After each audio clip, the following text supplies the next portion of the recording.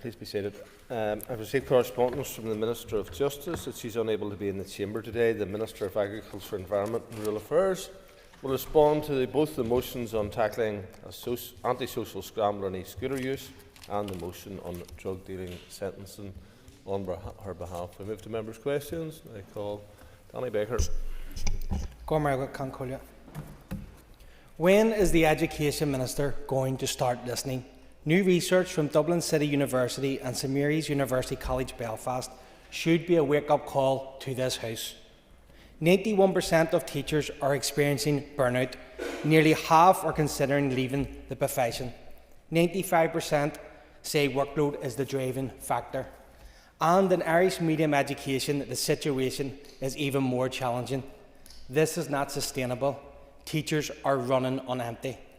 It has been a year since a workload review was commissioned, 6 months since recommendations were produced. Still no action.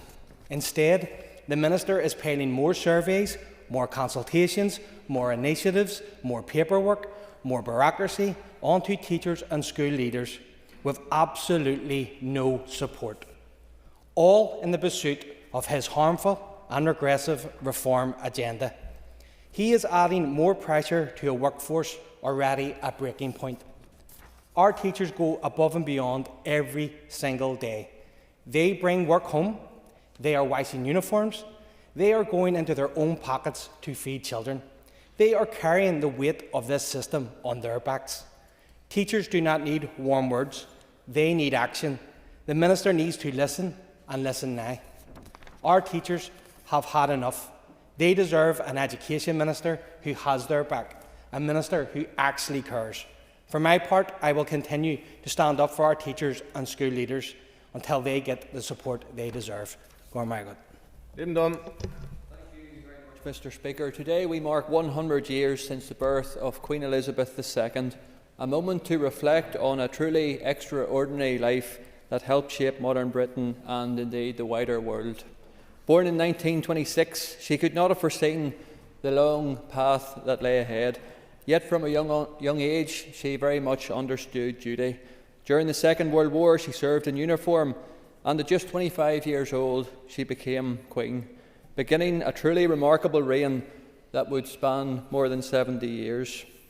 Even before she ascended the throne, she set out the principle that truly defined her life.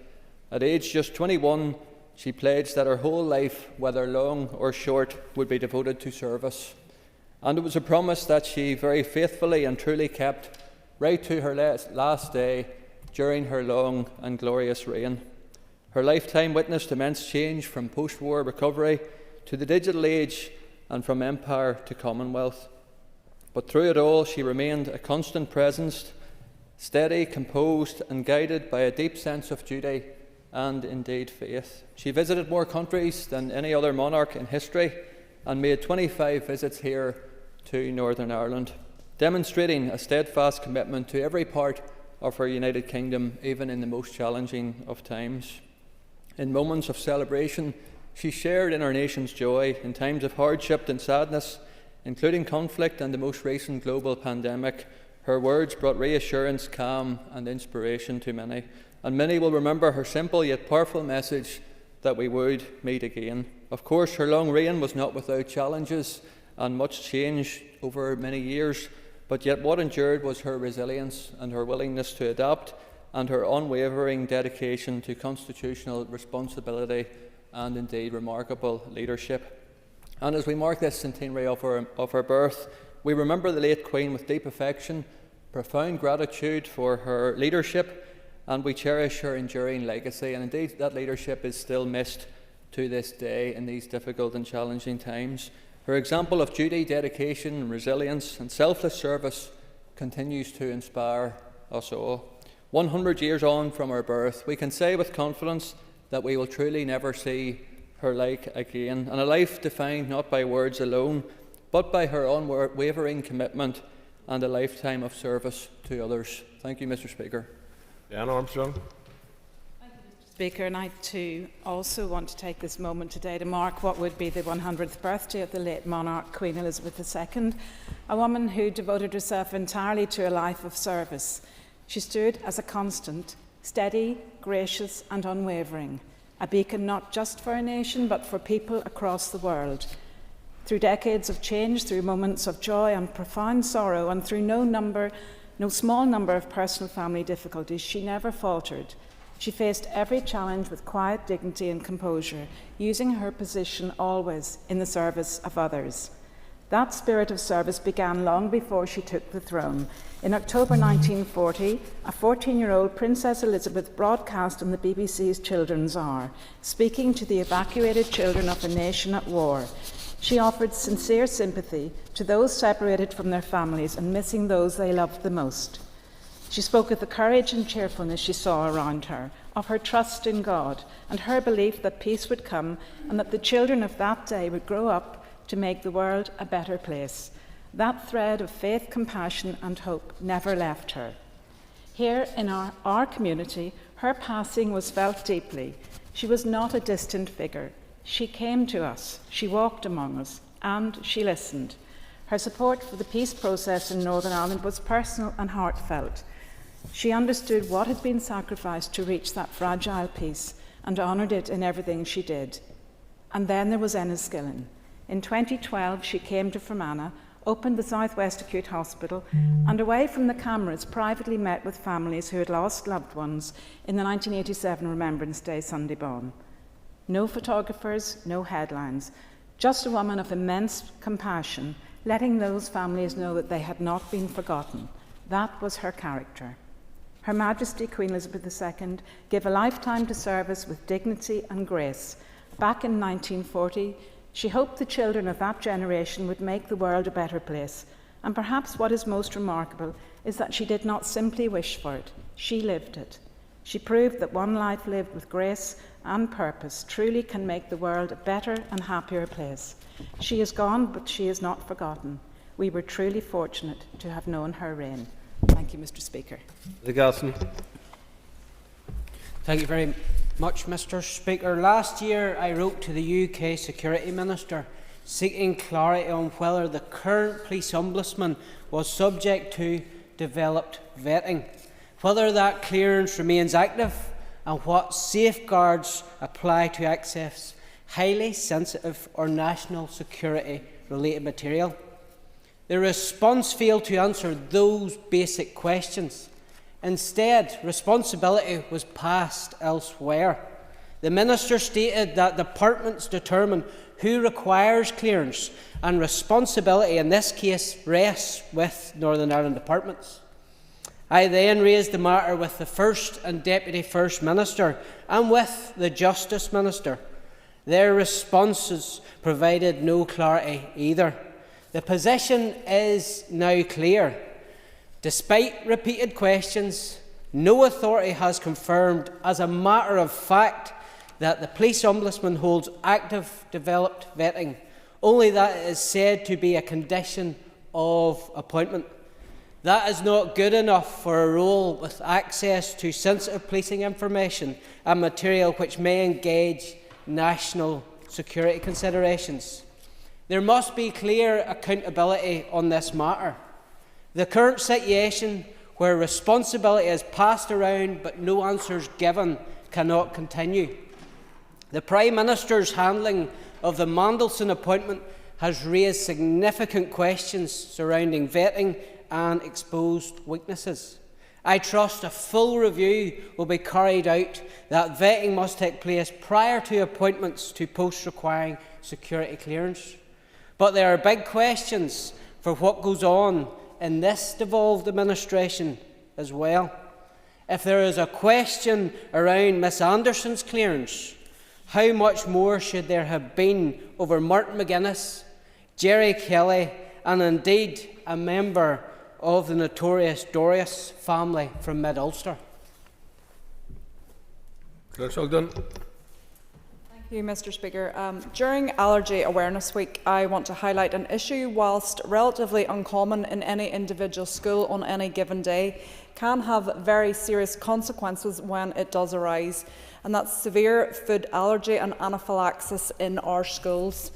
Anaphylaxis is not always obvious. We often think of severe breathing difficulties, but it can begin with more subtle signs: a child becoming dizzy or confused, a persistent cough, a hoarse voice, vomiting, swelling, rash, or simply not responding as they normally would. Those early signs matter because when a reaction takes hold, there is very little time to act, and delay can have serious consequences. Children living with serious allergies are often very capable of managing their condition. They understand the risks and the routine, but in a severe reaction, they may not always be able to treat themselves. This is when adults around them need to step in quickly and with confidence. And this is where Northern Ireland is falling short. In England, following the tragic death of Benedict Blythe, steps have been taken forward to place allergy safety in schools on a statutory footing, including access to emergency pens, staff training and clear school policies. Here we still rely on guidance, and the department's own position makes it clear that there is no overarching legal duty on school staff to administer medication, and that staff may choose not to volunteer.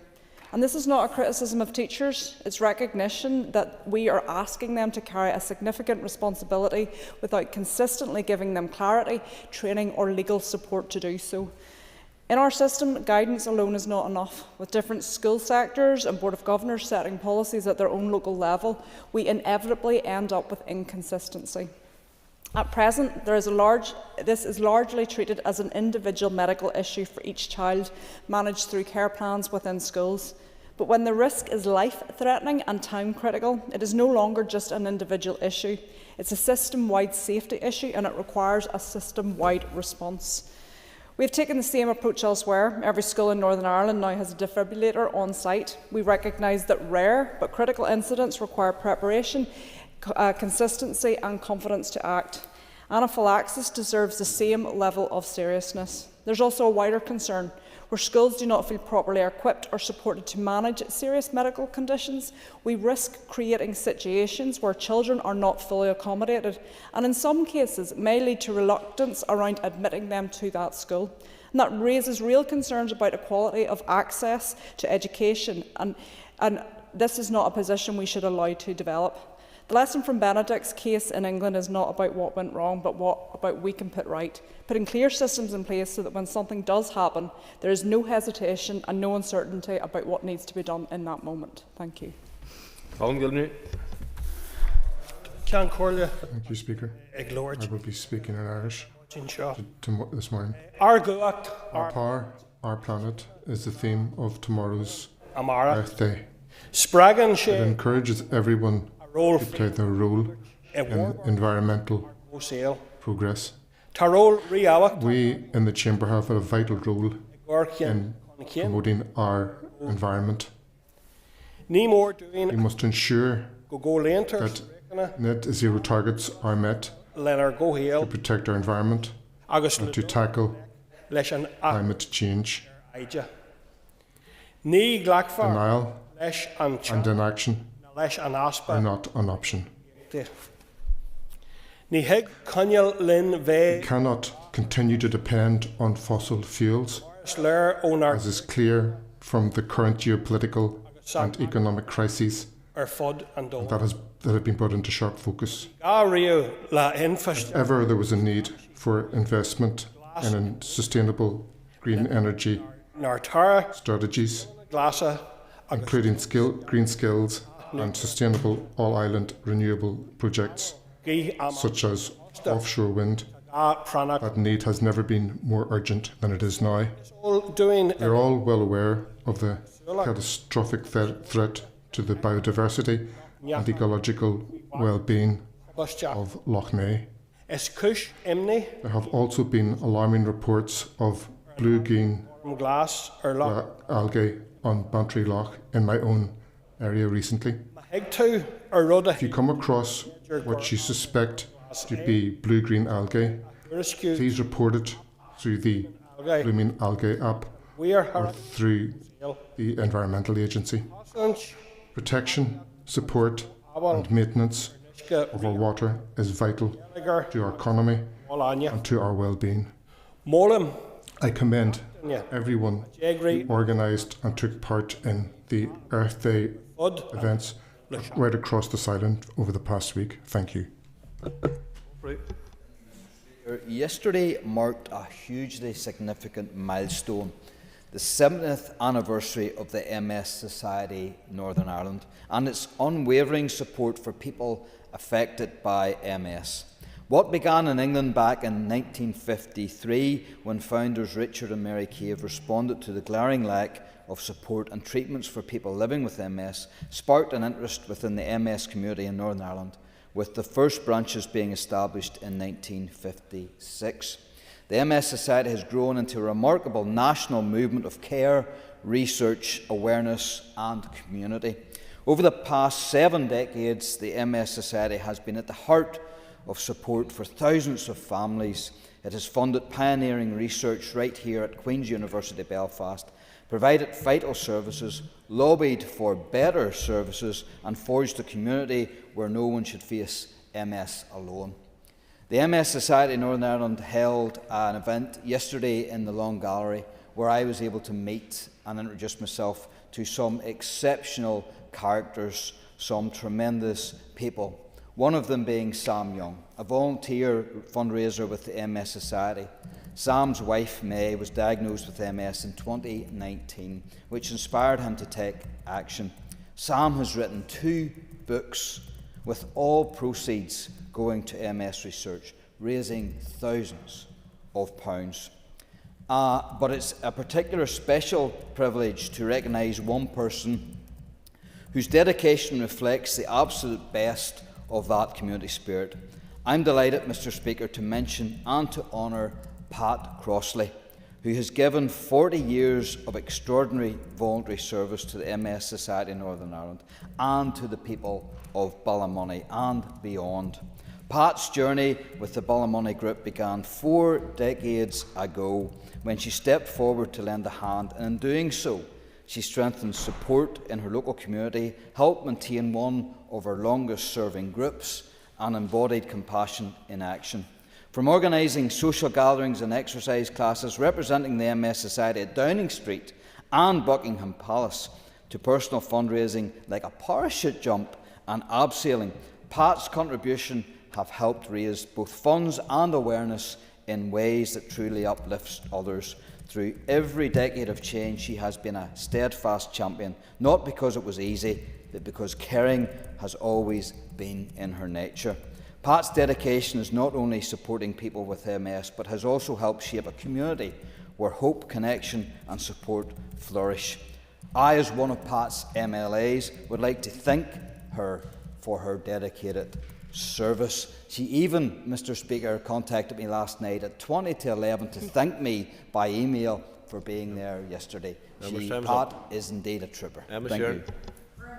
Brilliant. And I raised this morning to pay tribute to the newest champion of Ireland, Cahir McMaster from Ballinascreen, who was crowned All-Ireland champion during his boxing match at the weekend in the National Stadium in Dublin, and I am delighted this morning to speak about his success. Cahir is one of my constituents and I know him well. Indeed, himself and his brother Oisín and sister Aoibhín are 3 characters that I regularly bump into, and they're just brilliant young people, always have time to stop and say hello, great manners and always a bit of crack with them, and I'm delighted to see his success. And I think it's a testament to the kind of people that they are that his mother Louise, in her post acknowledging Cahir's success, the first thing that she did was pay tribute and thank his coaches at St John's Swatra, which is just indicative of the kind of people they are. They're great people, and I love to see great people doing well. Cahir narrowly lost out last year in the semi-final, and this year retained an Ulster title. So his trajectory in boxing has been upward for some time, and it's been obvious that this was in the pipeline for him. But he has now got it to say that he is an All-Ireland champion.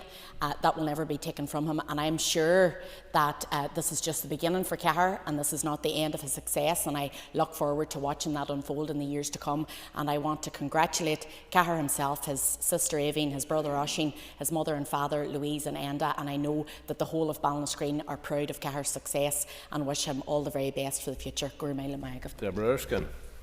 Mr. Speaker. Yesterday, an important event took place in Enniskillen to raise awareness of ending violence against women and girls.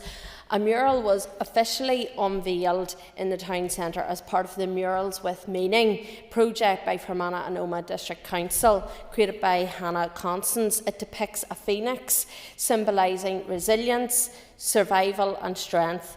As the artist herself said, like a phoenix, we women always rise from the ashes. We must ensure that women are not forced into the ashes in the first place. That means raising awareness, breaking silence and bringing abuse out of the shadows and into the light, so that every woman knows that she can speak out and get the help that she needs. Kerry Flood, who is CEO of Fermanagh and Omagh Women's Aid, has done tremendous work in our local area. She is a force for nature, and her leadership continues to make a real difference to the lives of women and families. Speaking about the mural, she said, "The phoenix rises not because of violence, but because it refuses to be erased or silenced." Those words should stay with us. Domestic abuse thrives in silence, but it is stopped by action. And we must call it out at every opportunity. We have a duty not only to educate, but to act. We have a strategy, and that's why I am pleased that the launch of the second action plan on ending violence against women and girls is today as we speak. But plans alone will not save lives. Implementation will. Since 2020, more than 30 women have been killed in Northern Ireland, and behind every name is a family and a future taken far too soon.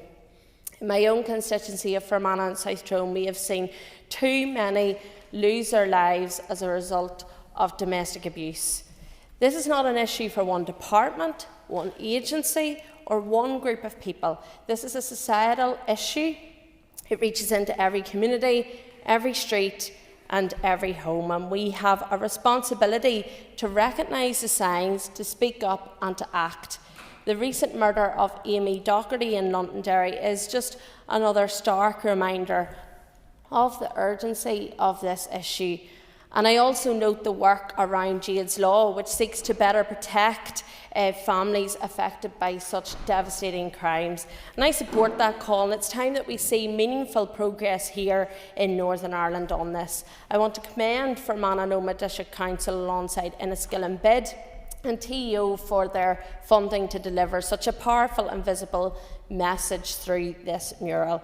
Women should not have to live in fear in our communities. Not today, not tomorrow, not ever. It's time to end violence against women and girls. Alan Robinson. Thank you, Mr. Speaker. I want to congratulate Limavady United, who at the weekend clinched their league title and will now play in the Sports Direct Premiership along with the likes of the current top four, the Koreans, the Larns, the Glentorns and the Linfields. Two of these teams they have already beat in recent times. It's hard to put into words just how much this means for the town, not just for the players and staff, but for everyone connected to Limavady. We all have to remember that this isn't a football club built on big budgets or the big headlines. It's built on people who have a pride and a passion for the local game and their local area. It is built from lads who train after work in all kinds of weather, coaches who give up their time because they demand results, and supporters who turn up week in, week out, whether it's freezing cold or lashing rain at the showgrounds or any other venue across this province. And that is what makes the Player Fit Championship 1 so special. I've had the opportunity to watch Limavady play on about a dozen occasions this season, and I think about the season they've had where they've been grinding out results when it certainly mattered. Sticking together when things didn't go their way and finding that little bit of quality in the big occasions. There were games when it wasn't pretty, but those group of lads dug in and the supporters got behind their team. There were games where the football was brilliant, full of energy and the belief, and there were the few bad days, but this group never lost sight of what they were chasing. This has been an incredible team effort, and you can't talk about the League One without mentioning the way they fight for each other and the way they represent the Limavady badge. and those standards are set in the dressing room, and the pride they should have in playing for that club. For the loyal band of supporters, this is your moment too. They have travelled back to the team and they've believed they could get the job done. I know there were days this season when the support made the difference. The manager, Paul Owens, has admitted that. Sadly, the club have lost loyal stalwarts in recent weeks, people like Alec Traynor, Munson Murr, and of course we can look back further to their biggest superfan, Mr David Brewster, who passed away suddenly 5 years ago. The party has been huge in the town, but it will be even bigger where these three are. Can I finish by saying winning the Player Fit Championship isn't easy, it's a tough league. It takes a lot of character and heart, and this team has shown that. So I say to everyone connected to the club, enjoy this. Take it in, because history like this doesn't come around often. Lamavary are champions, and it is fully deserved. The league table does not lie. So from this house I say, well done to every single one of you. Aye, Harvey. Thank you, Mr Speaker. And I rise this morning to highlight the important role played by our uniformed youth organisations across Northern Ireland, particularly that of the Boys and Girls Brigade. BB and GB displays are taking place across Northern Ireland as another season comes to a close, and I'm sure that many members will have been in attendance at those events. Indeed, anyone who has attended displays in the past will have seen firsthand the teamwork, friendship, discipline and respect demonstrated by the young people involved. These qualities are, of course, the fruit of dedicated volunteer leaders who work week in, week out to support young people, providing them with much needed structure, purpose and sense of belonging, grounded within a solid faith-based context. The BB and GB teaches boys and girls to be responsible, respectful and community-minded, qualities that are becoming rarer in a culture that often prioritises individualism. It is regrettable that all too often there's been a reluctance from both government and other external funders to support such organisations, unwilling to acknowledge the immense contribution they play to the social fabric of our society and the betterment of our people. Simply because they operate with a faith-based perspective, I welcome the work being undertaken by the Communities Minister and others to rectify inequality and discrimination in this regard. In an age where social isolation and social difficulties among children and young people are on the rise, the ability for engagement and interaction in a social setting with peers, enjoying activities across sport, music and community service continues to be of vital importance for families and their boys and girls across the country. Some members will have been in attendance for the recent Lost Boys briefing by the Centre for Social Justice. Some of the figures presented at that briefing with regard to underachievement among young boys was stark.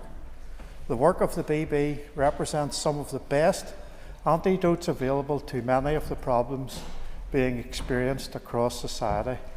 And I trust that this House will make every effort to support not only our uniformed youth organisations, but all those volunteering to make a difference among the next generations. Thank you, Mr Speaker. Thank you, members. Next item of business is a motion from the opposition on a response to the cost of living crisis. Clark, please read the motion. That this Assembly notes the real and immediate pressures facing workers and businesses as a result of the United States' illegal war with Iran, further notes that the British government's response has been insufficient, acknowledges that while most taxation and fiscal powers lie with the British government, the Northern Ireland Executive's response has been non-existent, and calls on the Northern Ireland Executive, in conjunction with the British government, to outline the actions it will take to alleviate pressures facing workers and businesses, including measures such as the extension of rural fuel duty relief, support for those working in domiciliary care, reduced fares for public transport and targeted support for industries that have been most affected. I call Matthew O'Toole to move the motion on behalf of the opposition. So moved, Mr Speaker. Thank you. The Business Committee has agreed that you can have 1.5 hours for this debate. As an amendment has been selected, a further 15 minutes will be added to the motion. 10 minutes for the wind and 10 minutes for the proposer and 10 minutes for the wind. Please open the debate on the motion. I have to say at the outset that at a time when we are having the first detailed, substantive, dedicated debate to the cost of living crisis created by the issues in the Middle East, it is shameful that there is such paltry participation from executive parties. Some executive parties have 1 or 2 members in this chamber. In a month when the public is losing trust in this institution, they see people here getting a very large pay rise. They will be outraged at the pathetic attendance from executive parties at today's debate. But nevertheless, the opposition is here to put forward the case that the people want made.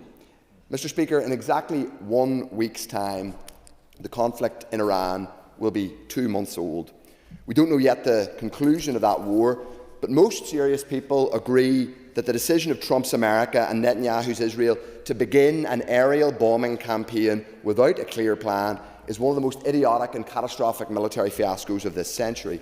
Not just idiotic, but immoral and illegal, including in the killing of hundreds of schoolgirls at Menab and the obscene genocidal threats by the madman Trump to wipe out an entire civilization. Meanwhile, the Israeli government has added to the list of its own atrocities committed in Gaza, with more war crimes in South Lebanon. Ordinary people here in the north and everywhere have been left feeling helpless and powerless to respond to the insanity and immorality unfolding in the Middle East. Given the huge increase in tourism and migration to the Gulf states for work, many families were directly touched because of relatives who found themselves sheltering from missiles. And that insanity, as we know, that's why we're here today, has had an impact on the costs facing everyday people, ordinary workers getting to their jobs, and families filling up their oil tanks. We know that the spike in international oil prices from between $60 and $70 a barrel to well over $100 has been seen in every forecourt in the country. Indeed, I saw the price rises between my drive to and from Stormont after the first Monday after the strike started. One might reasonably ask quite how those price rises were felt from the Straits of Hormuz to Belfast forecourts, but that is perhaps a debate for another day. The price of home heating oil doubled and has remained high and has now been at £1,000 for 900 litres for more than a month. That's a faster spike that is a faster spike and already a higher peak than that which was created by the Russian invasion of Ukraine, which is still ongoing. And it isn't just households, small businesses, farmers, as we know, are particularly exposed to increases in the cost of diesel and fertiliser. Community groups, churches, sports clubs, all of them are going to face extraordinary pressure from these price rises. Me listing those pressures isn't going to do them any good. What they want to know from those they elect is what is being done to support them. They know no one can predict Trump's actions or control energy markets, but given how remote we are from the concerns of decision makers in London, and we all know that, it's repeated many times by people in this chamber, they had a right to expect leadership and responsibility taken from the executive. But the answer from the Northern Ireland executive for weeks on end has been next to nothing. It has been non-existent. Computer says no. Talk to the hand, or perhaps talk to London. It has been, Mr. Deputy Speaker, quite simply a complete abdication of responsibility. To be clear, the executive does not have limitless financial firepower to deal with the consequences. We in the opposition have never said otherwise. And the responsibility for example, fuel duty obviously rests with the British government, not the executive. But that cannot be an excuse for the complete abdication of responsibility, which is what we have seen from the executive. Not yet, I will at some point. Let me offer this as an example. Trump and Netanyahu began bombing Iran on the 28th of February. Prices spiked immediately. And as I said, they fed through to forecourts and oil kerosene suppliers immediately. When was the first official statement from the Executive Office, Mr. Deputy Speaker?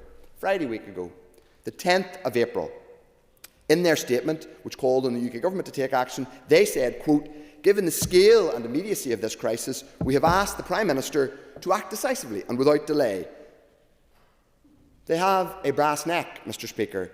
It took the First and Deputy First Minister more than 5 weeks to say a thing at the centre of the devolved government. They are hardly well placed to talk about being decisive and acting without delay. Now, to repeat, it isn't wrong for the executive to say it wants and needs more help from the UK government. In fact, it's a core part of devolved government. That's how the highly centralised UK state, which obviously, by the way, I aspire to not be a part of, is set up, whether we like it or not. But that didn't stop the executive devoting maximum resource to planning their response. And this is a point I'm going to come back to, Mr Deputy Speaker. If you believe that the UK Government is either inept, incompetent, or simply doesn't prioritise the people of the North, and we in the SDLP do agree with that, that doesn't exempt the Executive from doing its work. It makes it more important that it does its work. It makes it more important that it speaks with one voice. It makes it more important that it takes responsibility, not less. If the UK Government, if the Labour Government, if Starmer, a master of not taking responsibility, as we're finding out in recent days, if he's not taking responsibility for the people of Northern Ireland, then the people in this Assembly and this Executive better damn well do so. Where were the urgent summits with consumer groups, trade unions, agriculture and business representative bodies? Where are the communications with petrol wholesalers and retailers to warn against profiteering? Perhaps they happened, but I didn't see them. We weren't told about them. There weren't reams of statements in this House about it. Where was the urgency in designing and announcing a scheme to spend the £17 million to support families with home heating oil? The priority, and I agree that wasn't enough, the priority for the main executive parties wasn't taking responsibility or leading, it was ensuring that someone else got the blame for not acting. Now, don't get me wrong, the UK Government needed to be pressurised, but the executive needed to take responsibility rather than simply shifting blame. Rather than working together on the common good, as the pledge of office requires of them and all of us, instead of collectively taking responsibility for helping people, the DUP were clear where blame lay for the lack of help. It was the sinners. And of course Sinn Féin was equally clear, it's the Brits. Is it any wonder that so many of our people hold our devolved politics in such contempt when in a time of real crisis in their lives, their locally devolved elected government wastes weeks in pointless rows and blame shifting rather than working together to help them? I will give way briefly. Okay, so we've had the Leader of the Opposition talk now for nearly 7 minutes, literally gaslighting the public, whenever the Communities Minister delivered last week in terms of support package for the most hard-pressed homes, 70% of homes in Northern Ireland. It's an intervention, not a speech. We welcome the Communities Minister making progress, and I'm about to come on to that. It took more than a month. So that's not gaslighting, it's holding the Executive to account. Take some responsibility. You have executive power. You ask people to vote for you. Your two parties ask people to vote for you. Don't shirk responsibility. We're the opposition. It's our job to hold you to account. And of course, the leaderless, rudderless UK Government made matters worse with its own slow response and contradictory utterances, utterly unhelpful, from the Prime Minister and the Secretary of State, saying, putting out information that was unhelpful and contradictory. But to be absolutely clear with those ministers and parties here who are determined to shift responsibility, I won't get any more time, so I'm afraid I can't take loads of interventions. I normally am generous. Who are determined to shift responsibility for anything and everything onto a hapless and failing UK Government. Bad decisions or no decisions do not absolve London or the Executive for blame for not doing anything. As I said earlier, they make it even more important. Even more important, their strong local leadership. It is welcome, as I said to Deborah Erskine, it is welcome, and I should have welcomed her back to the chamber in slightly less tense circumstances than this. And I hope she's well, and as is her baby. It's welcome that a scheme to spend what was announced last week was matched with an executive commitment to match fund the original allocation. It begs the question, Mr Deputy Speaker, why it wasn't announced weeks ago. And that's what this is all about. Why wasn't it announced weeks ago? And if the executive can find 19 million to match fund the home heating oil scheme, why couldn't it find a smaller amount to help those charities failed by the local growth fund? Again, connected to the irresponsibility of the UK Government. More broadly, it illustrates a key point, and one that we keep returning to about our politics. If ministers act with shared purpose and take responsibility, they can get things done.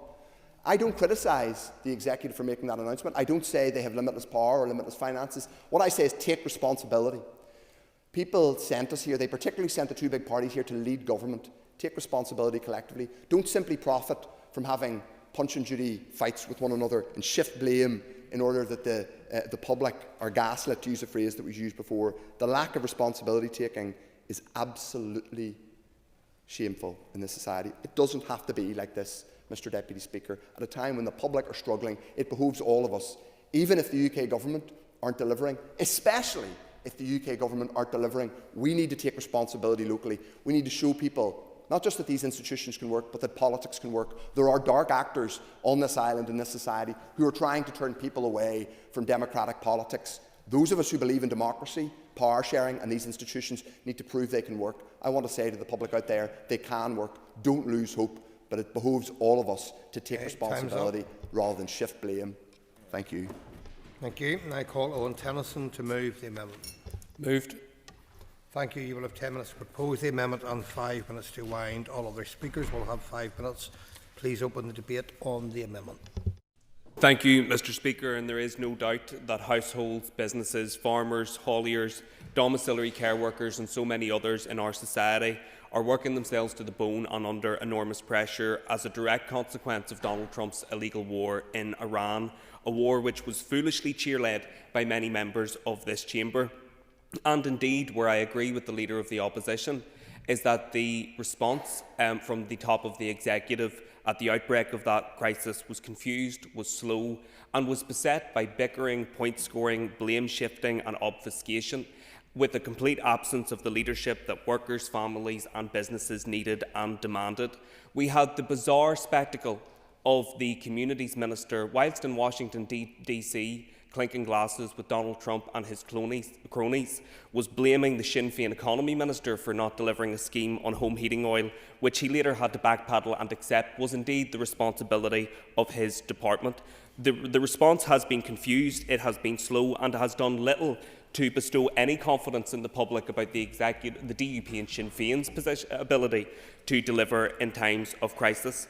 I will briefly. Given way, and you've just at the very outstart referred to bickering, and then you've went on to talk about the DUP and Sinn Féin, whilst you correctly articulated the fact that the Communities Minister made an inaccurate claim about a Sinn Féin minister and then had to backtrack.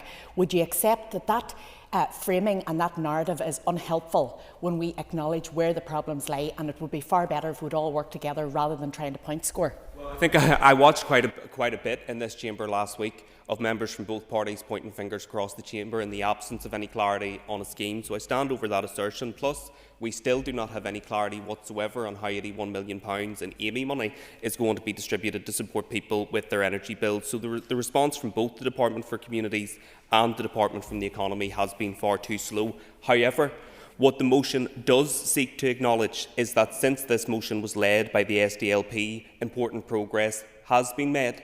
And I want to recognise the statement that was issued belatedly by the First and Deputy First Minister last week, and the progress which was made belatedly by the Communities Minister in designing a scheme and bringing that to the Executive to seek agreement.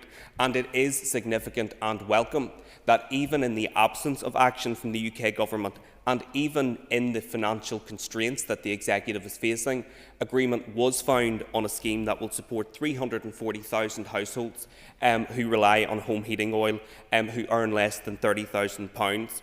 And it is important to stress that the Executive does not have unlimited financial or fiscal power, and that the UK Government also should and could step up to deliver changes like a cut in fuel duty, to deliver changes to VAT, to deliver support for people's energy bills, and to extend the windfall taxes on big oil and gas companies who are gouging and profiting off of the backs of our constituents who are struggling. And it is not only big oil and gas companies who are having a time of it at the moment.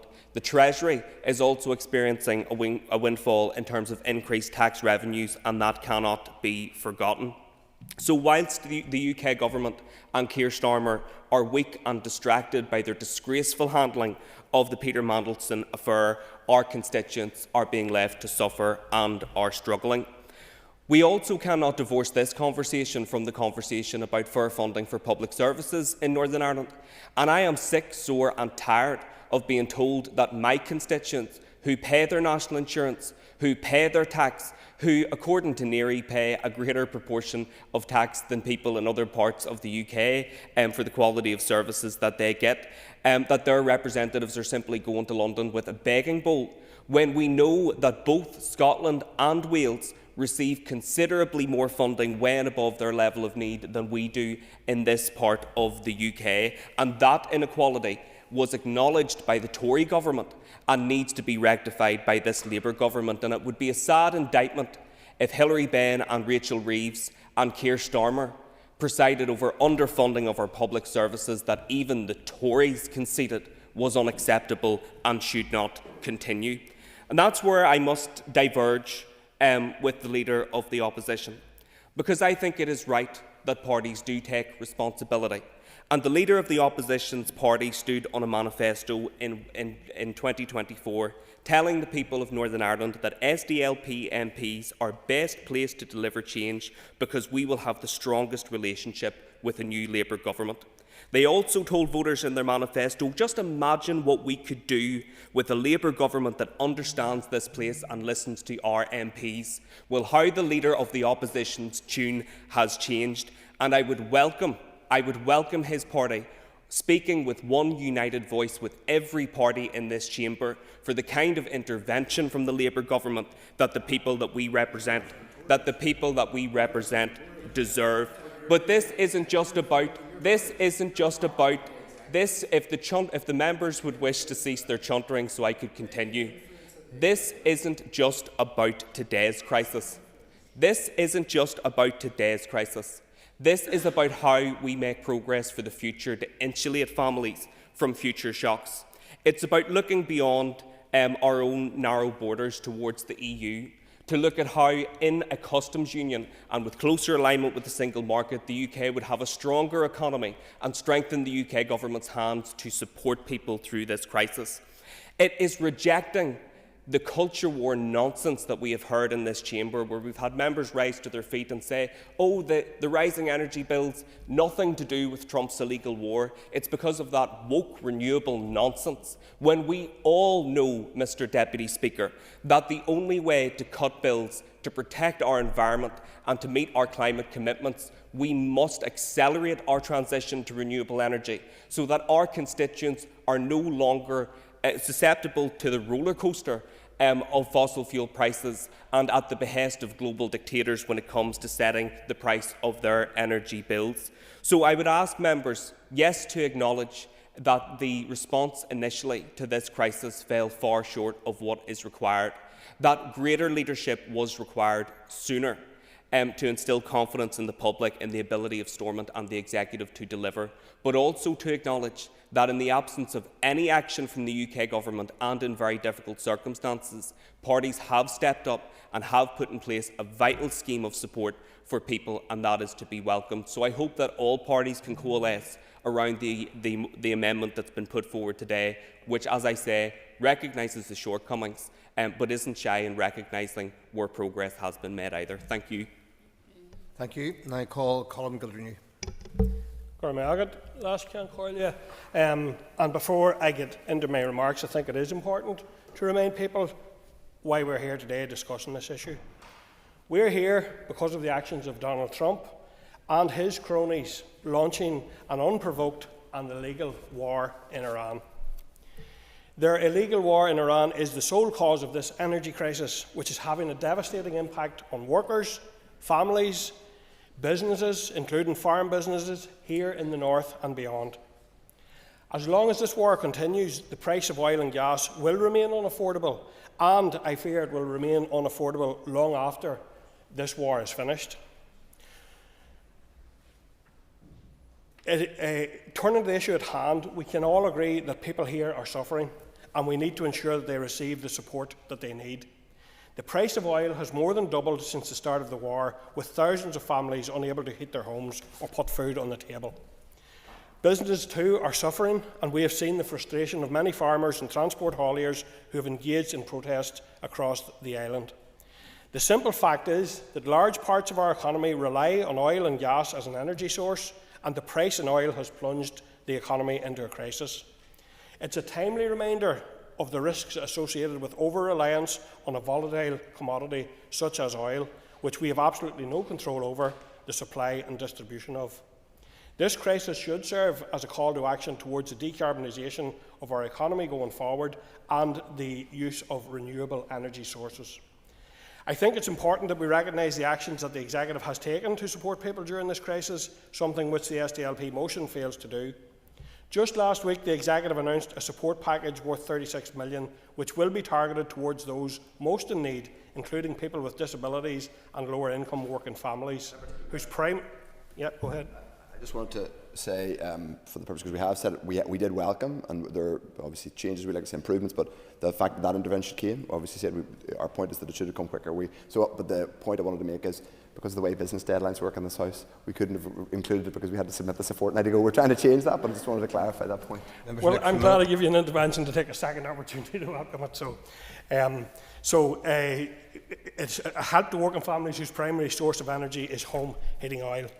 With that vital support package announced, and I do welcome the fact that the Communities Minister has recognised that it is his department which needs to deliver on that, we now need to see this money get out into the pockets of those who need it the most, and to make the application process as straightforward and seamless as possible. We also need to acknowledge that the response of the British Government to this crisis has been hopelessly inadequate. So far, the British Government has only provided the Executive with 17 million of extra funding. That won't even touch the sides of what's going to be needed here going forward. They've refused all calls to date to deliver real, substantial financial support, including cutting the tax on fuel duties, which would have a massive impact. Instead, the British Government has prioritised building weapons of war rather than supporting those most in need. Instead of standing up to the warmongers in the White House, they have put their military bases at the disposal of those who are causing the crisis we are currently facing. We at Georgia need to see a radically different approach from the British Government, away from austerity and complicity in an illegal war towards supporting vulnerable households. I welcome the fact that the Executive is united in calling for this, and that a letter signed by the First and Deputy First Minister has been sent to the British Government. People here don't have the luxury of waiting any longer. They need support, and they need it now. Thank you. Deborah Erskine. Deputy Speaker, families are struggling to make ends meet. Businesses are fighting to stay afloat. Farmers, hauliers and those in construction are being squeezed from every direction. Around 2/3 of our homes rely on home heating oil, and when prices spike, as they have done dramatically, our constituents feel that immediately and severely. At the same time, those working in the essential sectors such as agriculture, haulage and construction are being crippled as well by those soaring costs and rising prices. They're not optional industries, they are the backbone of our economy. Whilst this motion criticises the government's response, it is important to fully acknowledge how domestic policy choices are making matters worse. Excessive taxation on fuel, the cumulative cost of net zero policies, and a clear lack of cost-benefit analysis. These policies are adding to the burden of working people. And we must ensure that we do things in a balanced and affordable and realistic way. Imposing additional costs on families and businesses without transparency or justification is not the right approach. And we've seen how those rigid climate targets are impacting major projects including the A5, the A4 Southern Bypass and the A1. And many of those proposals are being advanced under the current Climate Action Plan, which are not fully quantified. Families and businesses are therefore being asked to shoulder additional burdens without clarity on what those costs will mean or what the return will be. It's been the DUP who has been consistently calling for practical and immediate measures. We need to see fuel duty reduced to ease the pressure at the pumps. We need VAT on domestic home heating oil removed, at least temporarily, while the markets remain volatile. We need serious and transparent assessment of the net zero policies. It's interesting today that those in the chamber who have been calling for that support have short memories, because just last week the SDLP, Sinn Féin, Alliance and regrettably the UUP all lined up last week to press ahead with a blank cheque for rightly carrying out cost checks on net zero targets. Many fiscal levers remain with Westminster, and to ensure that all homes, see support. But the SDLP has got it wrong again. The support from the Executive is not non-existent. Our Communities Minister has stepped up to support those homes that are most pressed. The Communities Minister took on that work to get support out the door, like he has consistently done so, even whenever he was Economy Minister and in 2022. And some people did not have their listening ears on here in the chamber yesterday during ministerial questions, so I'll repeat it again. The reason it took a month was because the Minister wanted to get a plan together so that it supported those not just on benefits, but also working people, and to test the options that would be available to him and the Executive. So while others talk a good talk, it is the DUP stepping up and delivering. Let us not pretend, though, that regional interventions will alone solve this problem of scale. At Westminster, our DUP MPs have been clear that when global prices are rising, we need to see government policy making the decisions to sort out the excessive taxation. People do not want warm words or political point scoring. So hitting out the DUP here when it is the DUP in this Executive delivering, when it is the DUP at Westminster speaking out on this, is nothing more than opportunistic party political point scoring. So the DUP will continue to stand up for fair and balanced approach to safeguarding household finances and support our key industries and ensure that working people are not left to carry this burden alone. So we will continue our call at Westminster to act to support each household in Northern Ireland. It's time to cut the fuel, the duty, and remove VAT for domestic home heating oil. Time's up. Thank you. I call Deborah Erskine. They call Diana Armstrong.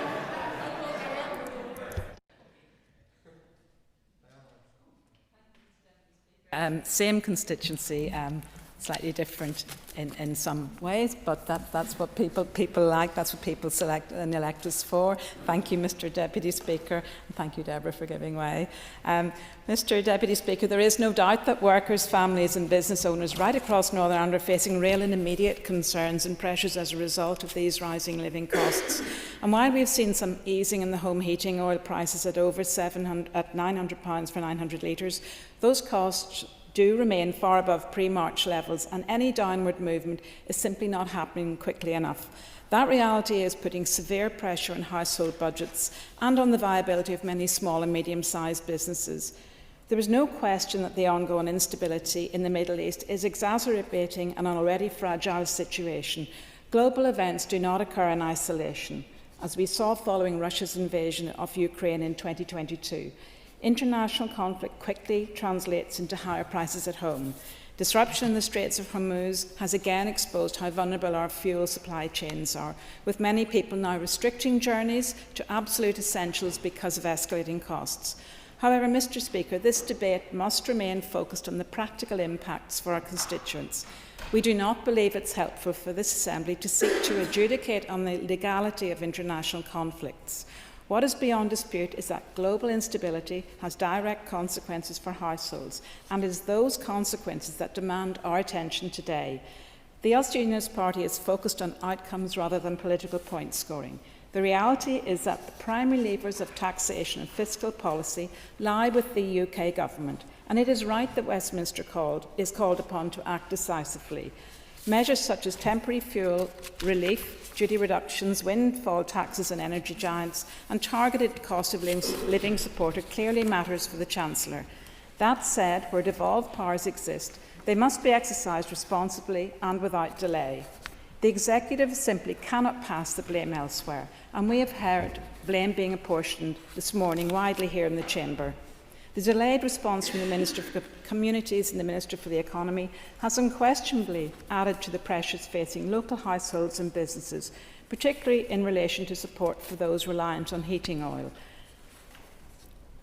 The UUP also acknowledged that home heating oil scheme as welcome, but pointing to the delay in its implementation is surely indicative of the pace at which decisions are agreed and made in this place.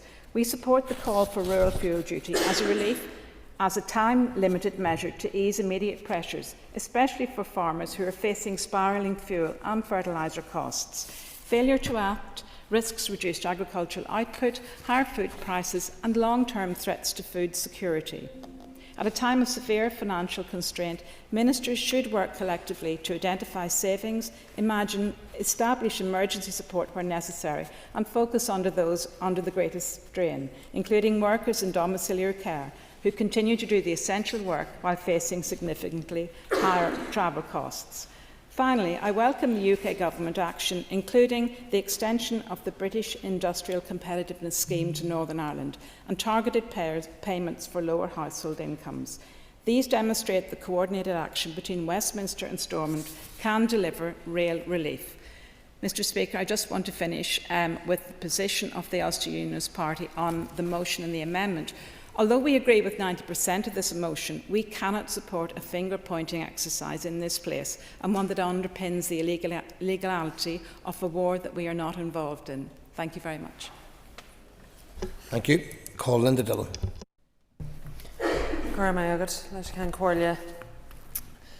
Workers, families and businesses are under real pressure, and I think I'm actually going to start with saying I hope that the member for South Belfast knows what he was trying to say, because I have no idea what he was trying to say, because one part of his speech said the executive need to deliver, the executive have everything they need to deliver, but they need the British government. But why are they writing to the British government? Why are they asking the British government? The British government need to give it to them. I am completely confused. I never heard so many contradictions in one speech in all my life, and that's saying something in this place coming from yourselves. People are feeling it every day in their homes, in their workplaces and their communities. But we need to be honest in this debate about where the responsibility actually lies. The reality is that the key financial and taxation powers needed to respond to this crisis sit with the British government. That is the truth. So you always talk about honesty and transparency, so let's have a bit of it. When we talk about this crisis, we need to talk about real people. Domiciliary care workers who are mentioned in the motion are a clear example. These workers are going from home to home in large rural areas like the area that I represent of Mid-Ulster, looking after some of the most vulnerable people in our society. They want to do the job. They care about the people that they're looking after. They care about their families. But they have families. They have bills to pay. And the price of fuel means it costs money for them to go to work. They were already struggling. They are getting nowhere near close to being properly compensated for their mileage. That is not sustainable. It is not fair. The same applies to other healthcare workers, to childcare workers, people who have already given so much and are now being hit hardest by the rising costs. They can't just absorb the increases, they are already stretched to their very limit. And the executive has stepped in where it can.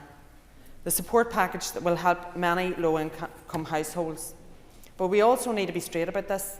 That is not funding that we can easily spare. They didn't pull it out of their sleeve, Matthew. It had to come from somewhere. It had to come from departments that also have rising costs, just to be clear about that. It comes at a time when public services are already under pressure because of ongoing underfunding from the British government. We are making decisions to target that support at those who need it most, but it will not reach everyone. There are many workers and families just above that threshold who are struggling just as much, and they are going to be getting no support. That is why further action from the British government is essential. And while people here are struggling to heat their homes, to get to work and to make ends meet, the British government has made its priorities clear. And I think I have to also take issue with the point that this war has nothing to do with us and we shouldn't comment on the war, because the British government are choosing to build up their war machine and supporting others in war above investing in people, communities and public services here. They have chosen to focus their resources on unjust wars while workers, families and essential services are left under pressure. They are quite happy to take our taxes, our people's money, our hard-working people's money to do that, but not to allow them to have any say in the decision on how that is spent. The British government is more than happy to take the hard-earned taxes, but offer no support to these same people at a time when illegal wars are creating a cost of living crisis for the people here. They have the power to implement fuel duty relief. They have the money to put in place a meaningful support package, some of that money coming from what was mentioned in terms of the increased revenue that they're getting because of the cost of fuel rises. Yes. Yeah, I think it's a good point that you raise, considering that recent figures are showing that $30 million an hour is being made by energy companies. And so far, in what they call a war windfall, even a disgusting statement in itself, the $23 billion has been made from these companies, and yet the British government still refused to tax those profits. And that's where the focus needs to be, and that's where the levers are to do it. I absolutely agree with the member, and thank you for that information. Farmers, businesses, farmers, families and workers right across our society excuse me, are being impacted, but the British government are making a clear political choice not to prioritise people. The answer that we hear from some in this chamber and many in the media is to raise revenue to alleviate the pressures on families here, is to increase rates, water charges, increase student fees. So the answer to serious financial pressure on families and workers here is come up with amazing, great, wonderful ideas to increase financial burden on workers and families here. Nobody in their right mind would support that. And we certainly won't be supporting revenue-raising measures that actually put more pressure on the people that are already at breaking point right across our constituencies and our communities. And we will continue to do what we can, but how many times do we need to find ourselves in this position dealing with the consequences of decisions taken elsewhere without having the power to respond properly? That is the situation that we're in again. If we had the powers, we could act differently. We could respond more quickly. We could target support where it is needed. We could target it to the people that it is needed. We could make decisions based on what is best for the people here. That is why the conversation about the future of Ireland matters. Thank you. Call Emma Sheeran. I think it's important that we're having a conversation about an issue that is affecting all of our constituents and is affecting every community across the north. But it is regrettable, as others have outlined, that the motion as written took the approach that it did in, I suppose, mixing up what the problem is here and what the solution is. And I, like others have articulated, was confused by the statements made by the member for South Belfast at the beginning of this debate. I think it's regrettable that the desire to be party political has eclipsed the objective to help the people that we all represent, because this conversation goes to the very heart of why I got involved in politics and why I'm a political activist. This is a crisis not of our making, and whilst we may wish things were different, and it's my life's work to make things different for us all here, we don't have the powers in this place to effect the change that we would like to. War is a political choice, and helping people is a political choice. And we talk often about the big C, but colonialism and capitalism are the two cancers that do discriminate. They discriminate against the working people. They discriminate against the people who suffer deprivation most in society. So we have America and Israel illegally invading Iran and killing innocent people across the world, and we have working people here in Ireland suffering directly as a result. And I think it is a pity that our message to the British government, who at this time are planning to increase their defence spending and increase the millions and billions that they fund into their war machine, instead of having a clear and united voice coming from every party in this chamber and every representative of the people of the North of Ireland saying that they need to act decisively and now to undo some of the damage that they have done in the wars that they have been complicit in, we have a party who not so long ago were in the executive completely mixing the message. And whilst the member correctly articulated that it is the UK government, as you call them, who have the power to change things here and who are at fault here for the situation that we find ourselves in terms of funds, you then use the same old line, Sinn Féin wants to blame the Brits. I will give way. Can I just ask the member, does she think it's legitimate that we are the official opposition? Does she think it is legitimate that there is an accountability mechanism on the executive? It's quite a simple question.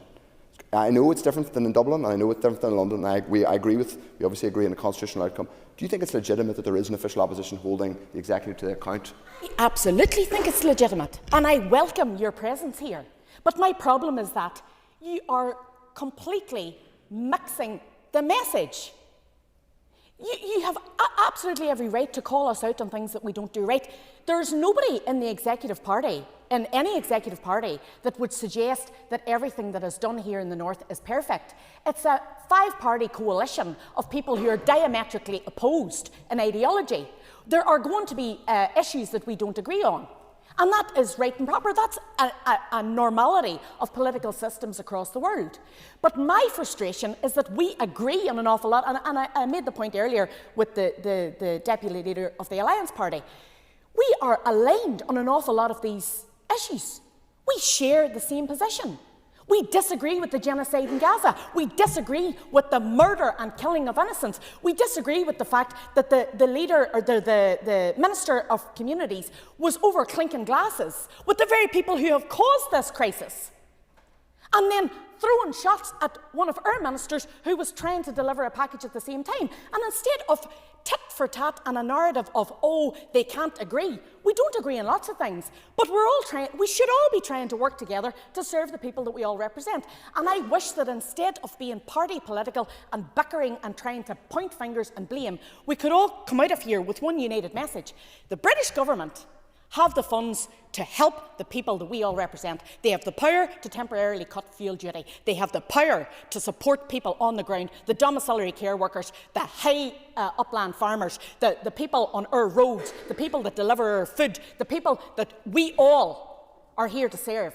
And I would like to see us all doing that united, instead of getting into the grass and weeds and just unable to resist the opportunity to take a pop shot where it's completely unnecessary. And I think we would all come out of here an awful lot better if we spoke with one united voice and called collectively on the British government to act now, because they have the power to do so, and we should be demanding that they do. Gurmila Mahagat. Thank you. And I call Timothy Gaston. Thank you very much, Deputy Speaker. Opposition Day can always bring out the best in this executive. Indeed, we've already seen the executive parties knocking lumps out of each other. But what this motion also does is expose the SDLP. One could be forgiven for forgetting that the SDLP at Westminster sit on the benches with the Labour government. The Labour government can take action today to do something about the cost of living. This SDLP motion begins with a false premise and builds an entire argument built upon it. To suggest that the pressures facing families and businesses are the result of only the conflict in the Middle East, however one wishes to define it, are simply wrong. Happy to give way? So he's just said basically that it's not the result of the conflict. If you go on the Consumer Council website and track when prices of kerosene, i.e. home heating oil, spiked, you can go and look at countless websites which show what happened to the price of Brent crude. Does he not accept that the reason oil prices spiked was because of the bombing of Iran? A minute, Mr. Goss. I accept that it has led to an increase in the price and the cost of living, but this cost of living crisis did not begin only a month ago. So yes, fuel prices have risen since the conflict began, but that does not change the underlying reality that over 50% of the price of every tank of fuel is not driven up by Donald Trump, but it's a result of the tax system, which is out of touch with reality and urgently needs to be revised. Fuel duty and VAT together make up the majority of what people pay at the pump, and crucially, VAT is charged as a percentage. So every time the price of fuel goes up, the tax rise also. Families pay more, businesses pay more, and without lifting a finger, the Treasury takes more. The motorist, the farmer, and even the homeowner have been taken for granted for far too long. they have carried a grossly unfair share of the national tax burden. And as the protests of last week showed, growing numbers of people throughout Northern Ireland have had enough. But I do also want to make this basic point. The crisis in the Middle East and the resultant rise in fuel prices has not only increased costs for ordinary people, it has automatically increased VAT receipts for the government. This is one of the few taxes that rises precisely when people are under the greatest pressure, and yet there is no automatic relief in return. This motion would be far better if, instead of using it to have a pop at Donald Trump, it actually called for His Majesty's government to do something concrete about it. After all, the SDLP sit on the government benches. One obvious step would be a reduction in VAT on fuel, giving back to motorists at least some of what the Treasury is now taking in. The reality is that reducing fares on public transport is of little use to people living outside urban areas. I have a member of staff who lives less than 30 miles from this very building. Yet if he wants to come into the office for 9 a.m, he has to leave home before 7 a.m. if he has to depend on public transport to get him to work. The reality for many is that the car is not just one option amongst many, but it is the only practical option. If this Assembly is serious about helping workers and businesses, it will stop blaming events overseas that we can do absolutely nothing about and start demanding that the government, which takes more when prices rise, finally gives something back. We have seen the protests last week. I believe the protests will grow, and they haven't just been about what has happened in the Middle East. Look at the carbon taxes inflicted by this place. So we say, oh, we can't do anything about it. Yes, we can. The decisions we take in this building, chasing crazy net zero policies, are all adding to the cost and the burden and creating a greater cost of living. Happy to give way to an intervention. Would the member agree with me that he would be better focused on the likes of Donald Trump and events overseas? It's a war. It's a war that increasingly is becoming evident that it's about making money. And maybe you would be better focused on that than on things that are trying to be implemented in order to protect life and save lives and protect our futures. I'll be taking any lectures on war from Sinn Féin regarding their past and who they associate themselves with and who they still glorify to this day. But nobody within this building can do anything about what Donald Trump's thinking or what he's doing in Iran. But we can do something on the policies we support in this place, and we can do something by lobbying the British government to have immediate action to reduce the cost of living burden that's affecting everybody within Northern Ireland. Okay. Thank you, and I call Jerry Carroll. Thank you, Deputy Speaker. Deputy Speaker, it's clear everywhere you look that most people are struggling to make ends meet, whilst there's no doubt that Trump's war on Iran has actually played a really important and major part in driving up prices. And also, let's not forget, led to the destruction, the killing of thousands of Iranians as well. But these problems, these deep cost of living crises problems, most of them have pre-existed the war. The war has actually just exacerbated them. Take the fact that people have been forced to wait for years on a waiting list to get a hip replacement or another medical procedure. That's a cost of living crisis which has a financial impact on people as well as a health impact directly as well. We heard yesterday about 6,000 people have died in the last 10 years waiting in EDs because they're in the wrong place, they're not getting treatment, they're not being seen to in our healthcare system, and again no action from this executive on that. The cost of food, Deputy Speaker, has increased exponentially. The essentials of life you can do without many things in life, computers, phones, whatever, but you can't do without food, and people are paying through the nose when they go to the supermarkets.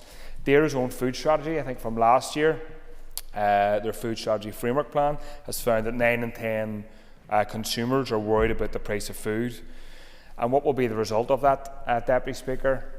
It's pretty clear and straightforward to see. People will be buying less healthy foods. They will be buying more processed foods, because if you go into any supermarket, more processed foods are cheaper or less expensive to buy. So what will be the result of that? If people are buying more processed foods, 9 out of 10 people, that's a reality. That's what people will be forced to do to feed their families. There'll be more people forced to go to dentists if they can get an access to a dentist because of the crisis in dental care as well. They'll be forced to fork out extra hundreds, if not thousands of pounds to dentists to get treatment.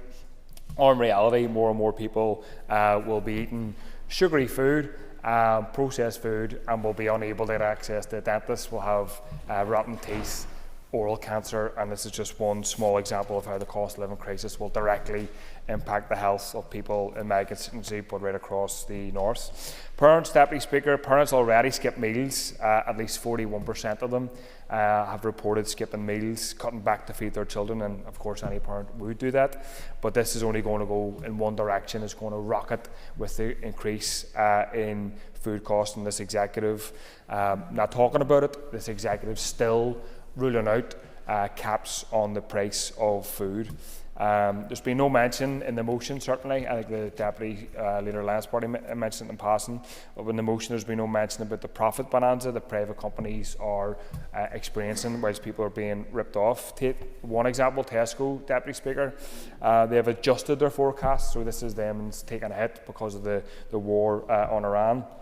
But still, they're projected to make £3 billion in profit the coming year. Completely insulting and completely disgusting, if you ask me, and most people out there. Look at energy companies, the top 20 up until August 2024, so 2 years ago. It's obviously going to be increased now. The top 20 companies made £557 billion in profit, energy companies. So they're increasing prices, forcing people to look down at meters, to turn thermostats down a bit because they can't afford to pay their energy bills. And what's the result? The result is obviously people are cold, people are having health problems because of that, but also these companies are making a huge fortune on the back of everybody, but especially poor and vulnerable people. And there needs to be a windfall tax on these energy companies. I haven't heard that from the executive parties. If they agree on that, brilliant, but I haven't heard the executive articulate that at all, and I don't know whether they're for it or not. I agree with some of what the Sinn Féin members said, Deputy Speaker, but also there was quite a lot of obviously defensiveness to defend their executive. I suppose that's their job. But I think they know deep down that people are looking at the executive as completely failing on multiple fronts, especially in the cost of living crisis. They failed to protect people, they failed to act for people. And we know that the British government have failed people, but I'd say Sinn Féin and the executive parties have done their bidding by implementing their ridiculous budgets, which are seeing people's services cut in real time. So people may ask, what can the executive do? They can implement rent controls, but all executive parties have voted against them consistently. They could stop giving hundreds of millions of pounds to private landlords. They could scrap industrial rating to big companies, and if people in the south can vote. Okay, thanks. Thank you. I now call on David Honeyford to wind up the amendment, and you've up to 5 minutes. Thank you, Deputy Speaker. Energy is the basis of our economy. It underlines absolutely everything, literally everything is built upon it, and the cost of everything that happened, and I talk a lot in this place about energy. I actually really enjoy it in committee, but the cost of living is hurting people, and the cost of living, and this has been referenced about energy spikes, and Timothy mentioned during the thing this didn't happen just at this war. No, it happened the last time there was a war as well, and Russia invaded Ukraine, and that's when the last time it happened. There was 60 billion spent by the UK government in 1 year subsidising people's and being able to allow energy costs for ordinary people at that point in time. £60 billion that the taxpayer now has to pay back. So we need to look at this in the round. Inflation has dramatically risen over that period of time. That drives up food costs, that drives up everything that people buy. Inflation also drives up interest rates, so puts mortgages higher, pushes rents higher, and all of that. So it leaves everybody with less money in their pocket and to enjoy on themselves. So this debate we've talked about was quite a bit of agreement right across the House on the need for to do something to help. One group that hasn't been mentioned is our local businesses and within the economy and the jobs that are provided there, and we need to make sure that our business, especially our manufacturing business and advanced manufacturing business, aren't priced out with margins as they disappear. But care workers driving to work, absorbing the cost that they were never in their contract in the first place, already hurting with that before there was a spike, and then the fuel costs adding and making that worse. And these are people in our constituency that are struggling every day of the week, and these are the people that we need to champion and need to go. But last week we did hear a debate, and it's been referenced a few times within here. We did have a debate on the costs of net zero and a complete distraction away from Trump's war that has again spiked oil price. But the answer to that was to double down on oil and gas, with the outcome of that basically give us more of the same. So deliver for more of that. Oxford did a report into if we were to dig for oil in the North Sea, there would be I think off the top of my head it was either 14 or 16 pounds benefit to the consumer. £16. If you transition to renewables, it was close to £500 a household within, and that was in the UK. So we've got to stop this dependency on oil and gas, because the only people laughing their way to the bank are the oil companies. Absolutely. So we've been criticised for, as it were, asking the executive. That was something I touched on very much in my remarks. But he talks a lot about this in Fair Play to him on it. Where we're kind of criticised for talking about the executive's responsibility as well as the UK government. Would you agree that the executive, and he's talked about this a lot, needs to make much more strategy, much more progress in terms of energy? Obviously, for example, we don't have any energy support grant here for things like heat pumps, things like that. Thank you, Deputy Speaker. Thank you for the intervention. I absolutely agree. I've called so many times for a master plan for energy, that we need a plan. So not every, that isn't all little bits that are here, there and everywhere, but an actual plan that is driven and plan-led, rather than leaving it to developers to come up with each individual part of it, that it's driven from the department to actually transition us across to renewables. And again, I call for this as well. It needs to be on all islands. So we need a plan here, but we cannot provide an energy solution just within Northern Ireland. We have to work with the South to deliver that. So I absolutely agree. But Jerry talked about the profits, and I want to talk exactly on this, because there has to be a windfall tax. BP reported last week that they made an additional £340 million profit. £340 million profit for every $1 a barrel of oil went up in price. You just think of the value of that. A barrel of oil was roughly around it was around $60 a barrel 2 months ago. It's been steadily over 100. It's been 120 at a point in time. That is the value of profit. And that is one energy company. And the very people talk about Norway as the example for digging. Norway have a wealth fund of 1.9 trillion that they support their people with. Norway is 95% renewable energy, with half the bills that our people pay. Yet we're trying to, it's some perverse argument that dig baby dig that we hear constantly, that there's no benefit to people other than spikes. But we have called for that windfall tax. Repeatedly, sources been on in Westminster exactly calling for that. If a company is making, and you sold the assets off to a private company, so if you dig more, the company makes more. So if you have $340 million for every dollar, then the money needs to be taken from the rich and those companies that are profiteering and given to people, and allow ordinary people here to get on with their daily lives. We need to reduce the cost for people. We need to help people, and our focus absolutely in this chamber must be on ordinary people and making sure we do our best for them. Thank you, Deputy Speaker. And thank you. I'm now calling Shane McLaughlin to conclude and wind the debate on the motion. You have up to 10 minutes. Thank you, Deputy Speaker, and thank you to everyone across the House that contributed to the debate today. And it's clear from your contributions today that the impacts of the cost of living crisis is felt in every constituency represented by members across this chamber.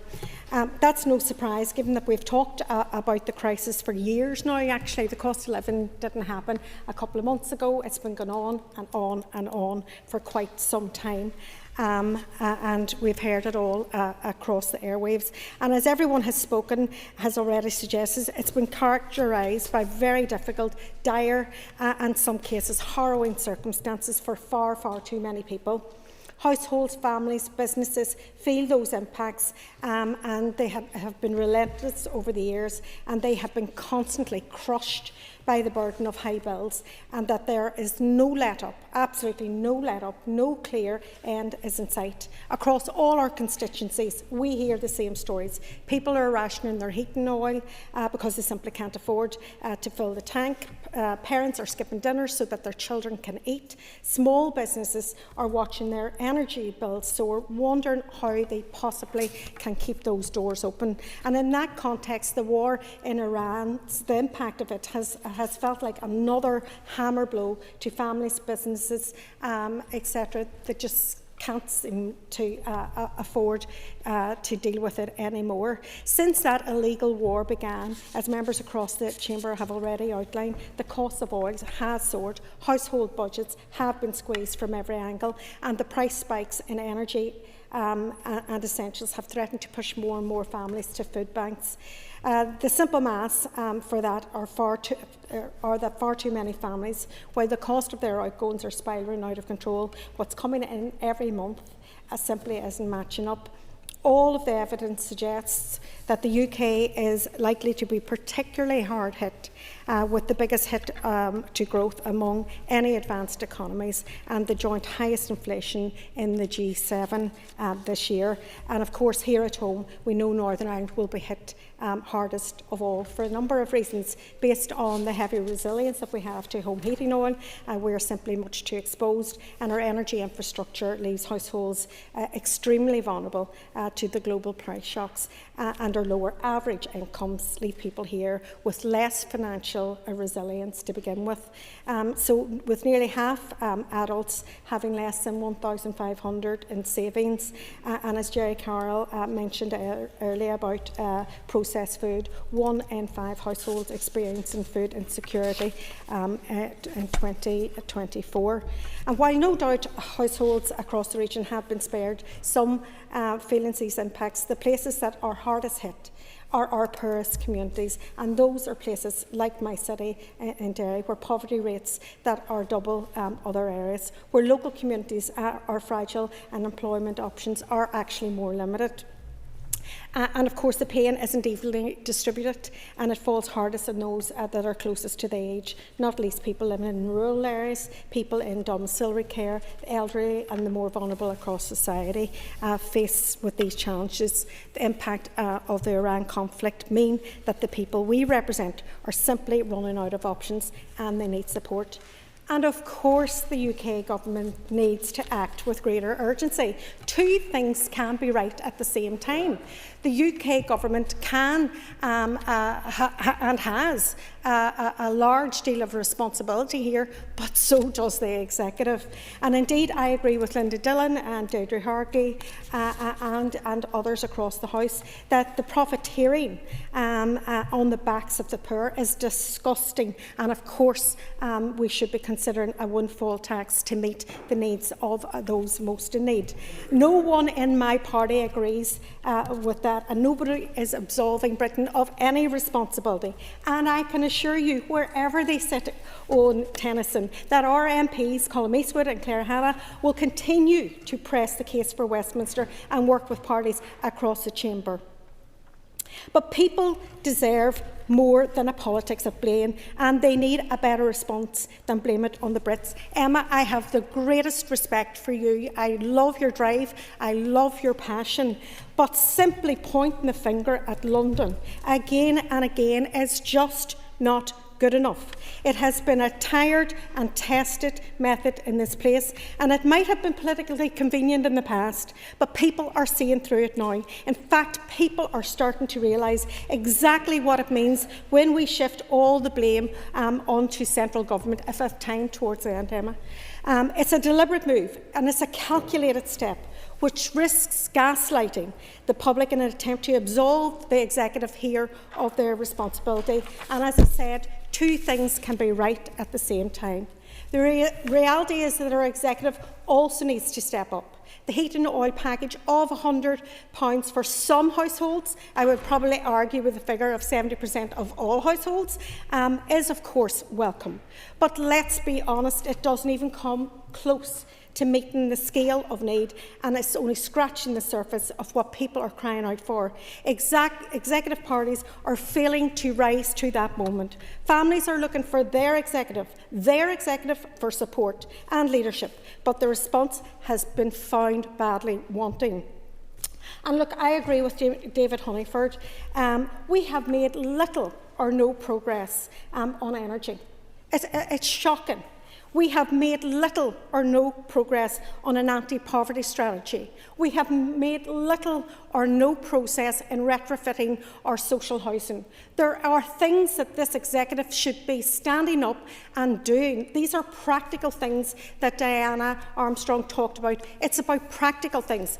Look, responding at a time of crisis is a leadership action. But if you can't respond in government day to day, delivering for the people that elected you to do so, then you're failing too.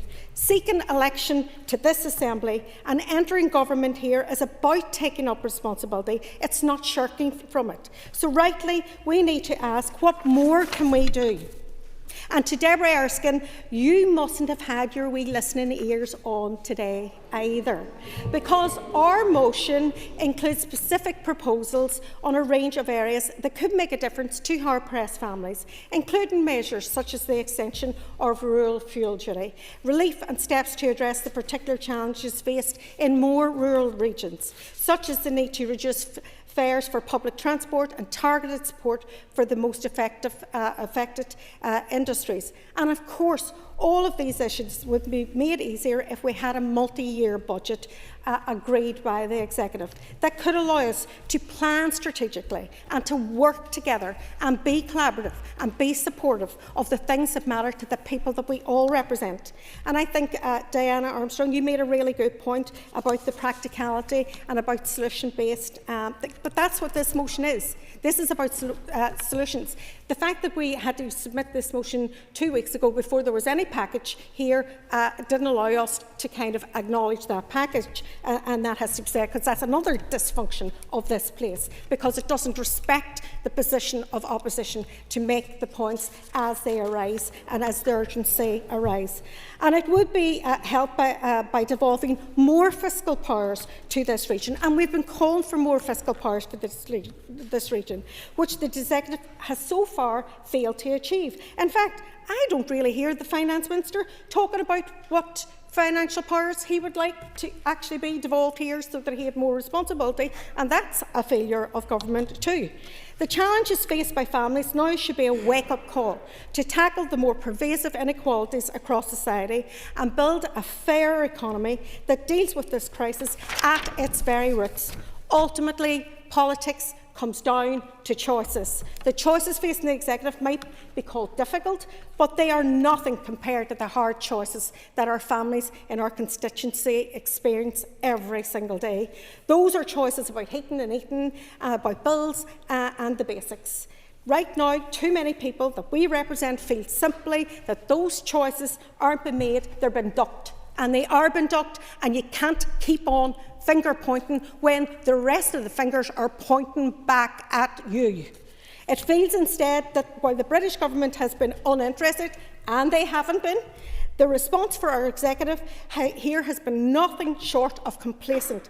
And to be honest to God, it has been shocking how laid back our executive has been in this current crisis. For the families and the businesses in all our communities, that just isn't good enough. It needs to change urgently and without any further delay. Thank you. Thank you. Members, the question is that the amendment standing in the names of Owen Tennyson and David Honeyford be made. All those in favour say aye. Aye. Contrary, no. No. I think the ayes have it. The ayes have it. No. Clear the lobbies. The question will be put in 3 minutes.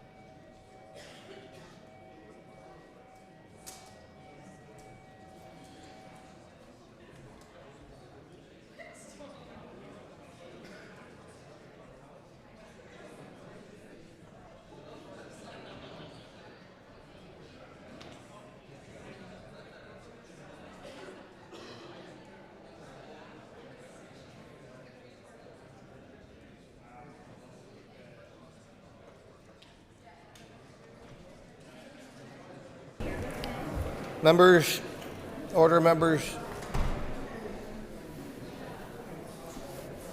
Okay, members, thank you. The question is that the amendment standing in the names of Owen Tennyson and David Honeyford be made. All those in favour say aye. Aye. Contrary, no. No. Do we have tellers?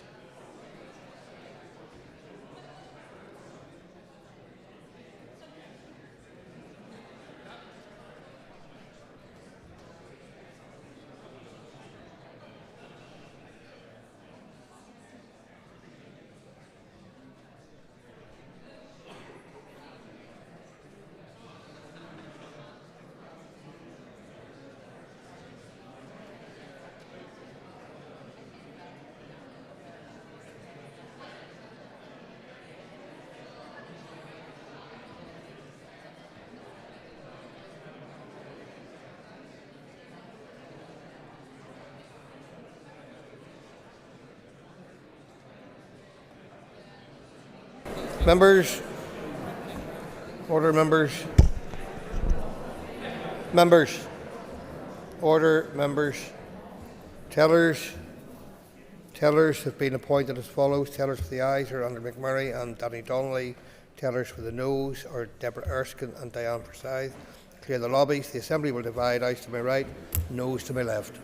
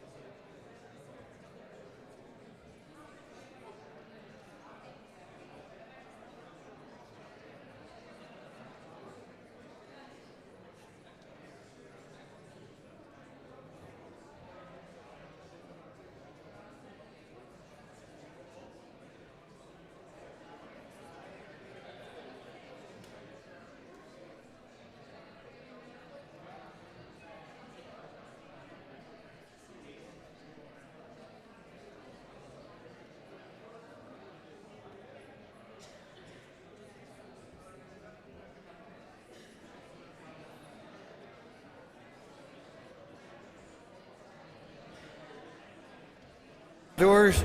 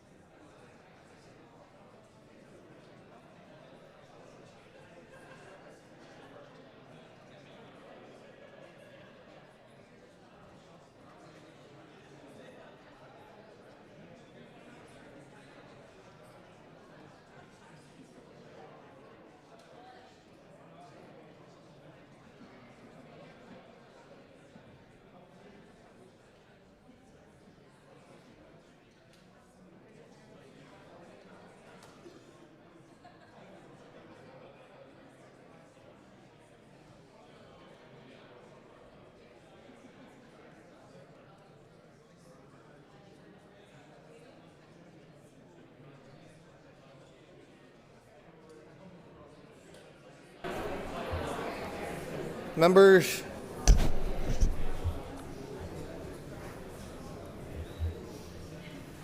members resume their seats. Thank you. Clerk, please read the result. 72 members voted, 45 members voted aye, 27 members voted no. The amendment is therefore made.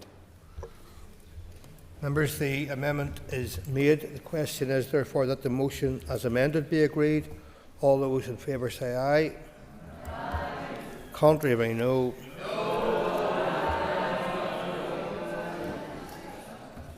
Okay. I have been advised by party whips that in accordance with Standing Order 27(1)(ab), there is agreement that we can dispense with the 3-minute rule and move straight to the division. So I now call for tellers. Do we have tellers?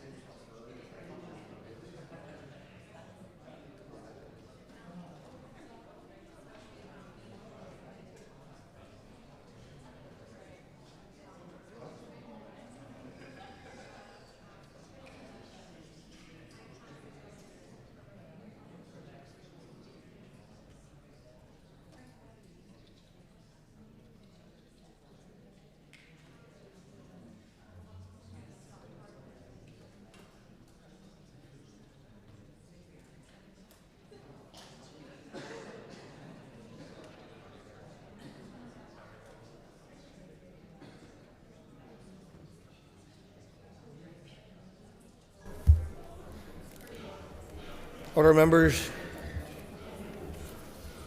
Members, tellers. Order, members. Tellers have been appointed as follows. Tellers for the ayes are Matthew Till and Andrew McMurray. Tellers for the noes, Deborah Armstrong and Diane Forsyth.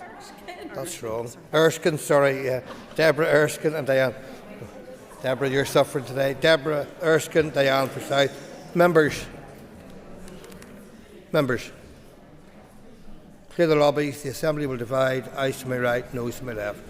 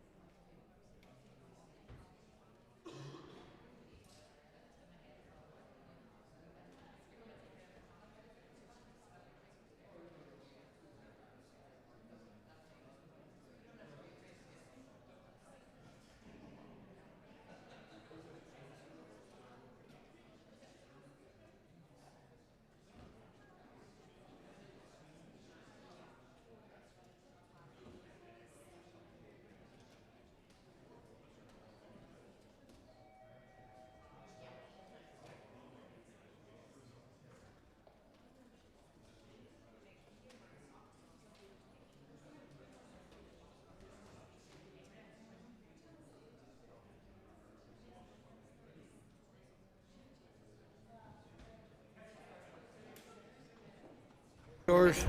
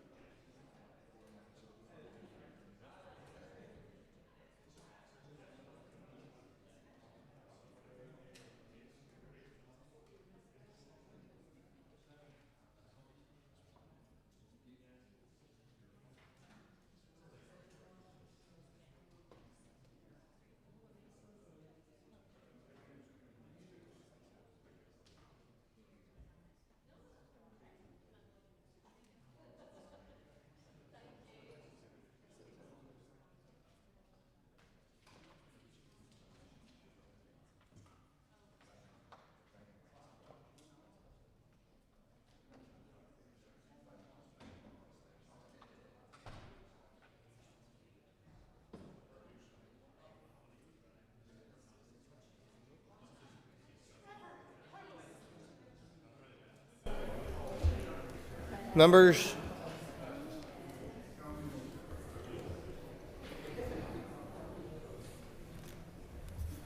could members resume their seats? Thank you. Clerk, please read the result. 71 members voted, 44 members voted aye, 27 members voted no. The motion is therefore carried. Members, the motion is carried on. Fasten the doors. Can members take their ease before we move on to the next item on the order paper? Thank you.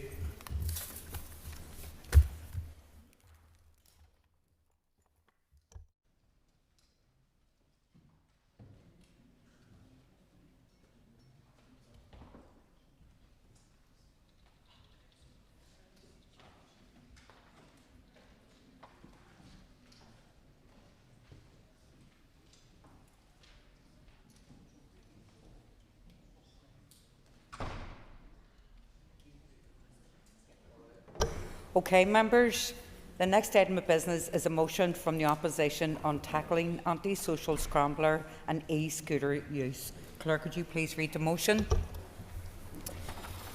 That this Assembly expresses serious concern at the growing impact of scramblers and e-scooters in communities across Northern Ireland, which has caused significant distress, antisocial behaviour, serious injury and in some cases loss of life. Notes that other jurisdictions have introduced measures to tackle inappropriate use.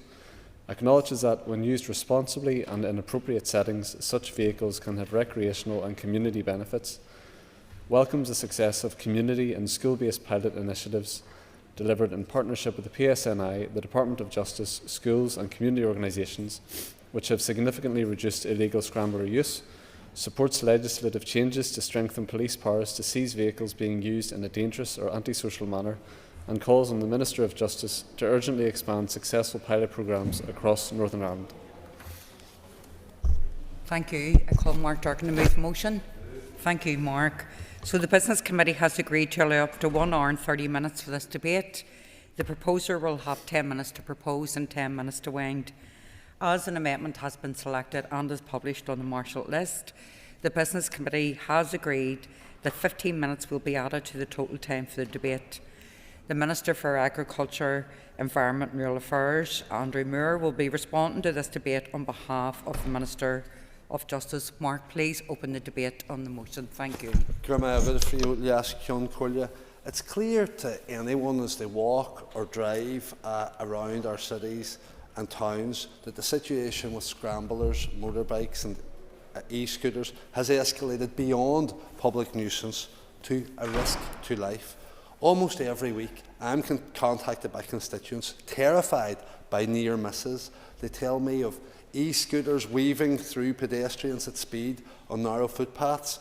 Many here today, I'm sure, will reference the heart-stopping moment a child on a scooter darts into traffic from behind or between parked cars. And there's another dimension that we can't ignore: the impact on blind, or especially on blind and partially sighted people, or those with limited mobility who no longer feel safe when out walking. Motorists and pedestrians alike take their lives in their hands and the lives of those using these vehicles.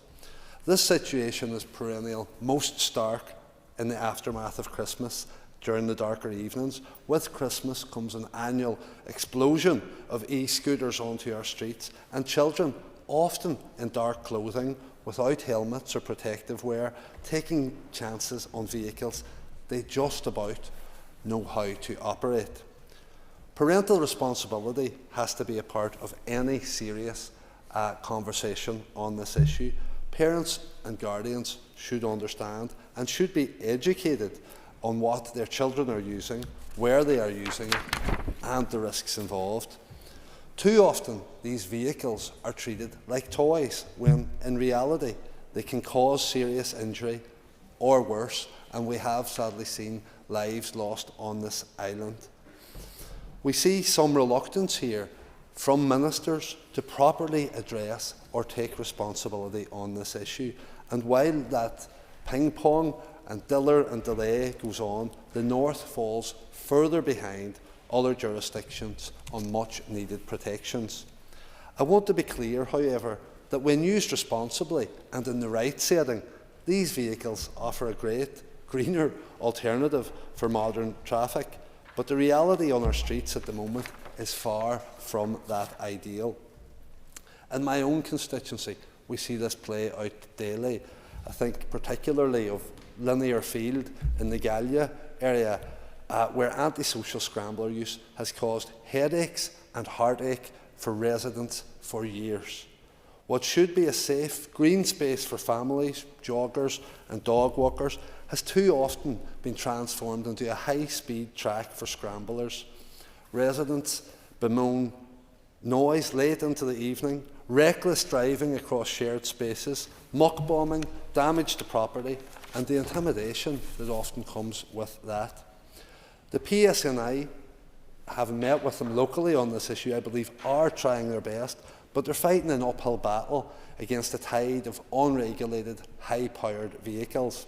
And while enforcement powers do exist, officers that I've engaged with explain that it's nearly impossible and often extremely dangerous to make pursuit on foot, or even more so in car, especially in built-up residential areas.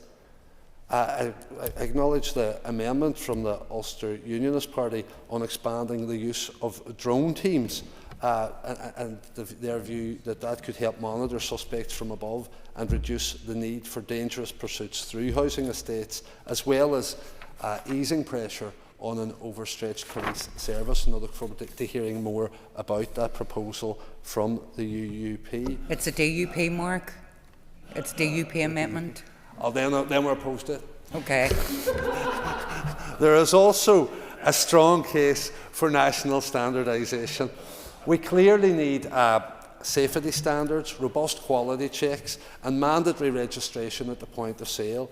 If every e-scooter sold met recognised standards and was linked to an owner, enforcement would be easier, accountability would improve, and unsafe products could be kept off the market. And that's why legislative change matters. At the moment, we're seeing the market flooded with cheap vehicles purchased from the sites like AliExpress or Shine, products that often bypass the safety protocols and regulations that we would expect and demand. That can't continue. We need a crackdown on manufacturers and online marketplaces. If these vehicles are being sold here or used here, then they must meet clear safety requirements. And I appreciate that today's motion calls on the Justice Minister to strengthen police powers to seize vehicles and expand pilot programmes across the North. And there is a clear responsibility there. However, I of course acknowledge that there must be a collaborative effort with the Minister for Infrastructure. I've been raising this issue for well over 5 years now, and in that time the response from DFI has been to monitor developments elsewhere. The Irish Government introduced e-scooter legislation 2 years ago. In England now, pilot rental schemes have provided a framework for safe, licensed use on public roads.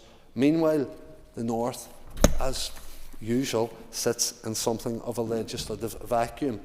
In February, Minister Kimmins advised me via an answer to a written question that the issue of e-scooter use and enforcement had been raised by officials at the PSNI-led Silver Command meeting, and that the department was exploring measures to raise awareness around the dangers associated with e-scooters.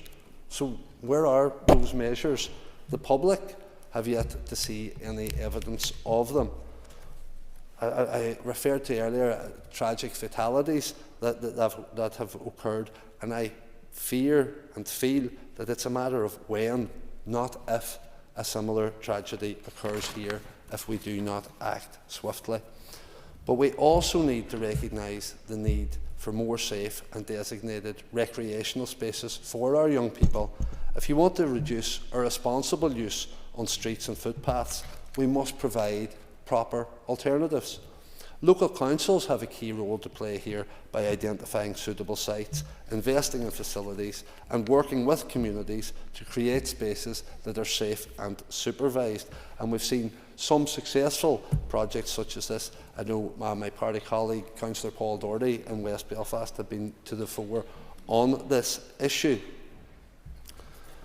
To conclude, Frio Liascion Corlia, yes, we do need... Oh, certainly. Thank the member for giving way. Just on Good Friday, I was contacted by a constituent who was really concerned about the youths in Newry scooting in and out of traffic on their e-scooters and was really worried about their safety. And would he agree that the Minister for Infrastructure and the Minister for Justice need to step up to ensure there's proper regulation, proper standards and proper safety laws in place to protect both people who are on e-scooters and pedestrians and people who drive as well. And as per Paul Doherty's suggestion in West Belfast, there should be defined areas for these e-scooters and scramblers can be used safely. Yeah, I agree entirely with the member. Thank him for his intervention. And of course there is the other issue that I had mentioned to that, and that is around parental responsibility. We need education, but not just of the generally young people who use, not exclusively, but generally it's young people who use these apparatus for nuisance purposes, or that they end up causing nuisance.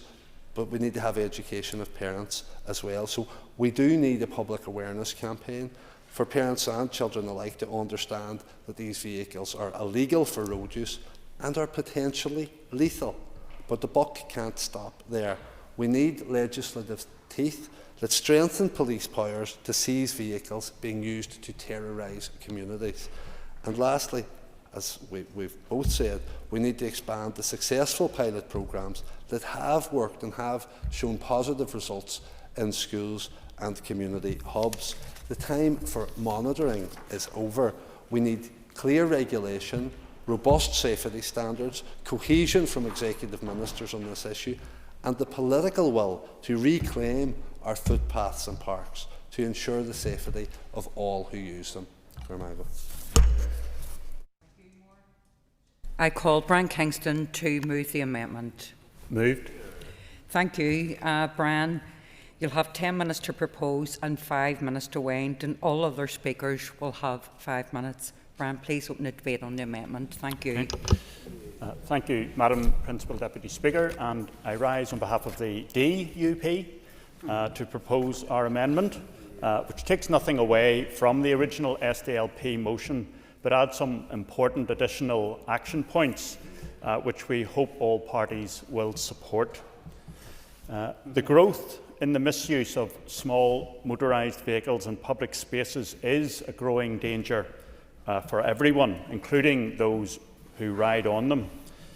For over 25 years, communities such as my own in North Belfast have suffered from the inappropriate use of petrol, scramblers and quad bikes on public roads, footpaths and grassed areas where they cause immense damage and also a danger to the public. Such vehicles are not permitted in parks nor to be used on public roads unless abiding by the same regulations as for any other motorised vehicle, that is to be registered with a number plate, paying road tax and insurance, and approved as roadworthy, including lights and indicators. Without these, they should only be used on private land with the permission of the landowner. In recent years, the invention and inappropriate use of electric scooters and scramblers have taken things to another level and greatly increased the danger posed. I expect all members have seen young people using these on roads and footpaths irresponsibly, including without lights on dark nights, posing risk to themselves, to pedestrians and to motorists.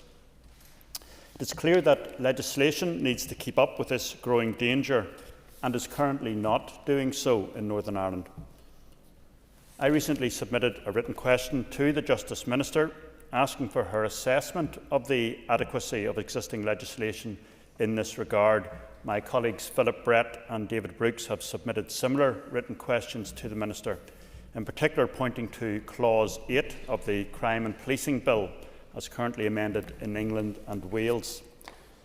In her reply, the Justice Minister stated that her department will consider the need to make equivalent changes to the vehicle seizure regime in Northern Ireland in consultation with the PSNI and the Department for Infrastructure. We now need to see action on that undertaking. I have raised this matter many times with senior police officers. They have highlighted that they avoid engaging in high-speed chases with the drivers of these vehicles due to the danger to all, but they do seek to identify ownership and to seize vehicles being used inappropriately. Therefore, our amendment highlights the benefit to the PSNI of providing resources for drone-equipped officers to gather evidence and identify ownership. Our amendment also calls for the introduction of legislation emulating Clause 8 of the Crime and Policing Bill, as currently amended in England and Wales, which removes the requirement for officers to issue a warning before seizing a vehicle that is being driven antisocially and illegally. Currently, when owners make a legal challenge to have seized vehicles returned, that often succeeds, resulting in more antisocial behaviour due to the inadequacy of current police powers in Northern Ireland. We should all be concerned about the cost to the PSNI also of storing seized vehicles which have not yet been destroyed. We know that the Minister is aware of proposals to also reduce the disposal timeframes for seized vehicles. The question remains whether she plans to explore similar legislation for Northern Ireland. We should move to allow the destruction of confiscated vehicles or for the user to be permanently deprived from them. Small fines are proving to be ineffective if users have these vehicles for involvement in crime, as some do.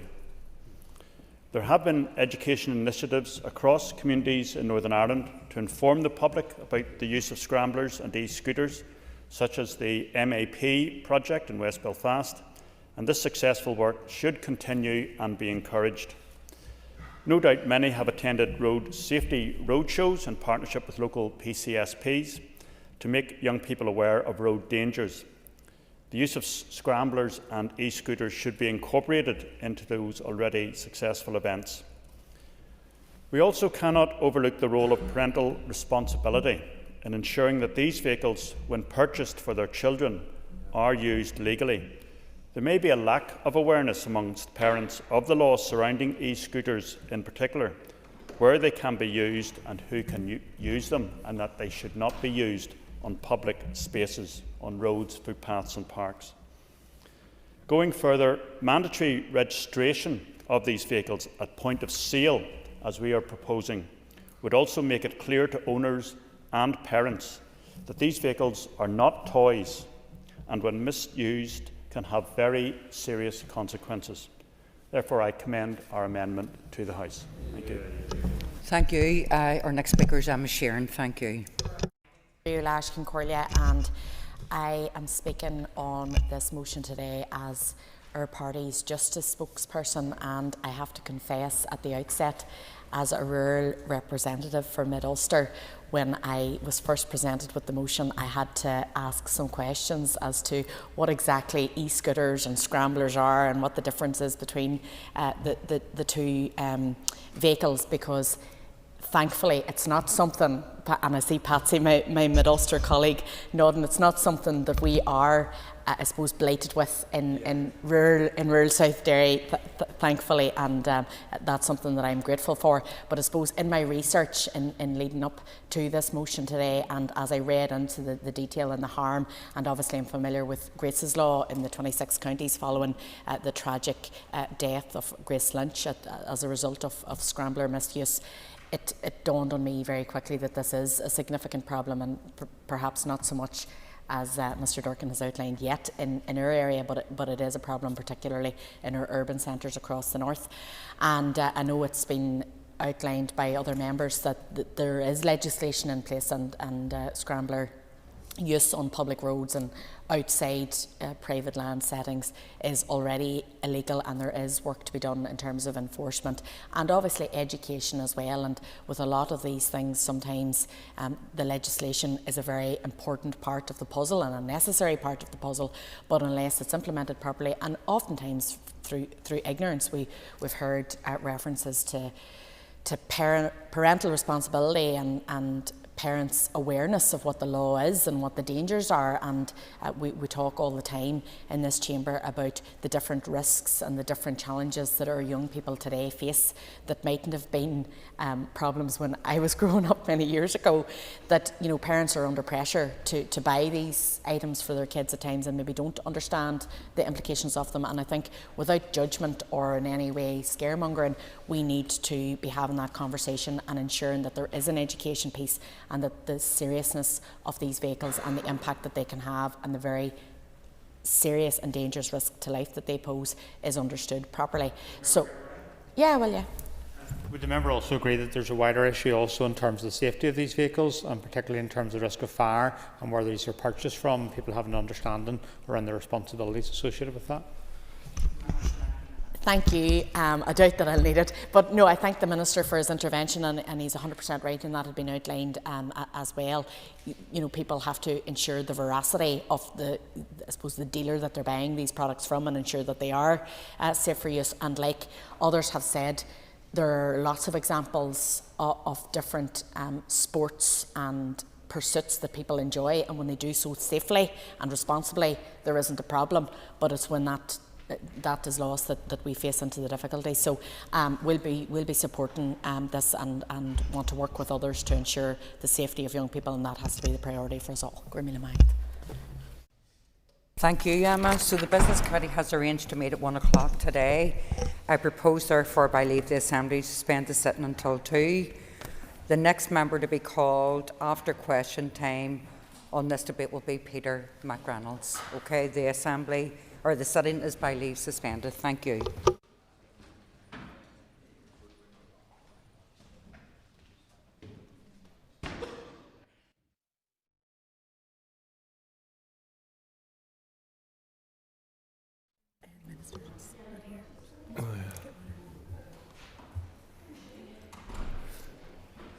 One, two, three, four, five, six, seven. Yep.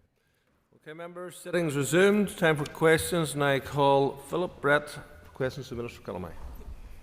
Question 1. Minister.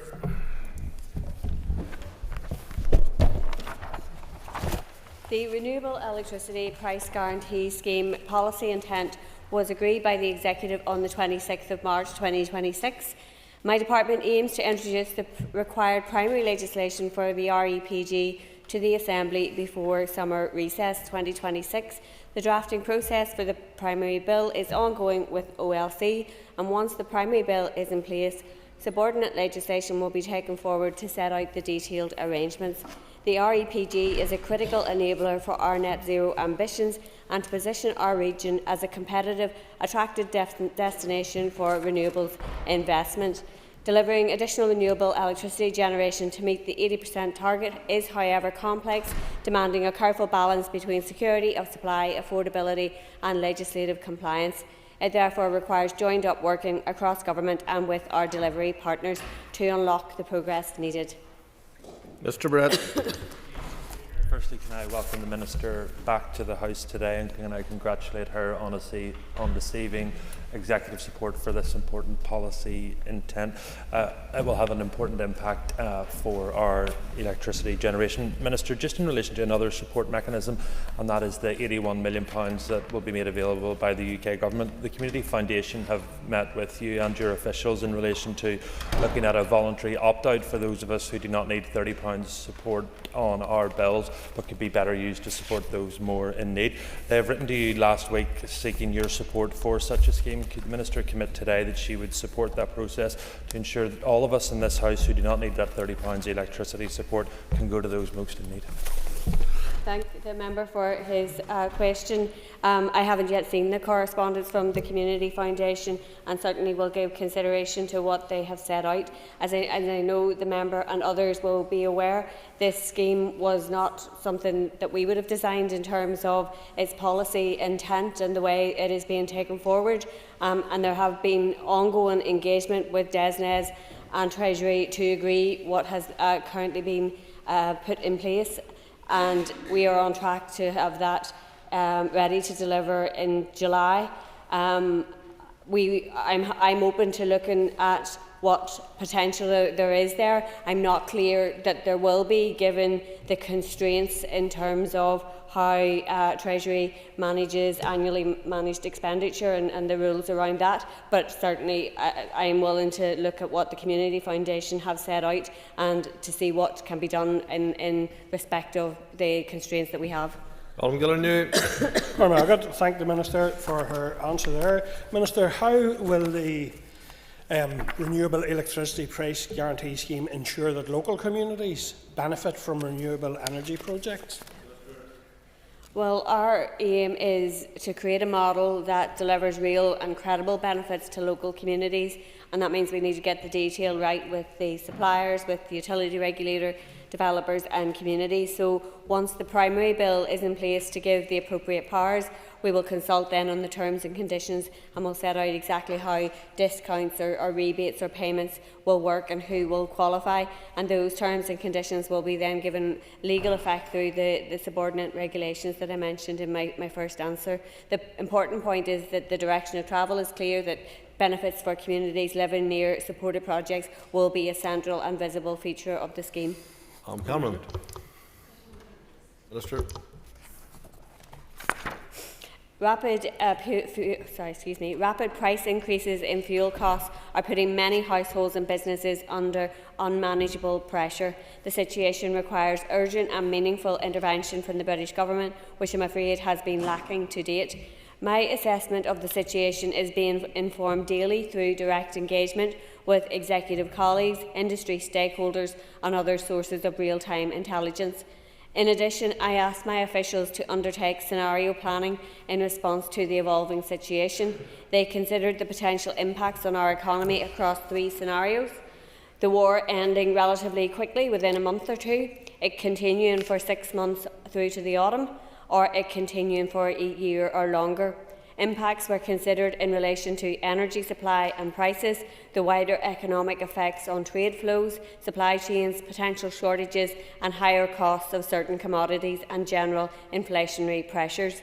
Information was drawn from analysis provided by the British and Irish governments and key business representative organisations such as the CBI and NI Chamber and Logistics UK.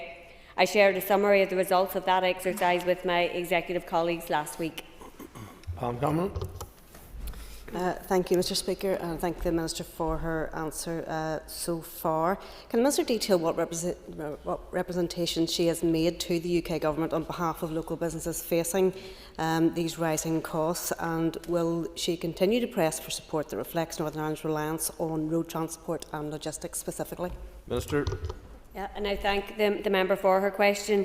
And since the outset of this crisis, I have been engaged with my counterparts both in the British Government and in the Irish Government. I've had a number of meetings with my counterparts in the Department for Energy Security and Net Zero in London in relation to both support for consumers but also in understanding the general issues around security of supply, and to make the case for support both for households and for businesses. And in particular, there are sectors that are more impacted than others. The Executive as a whole has also been making representations, including the First Minister and Deputy First Minister, directly to the Prime Minister. Obviously, the support that was made available for those who rely on home heating oil was welcome, but it was nowhere near enough, and obviously the Executive has tried to mitigate that to some degree with the limited ability that we do have there.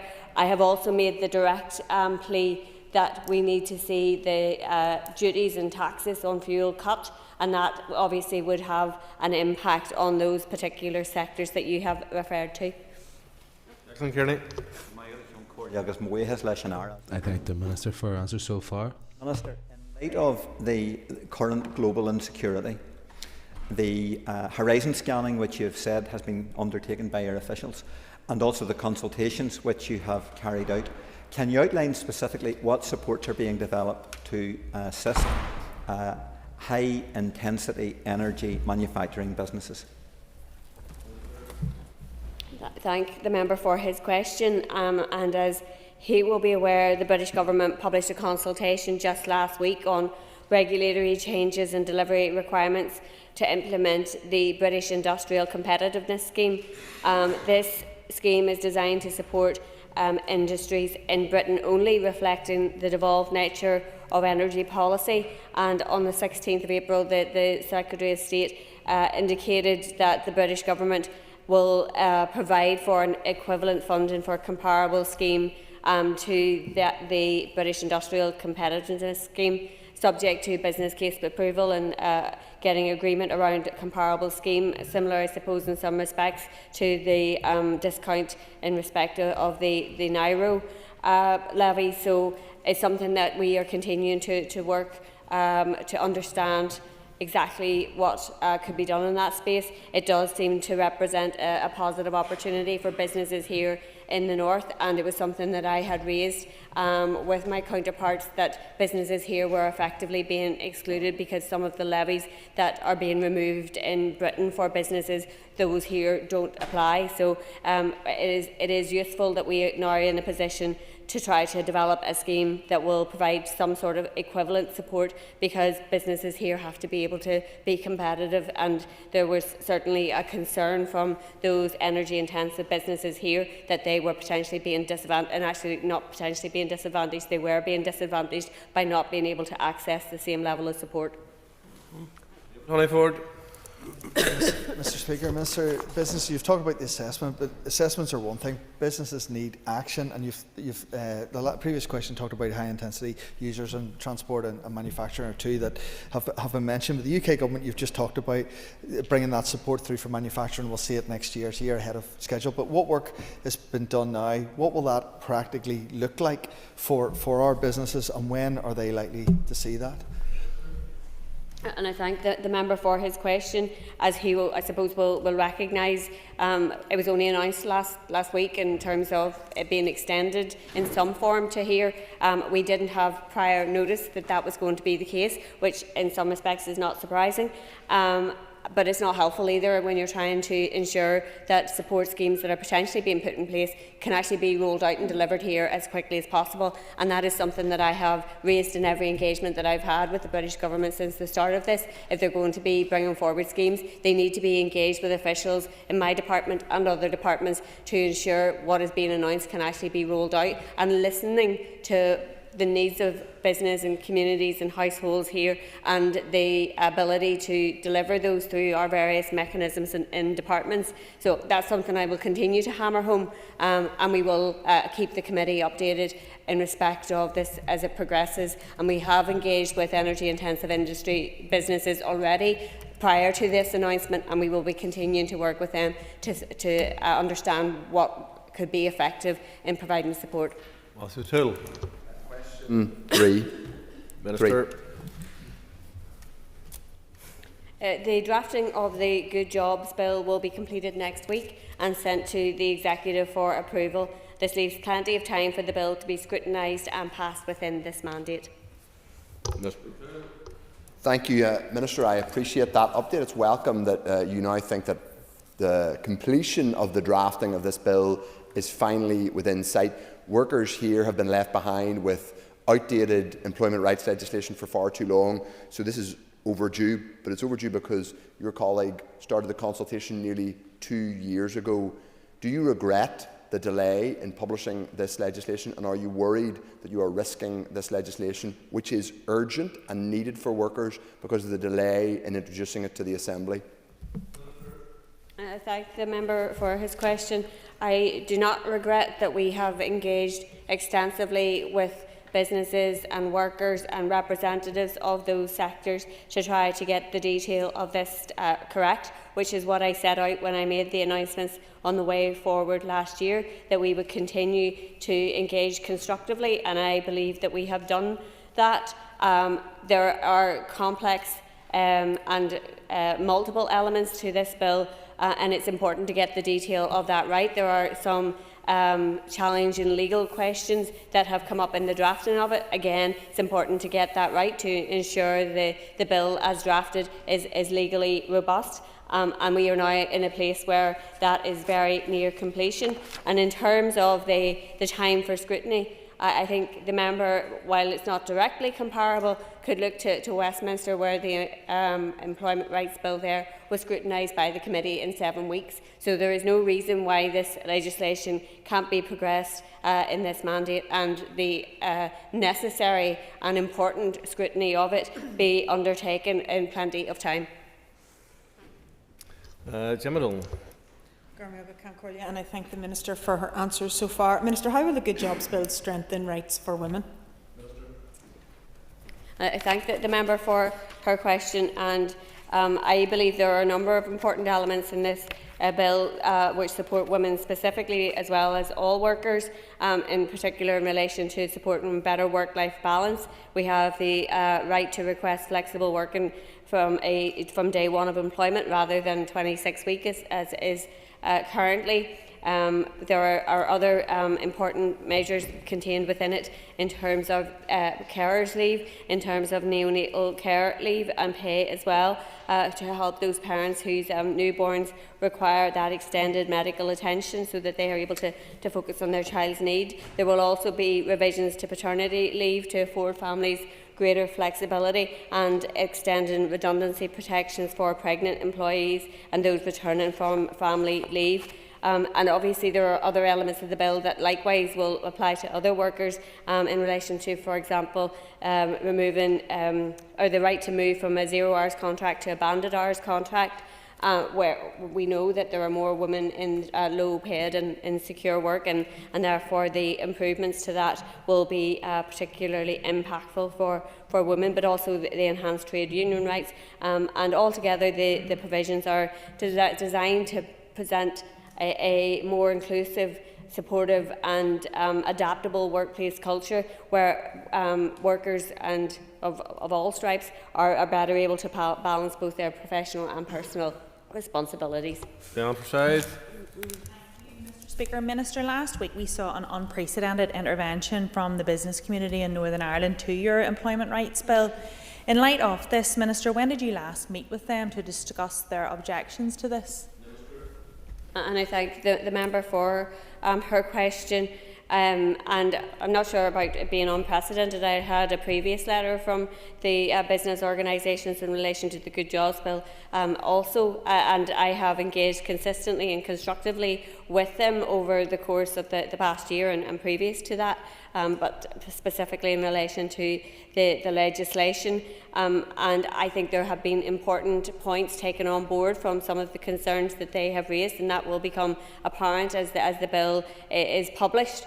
And we will continue to engage some of the concerns that they set out, for example, around the timing of the introduction of different measures. I've committed to a phased implementation of the measures contained within the bill, and we will set out that timetable to ensure that people are aware of it and that we are providing the support for the different measures as they are introduced. I have ongoing engagement with the business sector and through different forums, including my engagement forum, and I will be continuing to meet them in relation to the bill specifically as it progresses through the next stages.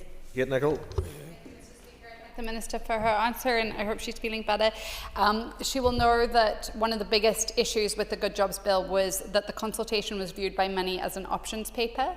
How does that sit then at this late stage and in terms of scrutiny? Justice Bill took 18 months, for example, to scrutinise at committee stage. I want us to fix this bill so it works for everyone in this Assembly, but I'm really concerned about the time frame to be able to do that properly. What reassurance can she give that everyone will have their voice and be able to input? Yeah, and I thank the member for her question. And the consultation was run as required, and since then I have set out my way forward nearly a year ago. So there has been considerable engagements since then with everybody involved to understand the detail, to take on board the points that were raised in the consultation and to try to reflect those in the drafting of the bill itself. As I indicated to Mr O'Toole, I don't believe there is a timing problem in relation to have this legislation considered by the committee. I think there is plenty of time. As I have repeatedly said, I want to get this legislation introduced and to the committee in advance of summer recess, so there is that time to ensure that scrutiny takes place and for everybody to be able to look at the detail of it and to have their say in respect of it, and the committee will come to its position. And I agree with the member, it is really important we get this bill passed. There are lots of really important things in it, and some of them are simply catching up where we have fallen behind, so that needs to happen. Jerry Call. Mr. Obviously, a job of work will be required to challenge the narrative put out by business organisations about this bill, and I hope that this limited bill, but important bill, isn't watered down as a result of their pressure, and I welcome assurances to that effect. And Minister, can you make it clear whether the demands made by Unite the Union, and I declare I am a member of them, in their extreme weather conditions policy will be included in your bill, and if not, would you be open to support amendments to that effect? Thank you.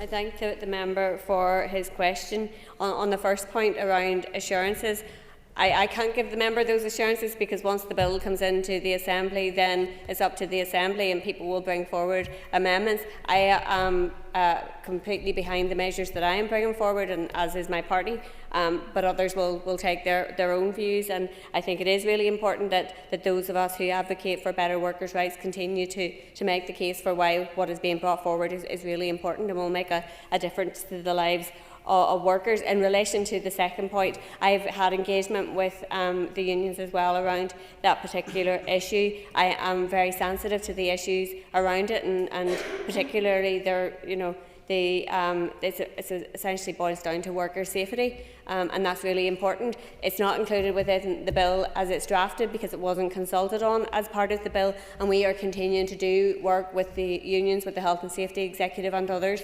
on what the particular asks are. So I'm open to looking at what potentially is suggested, but I wouldn't want to rush those measures either in terms of getting the balance right and ensuring essentially that workers are protected. Ryan Kingston. Question number 4.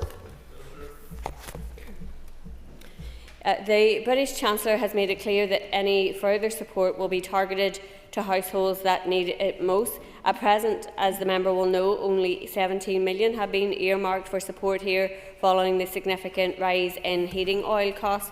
And that, in my view, was insufficient. However, work has been undertaken by the the Minister for Communities and agreement through the Executive last week to provide additional support, and that will be rolled out over the next short number of months. And there's obviously more work that needs to be done ensuring that that gets out. Also, I speak regularly with my designated counterparts, Ministers Shanks and Martin McCluskey, and have emphasised that further support is needed.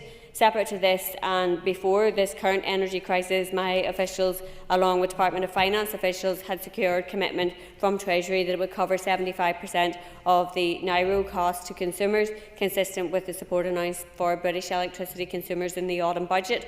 That amounts to a discount of around £30 on domestic electricity bills per household per year for 3 years, which is in total around £81 million. The British Government is extending the Energy Prices Act 2023 through a SI in the Westminster Parliament, which is the fastest route to us being able to pass this saving on to households here. That statutory instrument was laid on Monday the 16th of March and is expected to complete before summer recess. Within the last number of weeks, my officials agreed in principle with electricity suppliers, NIE, the Consumer Council and Utility Regulator on how the discount will be delivered, and we will now seek approval for the business case for funding from Treasury, and it's expected that electricity consumers will see savings from the 1st of July this year and then 1st of April 27 and 28. Mr Kingston. Thank you, Mr Speaker, and I thank the Minister for that answer. And obviously, since I submitted the question, we've had the announcement last week of the £100 support for home heating oil, lower income households up to 340,000 households across Northern Ireland, led by the Communities Minister and supported by the Executive and with Treasury funding also, and that's very much welcomed. So I just wanted to ask more in her role as Economy Minister.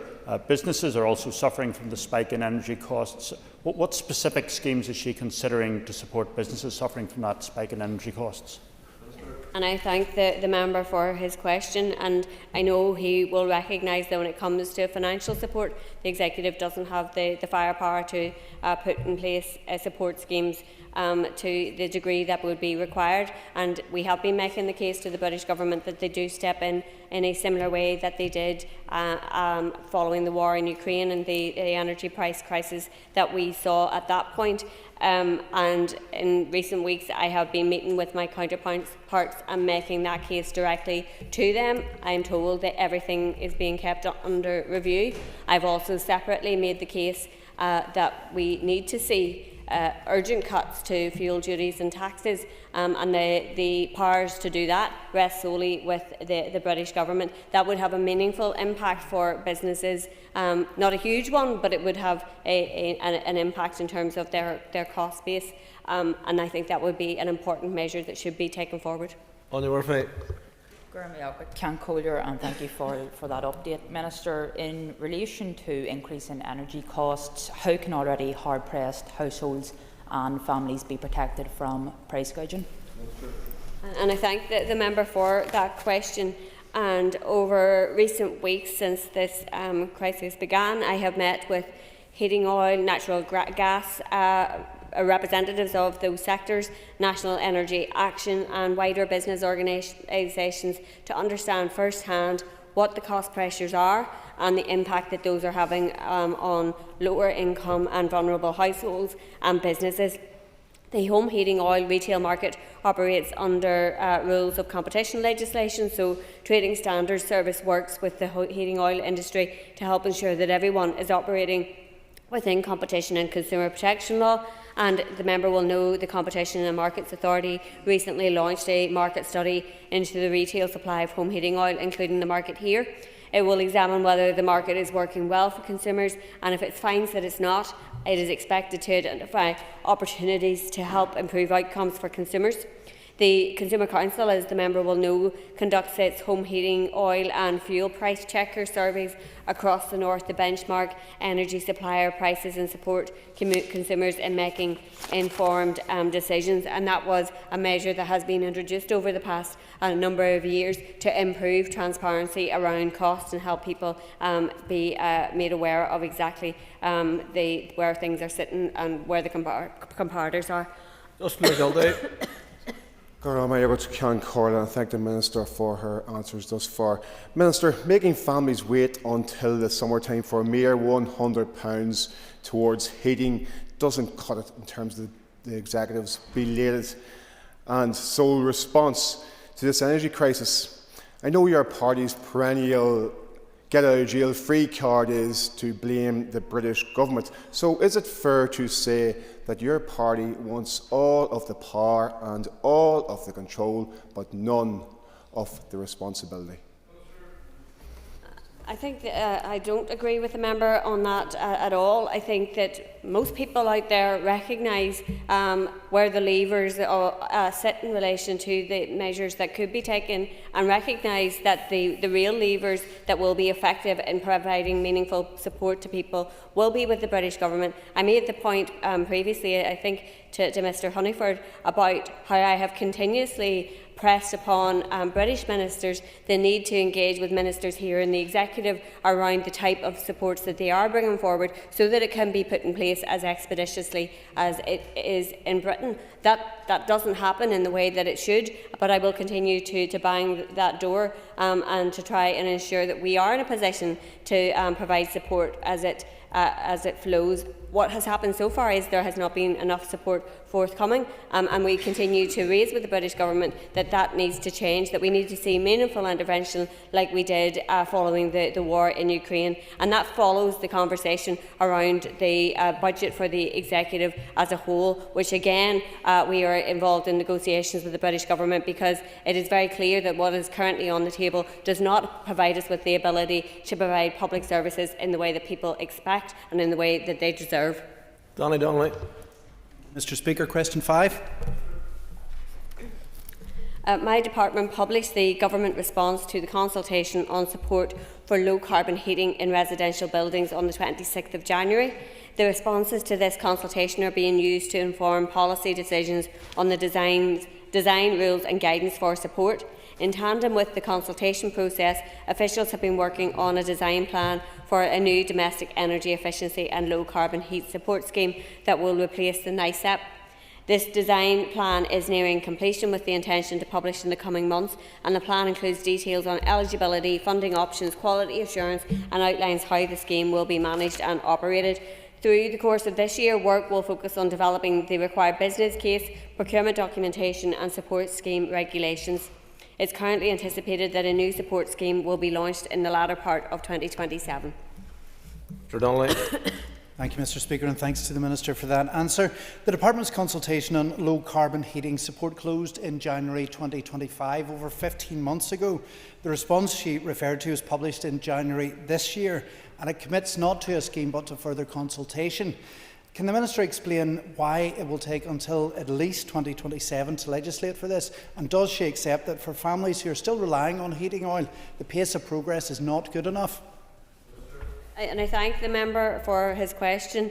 And I think I would reflect that it's important with support schemes that we actually get them right. So working through the detail and ensuring that what is put in place both works and is value for money is really important. And I think that is something that this place has certainly learned over recent years.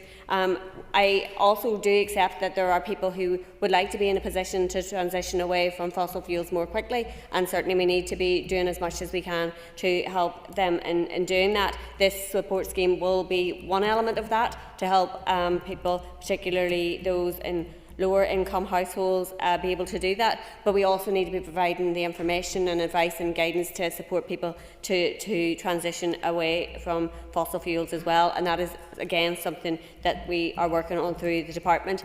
To support particularly lower income households, have been providing additional money to the Sustainable Energy Programme that is provided through the utility regulator. We've topped that up over the past number of years, and to date that funding has helped 2,500 low income households across the region, and we are topping that up again this year. Mr Kelly. Thank the Minister for her answers. An update on the closure of the RHI. Briefly, Minister. Yeah, and I thank the member. and as he will know, it passed the further consideration stage just yesterday. The Department has completed consultation on the policy proposals for the closure regulations, and a report on the outcome of the consultation has been published, and we are finalising the draft regulations with the aim of commencing formal assembly processes for the regulations immediately following the enactment of the bill. I call Sinead McLaughlin.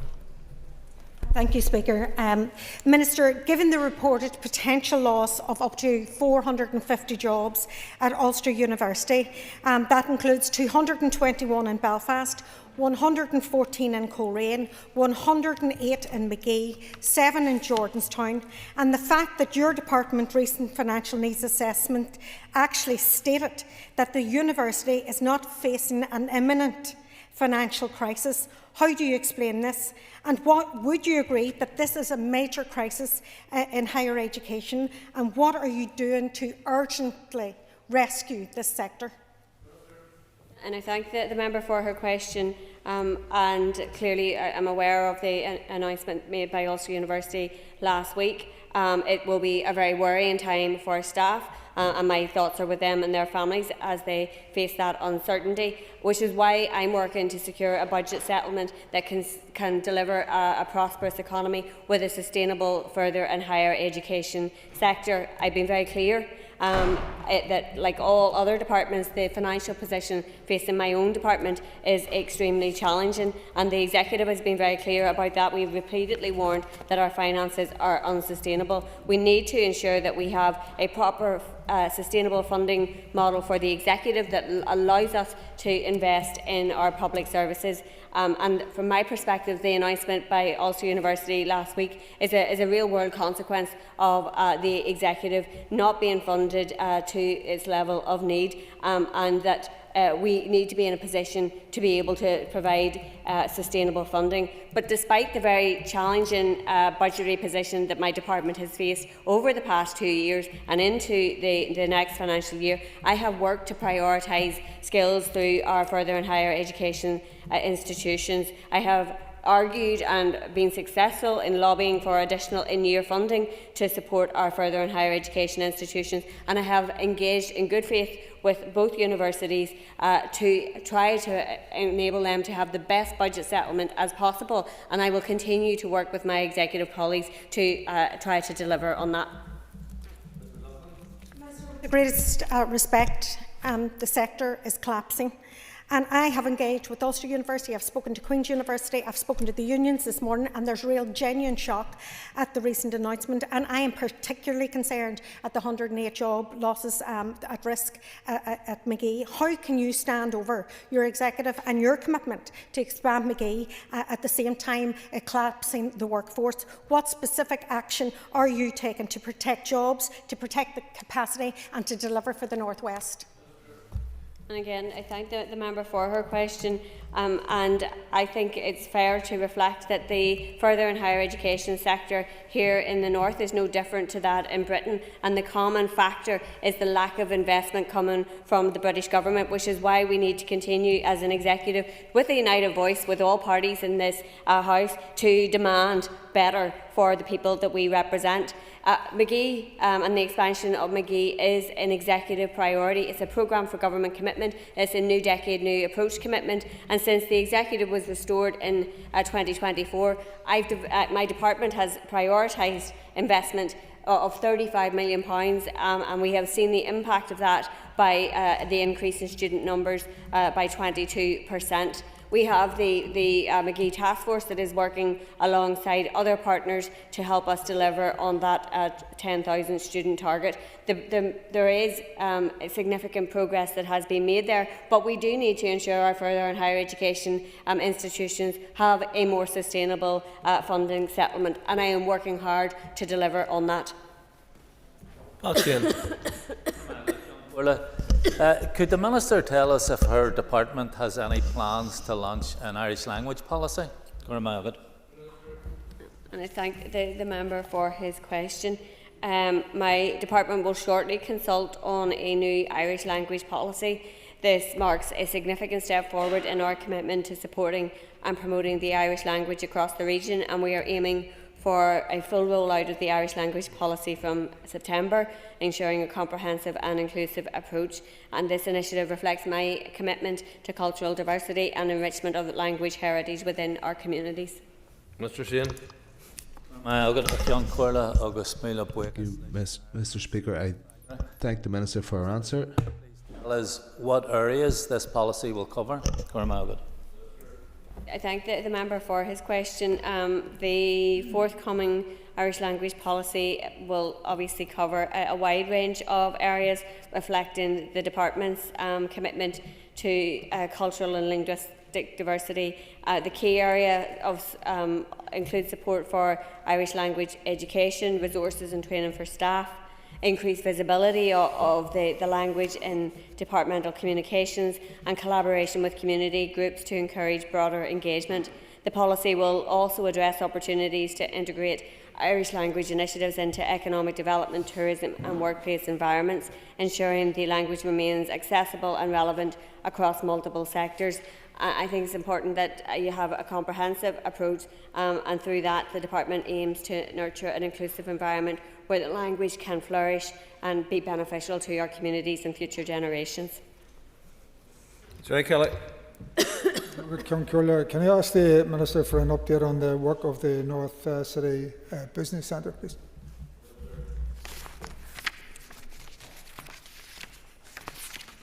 So the North City Business Centre is a registered charity, as the member will be well aware, which was established to provide advice, support and accommodation for small businesses in North Belfast.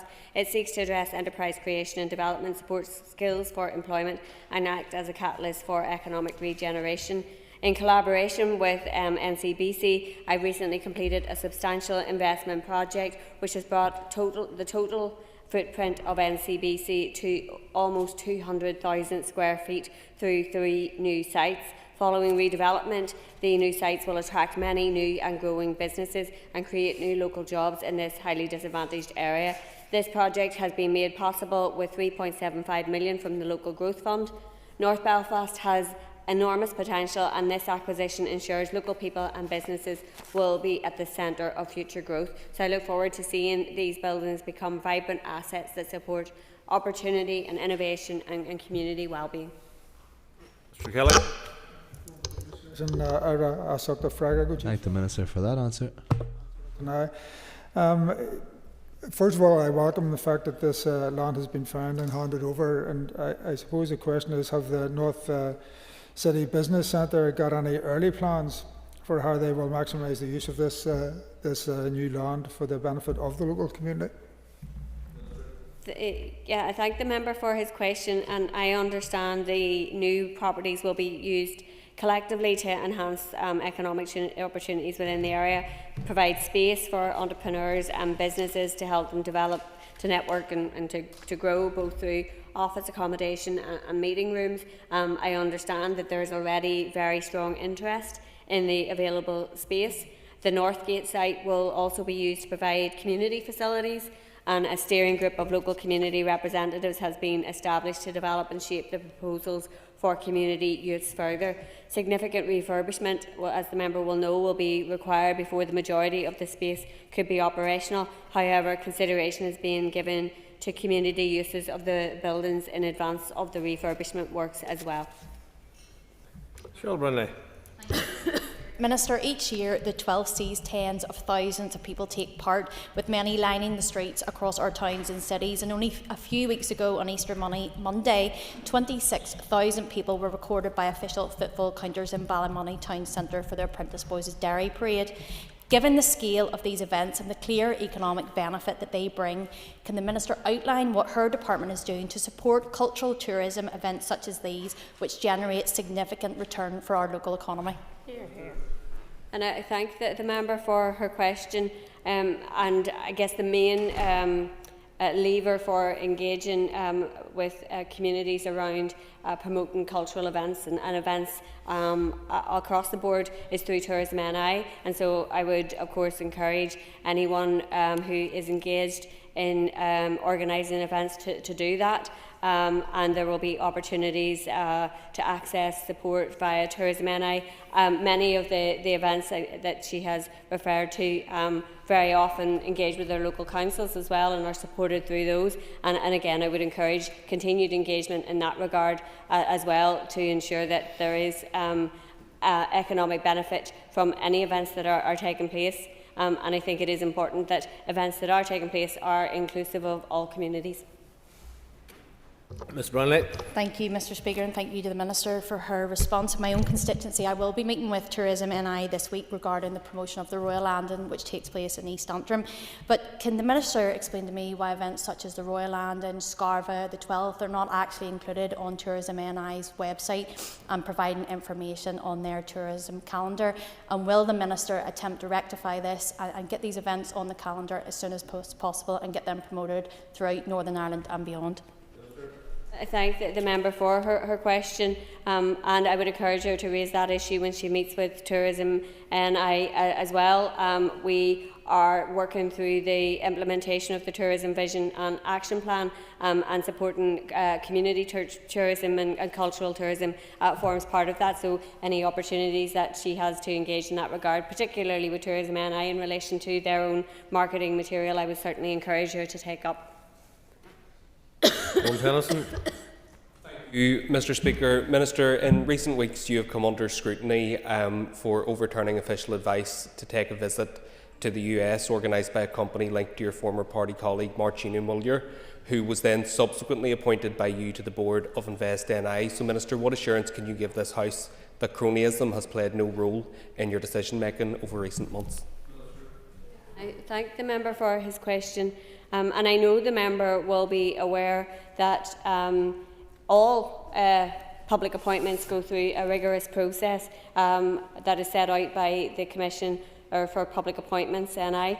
And that was the case with any appointments that I have made since I have been in positions both in this department and in my previous department. There's a robust process that is followed, application and interviews. The party colleague that you referred to came through that process like the others that were appointed, and in my view is not only an experienced business person and a former elected representative who obviously undertook that role, but he's a passionate advocate for all that is good about this place, our businesses, our communities and our potential, and I believe he will be an asset to the board. I also believe that the only reason that questions are being asked about his appointment is because he's a prominent Republican, and to me that stinks of sectarianism. There are no-go positions for Republicans anymore, and that's just a fact. In relation to the issue around the conference that you referred to, I followed the advice from Invest NI. I don't know what advice others are reading, but it said decline of a standalone event. I went as part of a wider programme, and it was a well worthwhile programme that was prioritising investment in the North West. I think if I hadn't attended, my colleagues in the North West would be rightly asking why I hadn't taken the opportunity to represent them. Mr Tennyson. That when questions are asked about perceived conflicts of interest, that you would reach for the sectarianism card. I mean, I do find that quite remarkable. But can I ask, Minister, what potential conflicts were identified and what steps did you take to manage them? Did you consider recusing yourself from the process, and did you ask the selection panel for a merit-ordered list? I thank the member for his question. And they're ministerial appointments, so I wouldn't recuse myself from them. And I have, in my role, made many appointments both during my time in the Department of Finance and in the Department for the Economy, and I can assure the member that the political allegiances or backgrounds of any candidate plays no part in it. I engage in my role with elected representatives, former elected representatives, former party staffers across a range of agencies, lobby organisations, and I have appointed people to different boards, and their political allegiance plays no part in it whatsoever. I appointed a former UUP MLA to the Fiscal Council. Nobody raised any questions about that. No. So the issue here is that there was a process that was followed. It was followed properly, and I entirely stand over it. Armstrong. Minister, following a meeting with Unite, concerns were raised about the safety of workers heading out in dangerous weather, dangerous storms, being forced to work due to the lack of legislation that protects them in dangerous conditions. What can you do to update the health and safety legislation in this matter? Briefly, Minister. Yeah, and I thank the member for her question, and Mr Carroll raised a similar one earlier on. I have also engaged with the unions around this issue. We are undertaking a programme of work alongside the Health and Safety Executive and the unions to address the issues that they have highlighted and to look at what is required, whether it's legislative change, whether it's better guidance, and ensure that we provide the right protections for workers, because I do recognise very much the issue that there is there, and there are really terrible consequences if things aren't done the way they're supposed to be. So it is important that we ensure the appropriate protections are in place. Thank you, Minister. We return to tackling anti-social scrambler and e-scooter use. Now I call Peter McReynolds. Thank you, Mr Speaker. I rise today as both a member of the Infrastructure Committee and a member of the Northern Ireland Policing Board. I welcome the opportunity to speak on such an important and current topic, and I'm grateful to the SDLP for having tabled this motion today. Antisocial behaviour with e-scooters and scramblers is becoming an issue more and more with each passing day.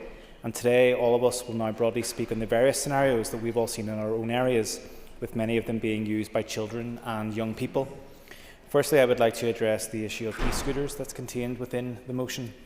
Over the past 5 years, the PSNI has continued to see a rise in incidents relating to e-scooters, with over 200 injuries reported and at times requiring ambulance services to be called.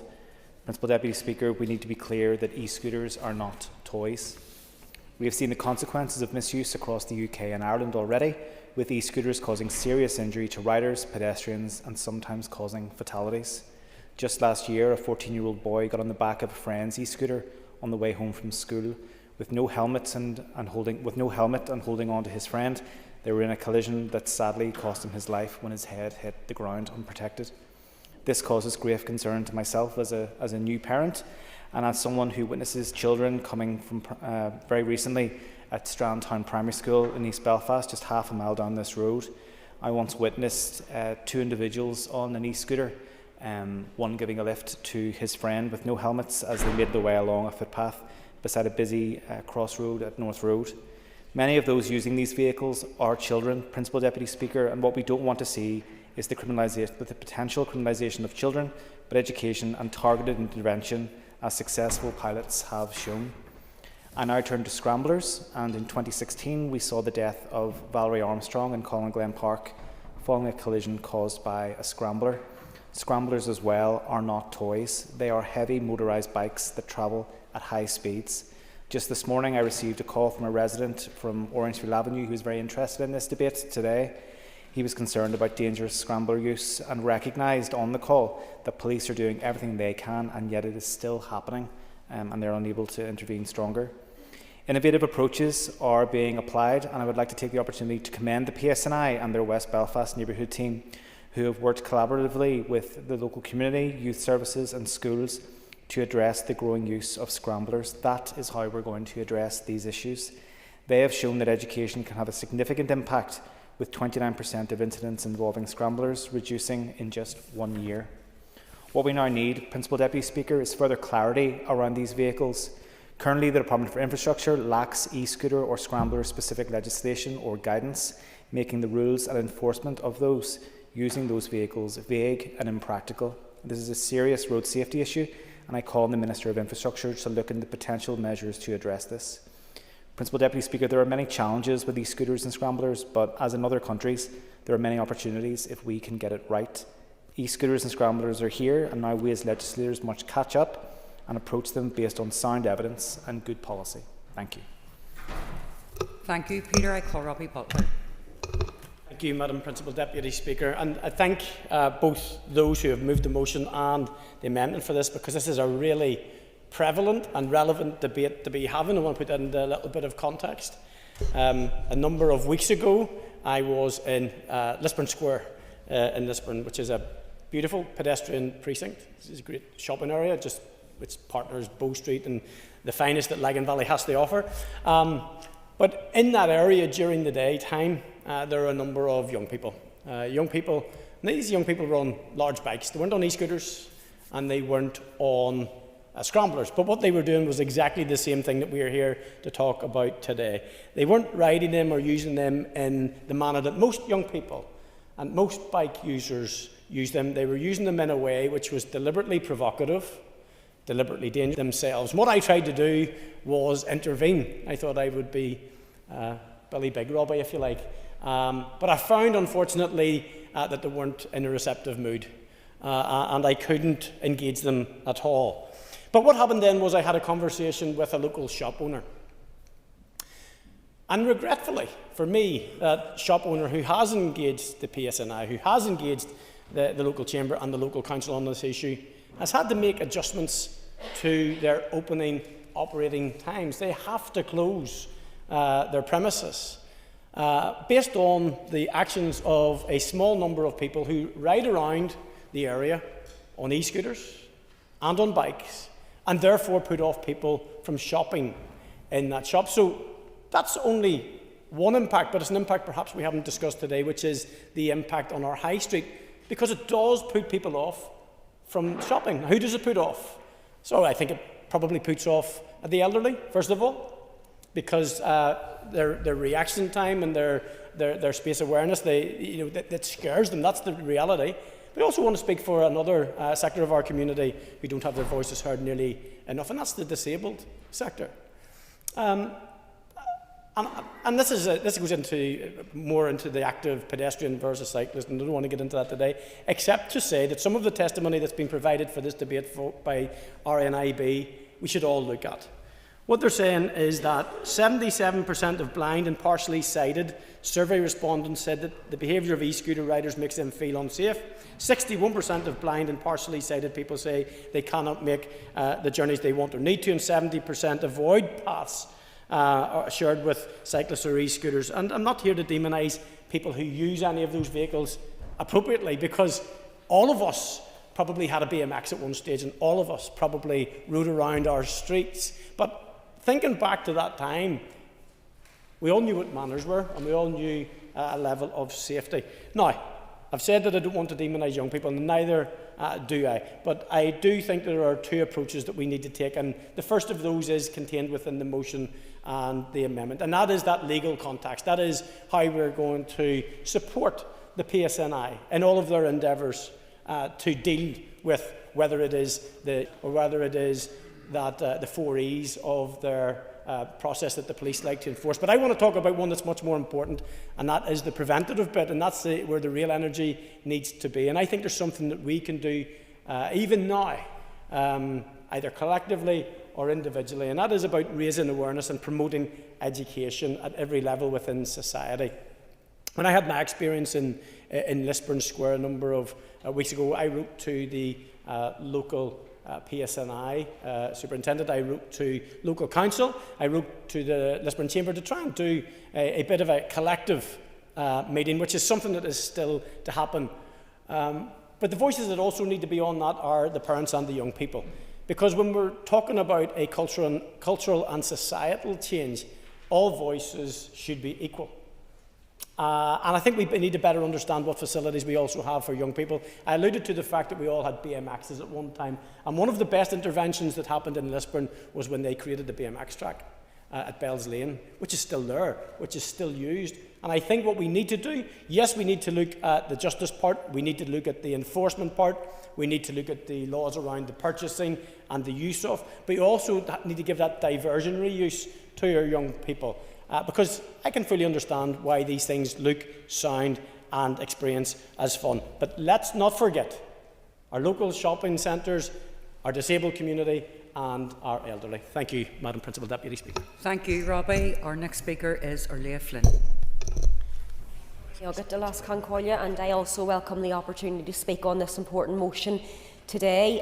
So I think from the outset it was interesting hearing my colleague Emma Sheeran earlier in her remarks when she was providing the feedback that this issue doesn't necessarily impact on all of our constituencies, and I haven't really took any time to sort of step away from West Belfast to think about how it might impact in different parts across the north and different parts of the island.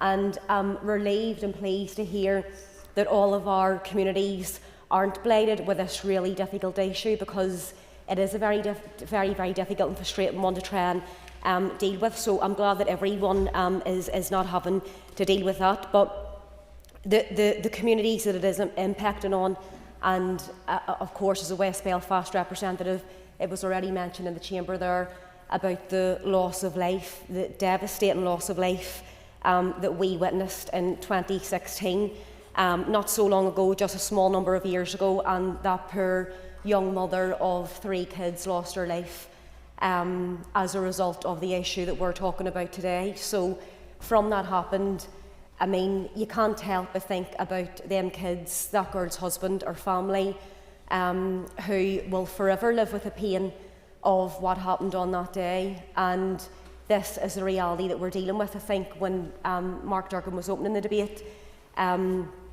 he was talking about and the essence of the motion in terms of what we can do better to try and deal with this. It does genuinely come down to there is potential for loss of life. You know, that is how serious it is. And I think it was Mark that mentioned the near misses, that anyone who does witness this issue on a regular basis in your constituencies, yes, we do unfortunately see regularly the near misses on our roads and on our streets. And as I say, it's just that mother that lost her life, them children who no longer have their mummy with them. It just breaks my heart every single time I think about it, and every single time I see a scrambler in West Belfast, which is pretty regularly. I think it probably takes everyone back to what happened to that girl, and that is why we must completely do all that we can in terms of regulation, in terms of the education with the parents, the legislation, the enforcement, the support for the PSNI to be able to enforce it and to have the resources, because I understand the police are saying even the dangers and the capacity of them is having to chase these scramblers up and down the roads. And again, I'll bring it back to when you're living in an area where it is a pretty regular occurrence, you understand why it's very, very difficult to manage. But it is also very difficult and very, very frustrating when on a daily basis, when I'm driving to work, when I'm driving my son to school, when people in my constituency and constituencies like mine are just going about their daily business. It is so frustrating when you see one of these scramblers flying at speed right up to the tail of your car. It's so dangerous then when they drive in between lanes, they're driving alongside you, they're swerving in between lanes, pulling out in front of your car. Sometimes this is on, although most of our roads are the main thoroughfares, but we do have some country roads as well in West Belfast. But some of these incidents, regardless of where they're taking place, it is so dangerous. And then it's also the danger that it's posing on not you as a driver, but then also pedestrians that are going about their business, trying to walk alongside the footpath that might be crossing the road. There is just so much opportunity here for further injury, and please God, no one wants to see it, but further loss of life. So I am really grateful that we're having the discussion about this here today, and I don't want to take away from one element or the next, because I think the legislation is very important. We are in a better place. I'm thinking about that young girl in the south that lost her life as well, and what that poor family's going through.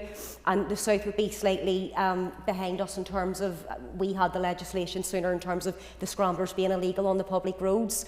But we do need to do much more. The education is so important, and a really special appeal as parents.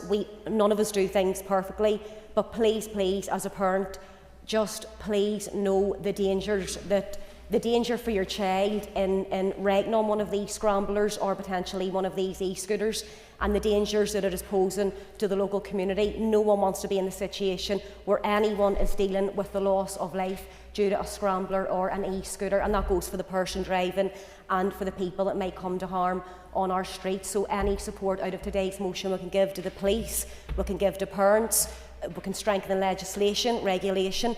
Let's do it so no one else loses their life as a result of this. Thank you, Orlia. I call Maurice Bradley. Thank you, Mr. Principal Deputy Speaker, and I rise to support the amendment. But you need to understand that today's motion and amendment refers to a small minority of reckless drivers, not the majority of people who own scramblers and e-scooters. But constituents are fed up seeing these vehicles driven at speed with no regard for pedestrians, no regard for the law, and no regard for public safety. Older people are frightened, parents are worried, and those with sight or mobility impairments are being put in danger in places where they should feel safe. And let's be honest, in some areas this goes beyond antisocial behaviour. These vehicles are widely believed to be used for intimidation, coercion and criminality, and if that is the reality in our communities, then government must stop lagging behind events and start acting. I live in a rural area, so e-scooters, I virtually never see them unless I come into the town, but they are a problem. In the rural constituency that I represent, it's mostly scramblers and their responsible use of scramblers. But the PSNI have been asked to deal with this while operating under serious constraints. Officers know that direct pursuit can create major risks to life, and offenders know it too. They exploit that weakness. They believe they can act with impunity because the chances of being caught are too low and the consequences are too weak. That must end. In my day, the problem was Honda Step 350, a Honda 50 and a Honda 90. So in today's modern society, it's e-scooters and scramblers. Police need more than sympathy. They need powers, resources and technology. That means additional support for drone teams and drone-equipped officers, and it means stronger seizure powers. And let's be clear, small fines are no deterrent. Where these vehicles are being used to endanger the public or intimidate communities, they should be seized, retained and, where appropriate, destroyed. Offenders should be permanently deprived of them. Enough passing from one department to another, enough delay, enough excuses. If the law is too weak, strengthen it. If police need more powers, give them. If offenders are exploiting loopholes, close them. Our communities deserve protection, not platitudes. The Minister must act in collaboration with the Minister of Infrastructure to introduce legislation to curb irresponsible use of scramblers, e-scooters and similar vehicles. Therefore, Principal Deputy Speaker, I support the amendment. Thank you, Maurice. I call Nuala McAllister. Thank you, Principal Deputy Speaker. I just want to start by also paying tribute to the lives that have been lost, not just here in Northern Ireland, but also in the Republic. And we saw the recent introduction of Grace's Law in the Republic, although some of it already applied here in Northern Ireland in the past month, that really has brought an even greater attention to the issue here in Northern Ireland. I also want to speak about the current law regarding e-scooters. I know from in the previous two mandates, there was pressures and calls for new legislation regarding e-scooters before they really had picked up the pace as what they currently have now, and we haven't seen that progress yet. So I do hope that both the Department of Justice and the Department for Infrastructure, who have shown a willingness to work together, will do so in the future. Another thing that I would like to highlight is around what we can do with regards to the manufacturing of these e-scooters, which are targeted towards an older population, but let's face it, it's young children and families who are buying it for teenagers. And it's Would the member also acknowledge that in terms of the marketing of these online particularly is concerning, and also in terms of the security around safety issues that isn't fully considered by some of the people who would retail these? Members, an extra minute. Thank you. I would agree with that, because they're targeted towards that younger generation who want to use it. They want to use the scooters when actually they are a different form of travel. You know, I know that we see people use them responsibly to get to work, for example, but for the most part that's not what we're seeing on a daily basis. But the speed of some of these can go up to 60, I'm told. I know that the general ones that we see today go up to 40 miles an hour, but we want to see more 20-mile-per-hour zones for cars in our neighbourhoods, but yet we have these scooters that are going up to 40 miles per hour, and there's kids on them without helmets. It's absolute madness. We're also seeing them not just in green spaces, but we are seeing them on our roads. I know in North Belfast we often see many young people trying to get to the Belfast Hills through the main roads, and they're just cutting across all the traffic, again not wearing helmets. And I often do think that it's going to come to one of their friends losing their lives for some of them to think it's not cool anymore, because they are seen as that. I know it will be really unpopular, but you know, if we did have the greater powers, and from the responses that the Minister has given to written questions, it does appear that is something that is supported, that we could all tell the police which shops to go to or where these scooters hang out, and they can go see a bunch of them because they are just becoming more and more popular in certain areas. And I want to move on then to talk about in particular the North Belfast and whole Belfast Hills area, which leads on to West Belfast too, is we're seeing the use of scramblers more and more, not in rural settings, where they should be targeted campaigning towards using improper land that is actually built for that purpose. But they're destroying green spaces, like totally destroying green spaces. And I remember having meetings with Belfast Hills and the National Trust around the use of bikes, not e-bikes, just bikes and mountain bikers on the Cave Hill and on the Belfast Hills, and trying to remove them from it, and the hoops that they had to jump through to actually just be able to stay and use those spaces safely. But yet e-scooter scramblers, they're able to come in and actually wreak havoc. And I know that the police, they do want to be able to actually do something more about it, and we know that colleagues in the chamber from North Belfast will often hear about the police that are seizing the boom boxes from when they're up in the Cave Hill and they're seizing the drink there. But actually what's more dangerous is e-scooters and scramblers, and so hopefully by all of us working together we can actually progress this, because it does seem that there's something that we all agree on in this chamber, that we know that it is a problem that should be fixed. There is an education piece that must, not just for young people but for parents who are buying them, because it's not the young people who are actually buying them. So hopefully by all working together we can progress this, where the neighbourhood policing team need the help and the resources that the police and infrastructure can actually enhance those teams to actually be able to do that. But thank you very much. Thank you, Nuala. I call Philip Brett. Thank you very much, Madam Principal, Deputy Speaker. And on occasions, this Assembly spends time talking about things that may not be as important as this, but this is, in many cases, life and death scenarios. It's a life and death scenario for those young people in my constituency who are using these e-scooters on public roads, footways and open spaces. It's a matter of life and death for other people using the road, and it's a life and death matter for people who are pedestrians and trying to go about their business. Footage that I released yesterday, Madam Principal, Deputy Speaker, speaks to this epidemic in North Belfast, when we had 35 young people driving along the Shore Road onto the Antrim Road through Dunkern Gardens, as they continued to circle drivers, as they continued to circle pedestrians, and they continued to circle the police. And this is a matter that when I open my constituency email or Facebook Messenger, that people constantly contact me on a daily basis, because people are afraid when they're using the roads that they may hit into one of these young people using these scooters, or when they're trying to enjoy open spaces, that they are intimidated by these users.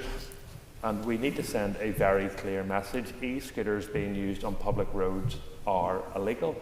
And it's a simple message. And I must say to parents who are purchasing these for their young children, children of 11, 12 and younger do not have the resources to spend hundreds of pounds on these. These are being bought for them by parents.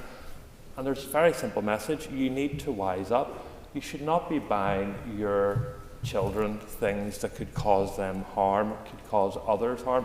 And it's something that I'm really particularly concerned about. And I know in East Belfast my colleague David Brooks has done a lot of important work on this issue, but to date I have been disappointed by the response that has been given by the Minister for Justice when this has been raised. First of all, when I asked her would she encourage the Police Service of Northern Ireland to have a targeted campaign, both of education but of enforcement on this issue, her response was the Police Service of Northern Ireland are an autonomous organisation. You know, the Minister for Justice can pick up the phone to the Chief Constable on a range of issues, and for the Minister of Justice to wash her hands of this issue, I think, is a dereliction of duty. And happily, I appreciate what the member is trying to get at, but what I would say is I sit on the policing board with 3 of your colleagues, and I don't believe this issue has ever been brought up then. So have you tried to go down that route? Because it would also be good, and we would be more than happy to work with you and your colleagues on the policing board to hold the police to account on whether they will operate or initiate this kind of campaign, and we're happy to work with you on that. Philip, you have an extra minute. Thank you. And we'll have remarks from a member of the Policing Board here today, but I have no doubt that Cheryl Brownlee and other members have raised this, and they will speak to the record about have they raised it. But the Minister for Justice is not a difficult scenario to pick up the phone to the Police Service of Northern Ireland, outsourcing this to the Policing Board. The more people that raise this, the better. And the member says that the Justice Minister has a willingness to look at legislation. A willingness does not deliver solutions. A willingness does not stop people using these scooters, and it does not empower the police to seize and destroy. So that's why I think our amendment is so important. And I'm not often one to look to the Republic of Ireland for best practice, but the work that's been initiated in the Republic of Ireland since January has been really, really great to see. They've seized hundreds of e-scooters and destroyed them, and issued fixed penalty fines not just to those who have purchased them, but also those who have sold them to young people or to families for use on the public road. So that's why our amendment is calling for immediate action on mandatory registration at time of purchase, seizure powers and destruction, and a clear message given to the Police Service of Northern Ireland that they do need to put extra resources into doing this.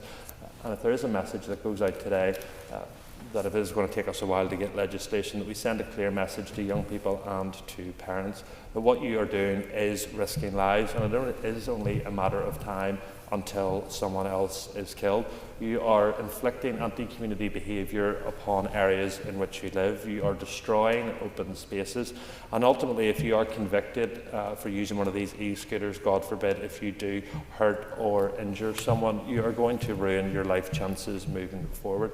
So I think it's important that we send a strong message. I will continue to engage with the Minister for Justice, but I would encourage her to bring forward legislation, either primary or through regulation, to ensure that the police have the power to tackle this properly, because I do fear, Madam Principal Deputy Speaker, that on the streets of our capital city someone is going to be killed very, very soon. Thank you, Philip. I call Jerry Carroll. Thank you, Deputy Speaker. If you speak to people about e-scooters and scramblers, you're going to get a pretty strong response, as has been said already, from constituents and people right across the north. And I want to echo the tributes paid to Valerie Armstrong, as was mentioned by my colleague in West Belfast, and it's hard to believe that it's 10 years ago that she was killed in Colinglam Forest Park, somewhere where I previously worked. And obviously it shows you that these vehicles obviously can be dangerous, and they were fatal for Valerie, so I want to remember her, as others have done as well, and pay tribute to her family. Also, I would obviously, in a general sense, Deputy Speaker, appeal to people, not just young people, but people that not engage in the kind of ripping up of parks and public green spaces, and particularly with the use of these scramblers and any other vehicles. But I would hazard a guess, it's not just young people, definitely, and not just young people that are doing that. Like the member for North Belfast, I met Belfast Hills a few months ago, I think it's summertime, about this issue, and whilst we don't necessarily agree on the solutions to deal with this crisis, there's a unanimity on the fact that this is an issue in terms of people using scramblers and these type of vehicles to go into green spaces and to cut them up, chop them up, and obviously destroy habitats. And obviously we should appeal to people to not engage in that, stop doing that. It's destructive behaviour. But also we should also be cognizant of the fact that industrial dumping and pollution ruins green spaces and ecosystems as well, because of harmful items placed in waters by primarily industrial farming as well. We also, Deputy Speaker, and this is maybe the more difficult part, but we'll have to try and grapple with this, ask the question why are so many, it's not just young people, but primarily some of the stats show that young people are attracted by some of these vehicles. I'm somebody who generally isn't interested in cars or fast vehicles. When I started driving sort of 2 years ago myself, but I would imagine it's young people feeling the thrill of travelling fast and travelling quickly. They often, and they do live alienated lives where they have no control over their lives, no say over their lives, and a vehicle going at whatever the member says, like 50 miles an hour, as dangerous as that is, can feel sort of liberating or a good thing to people, with obviously huge risks to them. And for some cases, for some people, literally they can feel heard. The sound of these machines can be quite loud, and obviously people have kind of raised that with me in a consistency manner. But I think we have to try and understand why young people engage in this practice, to try and encourage them to do it safely, or to obviously not do it when they're putting themselves and others at risk. So there's a clear demand, I missed the start of the debate, but I think it was referenced already. There's a clear demand for managed sites, as in people can use these vehicles in a safe and controlled way. So we need to hear from, I appreciate the Dairy Minister is standing in, but hear from the Justice Minister or even the Dairy Minister about any work that's being progressed around that in terms of safe sites. I would also generally, Deputy Speaker, just ward against a kind of policing-led response to this. Young people would respond to that like a hole in the head. We need to have a youth-led approach that actually talks to young people, engages with them, and as somebody who have been a youth worker previous to this job, people respond to that better than kind of being the stick being thrown or used at them. And I think it's obviously much easier to kind of do that approach, to blame young people, to blame parents as well. But what's more appropriate but more difficult in this current political climate is to actually find the funding to invest in our young people more generally, but invest in youth centres that are being cut back, invest in summer schemes that are not being protected, and actually give our young people a bit of hope, but also listen to them in terms of their needs, their wishes, and what they're interested in as well. Just in conclusion, it's also worth saying that young people are already subject to stop and search on a huge level by the police. They're subject to spit hoods as well, and I don't think we should be just carte blanche adding to that. Obviously, if it's a case of somebody has committed a serious injury or serious crime, that obviously speaks for itself, but in a general sense, adopting this approach I think is quite mistaken. And of course, these vehicles aren't risk-free as I've outlined, but the whole elephant in the room in this debate when we talk about risk of life and risk to people is cars. How many people every single year do cars kill and knock people down? And most of us, I think, in this building use one. So I think we need to be focusing on that as well, and not demonising our young people. Thank you. Thank you. Our next speaker is the Minister for Minister for Agriculture, Environment and Rural Affairs, Andrew Muir, to respond on behalf of the Minister for Justice. Minister, you'll have up to 15 minutes. Thank you. Thank you very much, Madam Principal Deputy Speaker, for the opportunity to respond to today's important motion on behalf of the Minister for Justice, who is unfortunately unwell, and I'm sure members will join me in wishing her a speedy recovery. Like the other members have spoken today, the Minister is deeply concerned about the increasing use of scramblers and e-scooters in public places. Dangerous driving of vehicles like these not only poses significant risk to safety, but also has the potential to cause significant distress, as noted in the motion. At the lowest level, improper and illegal use of these vehicles in public spaces can be a nuisance to other members of the public, not to mention the noise that they create. Incidents of this nature, such as the gathering of approximately 20 motorbikes in Falls Park earlier this month, can also be accompanied by antisocial behaviour, which can cause further disruption to the public and even damage public facilities. In more serious cases, illegal use of these vehicles in public spaces can lead to significant injury and even death. The Minister of Justice has asked me to take this opportunity to acknowledge and extend her sincere condolences to the families of those killed on our roads, and I would share that, as well as through the dangerous use of scramblers and e-scooters. Every one of these deaths is a tragedy, and in conjunction with my executive colleagues, the Justice Minister believes it is essential that we consider very carefully how we work together to have the greatest impact on saving lives. The Justice Minister would like to commend the Police Service in Northern Ireland for the dedication they have shown in tackling this problem, using the existing enforcement powers available to them and through other diversionary approaches such as the Motorcycle Awareness Project. The Motorcycle Awareness Project was developed following the establishment of a cross-government working group in 2016, convened by the Department for Infrastructure, which holds policy responsibility for road safety. The working group was convened following the death of Valerie Armstrong in July 2016, who was tragically killed when she was struck by a scrambler being ridden illegally while she was walking her dogs in Collinglen Forest Park. Sadly, this heartbreaking incident was followed by a number of others like it in 2016 and beyond. Previous interventions to address illegal use of scramblers were often focused on awareness raising and enforcement, with limited success when it came to tackling the root causes of the issue. Instead, the Motorcycle Awareness Project sought to harness young people's passion rather than suppress it as a means for diversion from offending and antisocial behaviour. As recognised in today's motion, the project was a resounding success. Feedback from participants highlighted improved behaviour at home, changed attitudes to their riding and even to the police. There was also evidence of a ripple effect within the community as students informed peers of the dangers of this activity. Through feedback and evaluation, students also reported on improved mental health, employment opportunities and personal development benefits.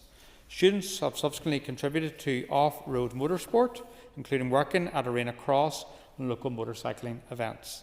As the motion also correctly identifies, and as the success of the Motorcycle Awareness Project demonstrated, when used responsibly and in appropriate settings, these vehicles can have recreational and community benefits. However, the success cannot and could not have been achieved without cross-sector support.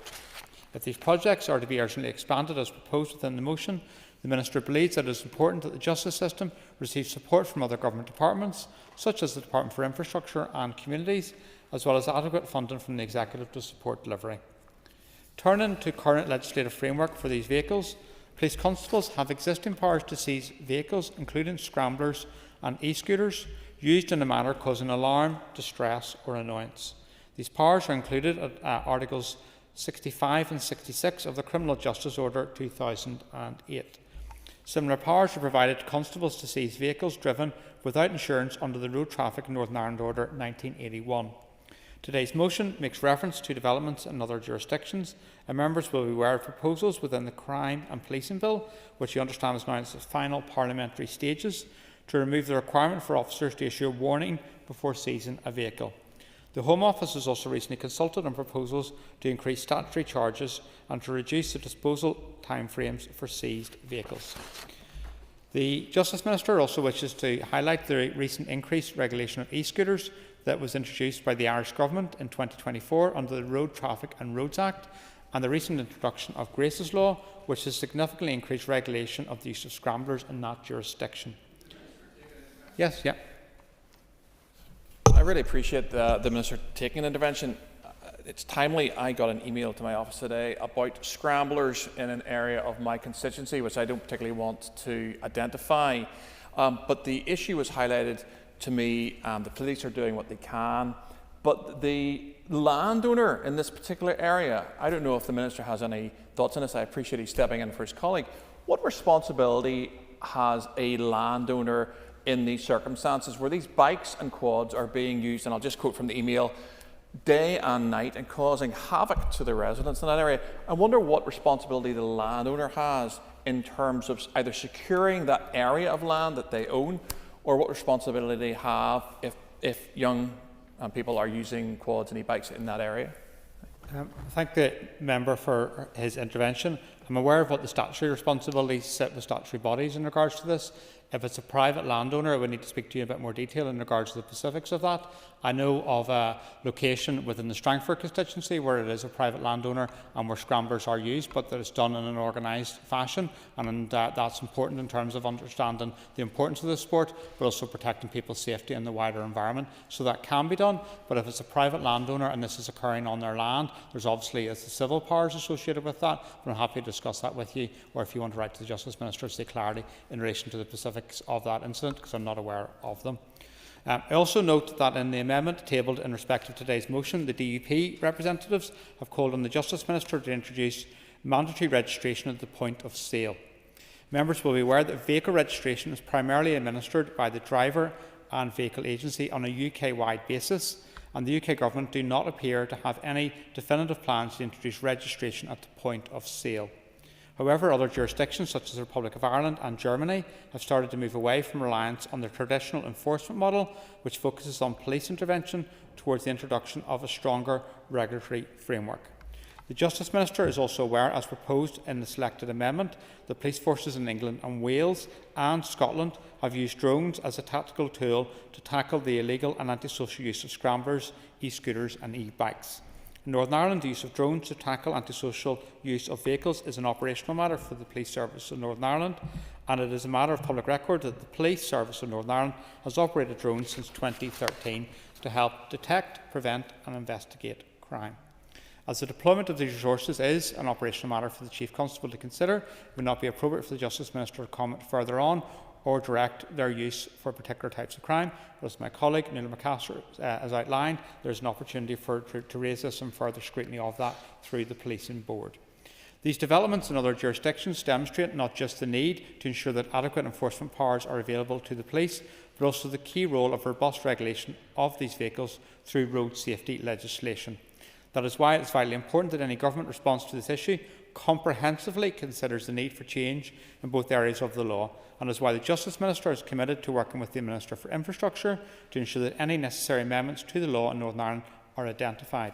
It is important to note that any such amendments would require both primary and secondary legislation to be enacted and would cut across the responsibilities of the Department of Justice and also Infrastructure. Given the limited time left within this mandate and the current legislative agenda, the Justice Minister does not sincerely believe that any such changes could be possible for the next Assembly mandate. Furthermore, yes. Thank the Minister for taking intervention. I appreciate that this is not normally your portfolio, but having just listened to what you have said there, though, can I go back and just confirm Article 65 and 66 of the Criminal Justice Order? And the police have also had drone power since 2013, so whilst no changes in this mandate, we need to look at perhaps how the police are using the powers that they do have when they actually can seize, but also to use drones. I thank the member for her intervention. Yes, there's powers in place and it's important that they're used. There's a wider societal issue, and it's been raised throughout this debate in terms of people, and particularly parents, understanding the risks associated with this, in terms of particularly the e-scooters being available to purchase online at a relatively low cost, but not understanding the risks, not just in terms of road safety, but also in terms of, and it's been highlighted through relevant statutory bodies, in terms of the risk of fire within houses. So there's a wider collective approach required around this, use of existing legislation, and also consider any new legislation in the next mandate. The Justice Minister believes that it is important to await the outcome of the recent Home Office consultation to ensure that any amendments brought forward are comprehensive, and it's important that the House understands that if we're going to bring something forward, that it actually does the job. As I've already said, the Justice Minister remains committed to working collectively with the Department of Infrastructure to introduce any necessary amendments as soon as possible. In conclusion, I hope that the Assembly recognises that this issue cannot be adequately addressed by the police and the justice system alone.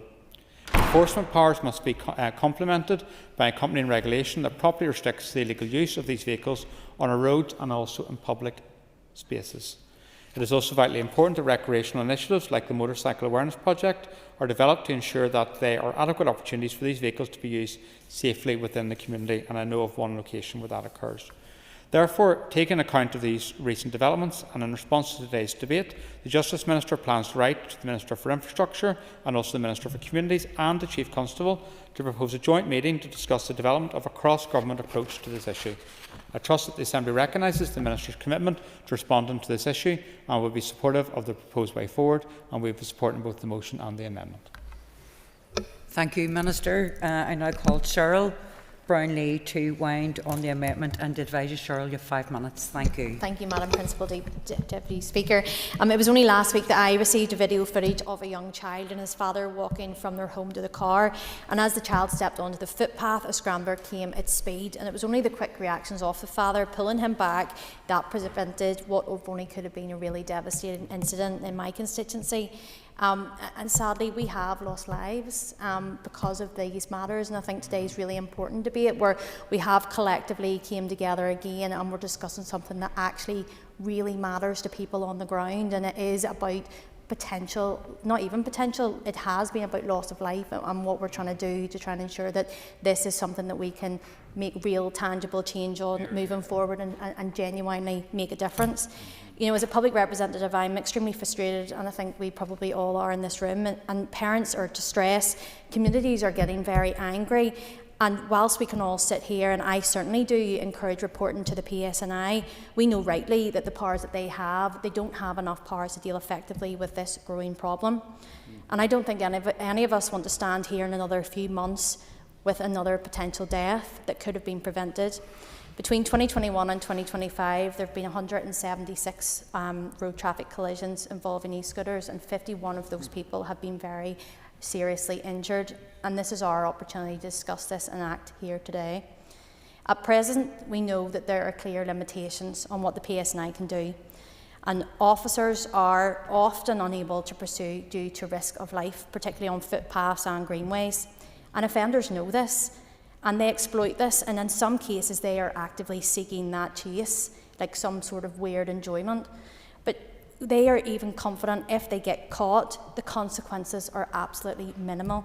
And this is where the utilisation of technology such as drones could be used to better address this issue, and using that aerial monitoring to track and actually pursue offenders properly. In the first 3 months of 2026, 22 vehicles have been seized, which is good news. But the reality is a small fine is often paid and they are back out on the streets again and the police's hands are tied. This is a little deterrent, and this has to, of course, change. Police need the powers to properly seize, retain and, where necessary, dispose of these vehicles. Would the member take an intervention? For you, anything. I'm very thankful to the member for taking it. Would the member agree with me that actually the use, in terms of what she was citing there, the use of drone technology is actually a better and safer way in terms of catching some of the young folk who are doing this, rather than that sort of police chase that she was inferring, that actually this is kind of a better and safer way, not just for the police, but also for the people who are exploiting these e-scooters? Absolutely.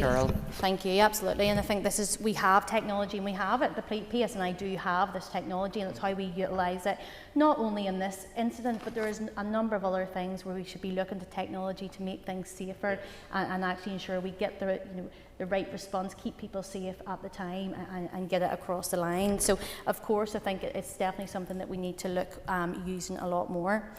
But we know what we're discussing today is not some sort of hypothetical thing. We know this is actually happening right on our streets, right across Northern Ireland, and some areas maybe more than others. But we've all seen the footage of scramblers and e-scooters being driven recklessly through our residential areas.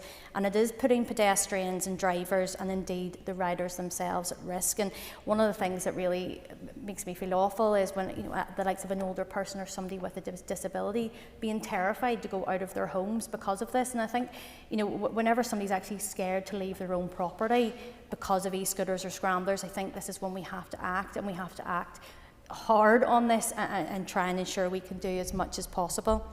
But this behaviour, as much as we know it, it isn't harmless, it's dangerous and it's illegal, and it's deeply disruptive to all communities who deserve to feel safe where they live. So our amendment really is about closing the gap between the scale of the problem and the powers that are available to deal with it. And we know if we are serious about tackling antisocial behaviour, we need to be prepared to match that enforcement with legislation, innovation, resourcing, and of course education. And education is critical. I am a big believer in diversionary programmes in my constituency. I've seen them and I know they work well, and it is about working together. That no one of these methods is going to solve the problem, and it's how we utilise them all together to make sure we can make the biggest impact.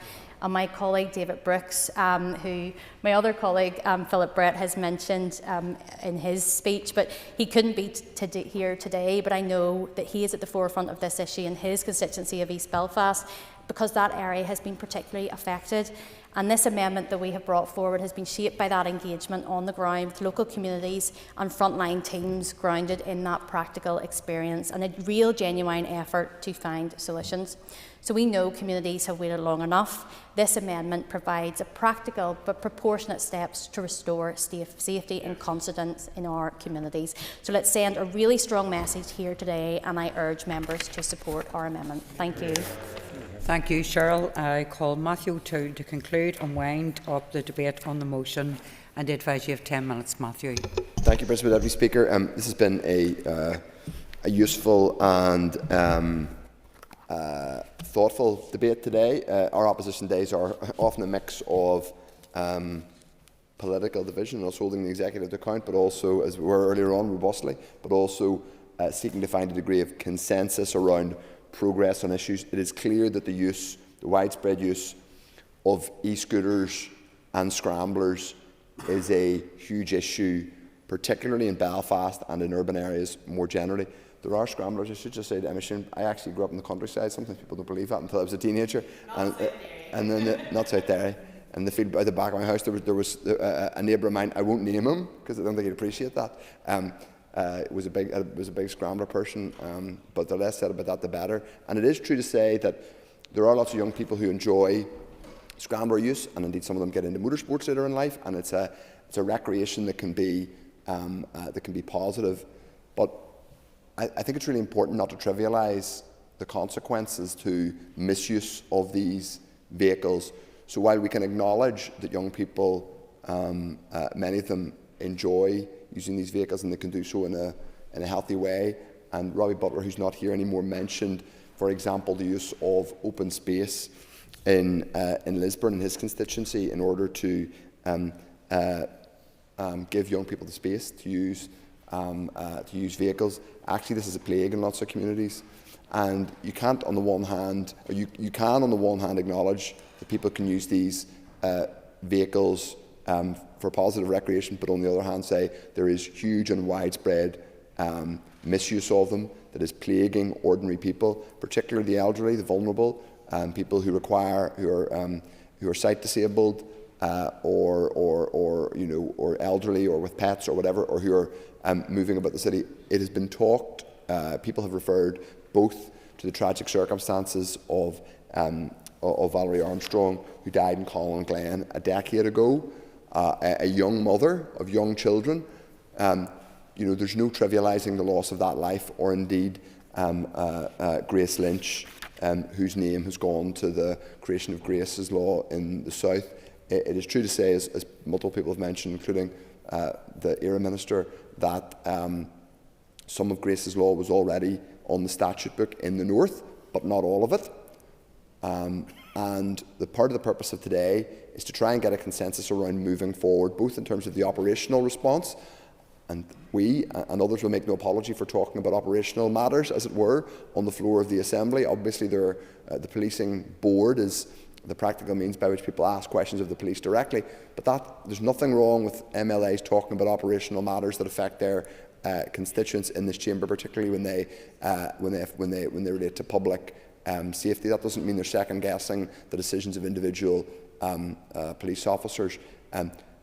We will support the DUP amendment today. We think there's interesting points that are made, including around the use, or increased use of regulation and drones. I'll just run through. It's been a very useful debate. I'll run through a few of the comments which stood out at me. It was a very useful debate. More generally, I've touched on on the points Emma made about her experience in South Derry, but acknowledging that there are particular constituencies. This has been a huge challenge, in particular in West Belfast. My colleague, Councillor Paul Doherty, has done a huge amount of work in this area, both in terms of advocating for a more robust response, but also the twin track, no pun intended, of engaging with the young people and also community groups and youth groups who can reach those young people, because it's important to say that in many of the cases, the escalation of this misuse of these bikes and scrambler bikes and e-scooters is out of young kids, not exclusively, but often young men who do it out of innocent reasons to begin with, fun activities with their mates, and it escalates very quickly, and they often aren't aware, or it isn't made clear to them, the consequences of if things go wrong, and indeed, even if it's at a lower level, some of the inconveniences and the effect they're having on their neighbours in their community. Philip Brett mentioned the issues that pertain in North Belfast. It's clearly an issue in North Belfast too, obviously, including around the Belfast Hills, which overlook the city. It was mentioned by the Minister in responding to the debate. Articles 65 actually would have been mentioned by Nolan McAllister first, and then touched on by the Minister. The relevant orders of the relevant articles of the Criminal Justice NI Order 2008, i.e. To say that there are powers that clearly exist there at the minute, so it's not that there's no legal underpinning for the police to take action in relation to whether it's enforcing whether enforcement around young people who are driving them, seizing them, destroying them. Those powers do exist, but clearly they aren't being used as effectively and as comprehensively as we would wish. So we are open, and that's why it is mentioned in the that's why it's mentioned in our motion, looking at other potential legislative interventions to tackle this scourge. It was also said that there may not be enough time left in this mandate. I think it's worth coming back to this point, and members of the Minister's Party have, of course, themselves made this point many times. It is one of the frustrations where we end up now, less than a year from the dissolution of this Assembly, and we're saying to ourselves again, we don't have time, we don't have time.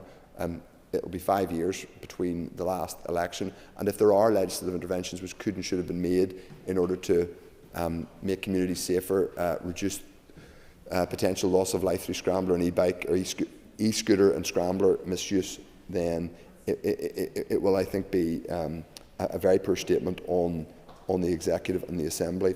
In relation to the use of drones, I think that's an interesting suggestion. Clearly, drones are used in policing context here in Northern Ireland at the minute. Obviously, you would want to be assured, and members of the Policing Board would be able to do this through questions of the Policing Board, that this was proportionate and used to target specific, perhaps, problem areas rather than just in a kind of widespread or catch-all way.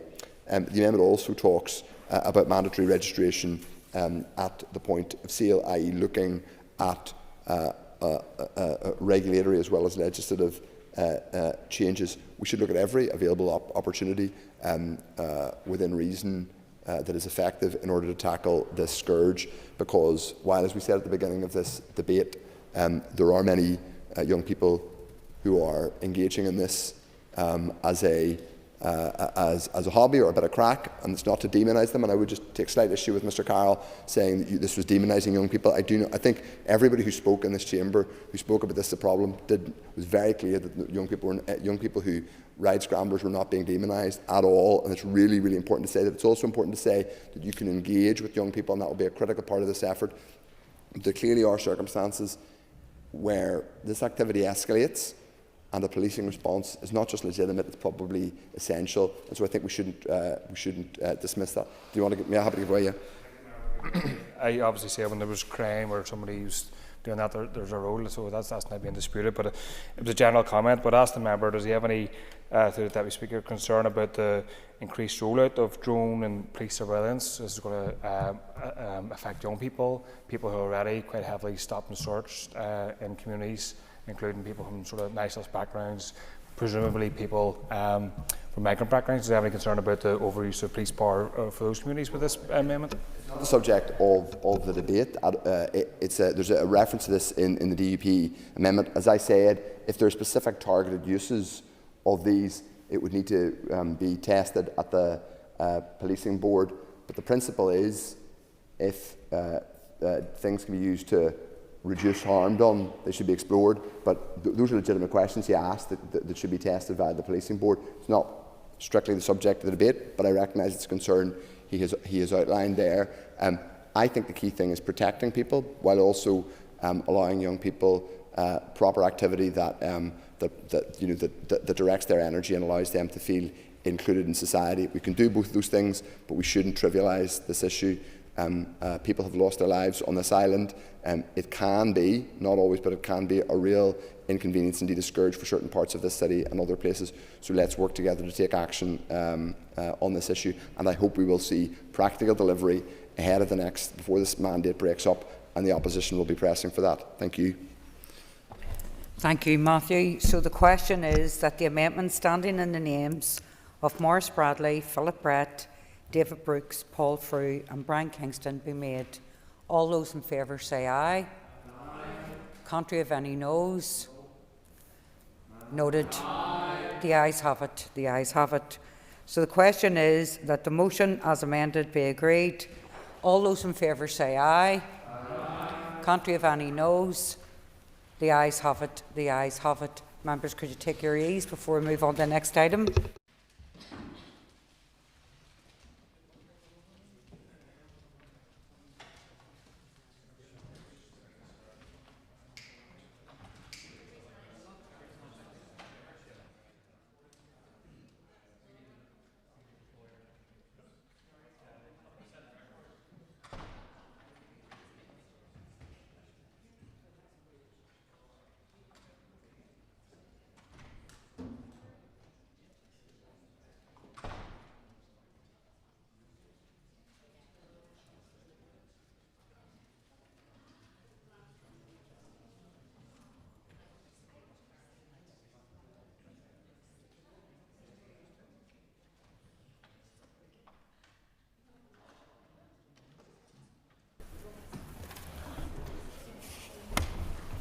Members, the next item of business is a motion from the opposition on drug dealing sentencing. Clerk, please read the motion.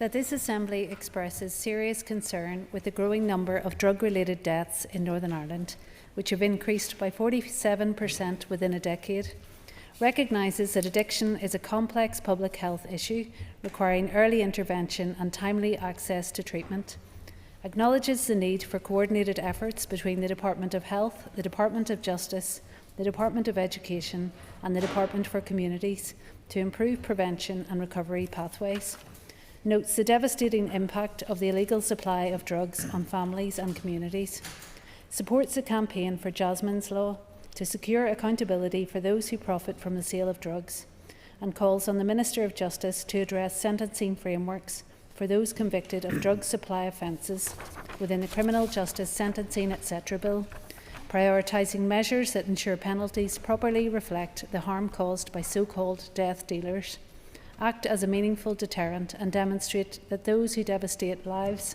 and profit from addiction will face consequences proportionate to the gravity of their crimes.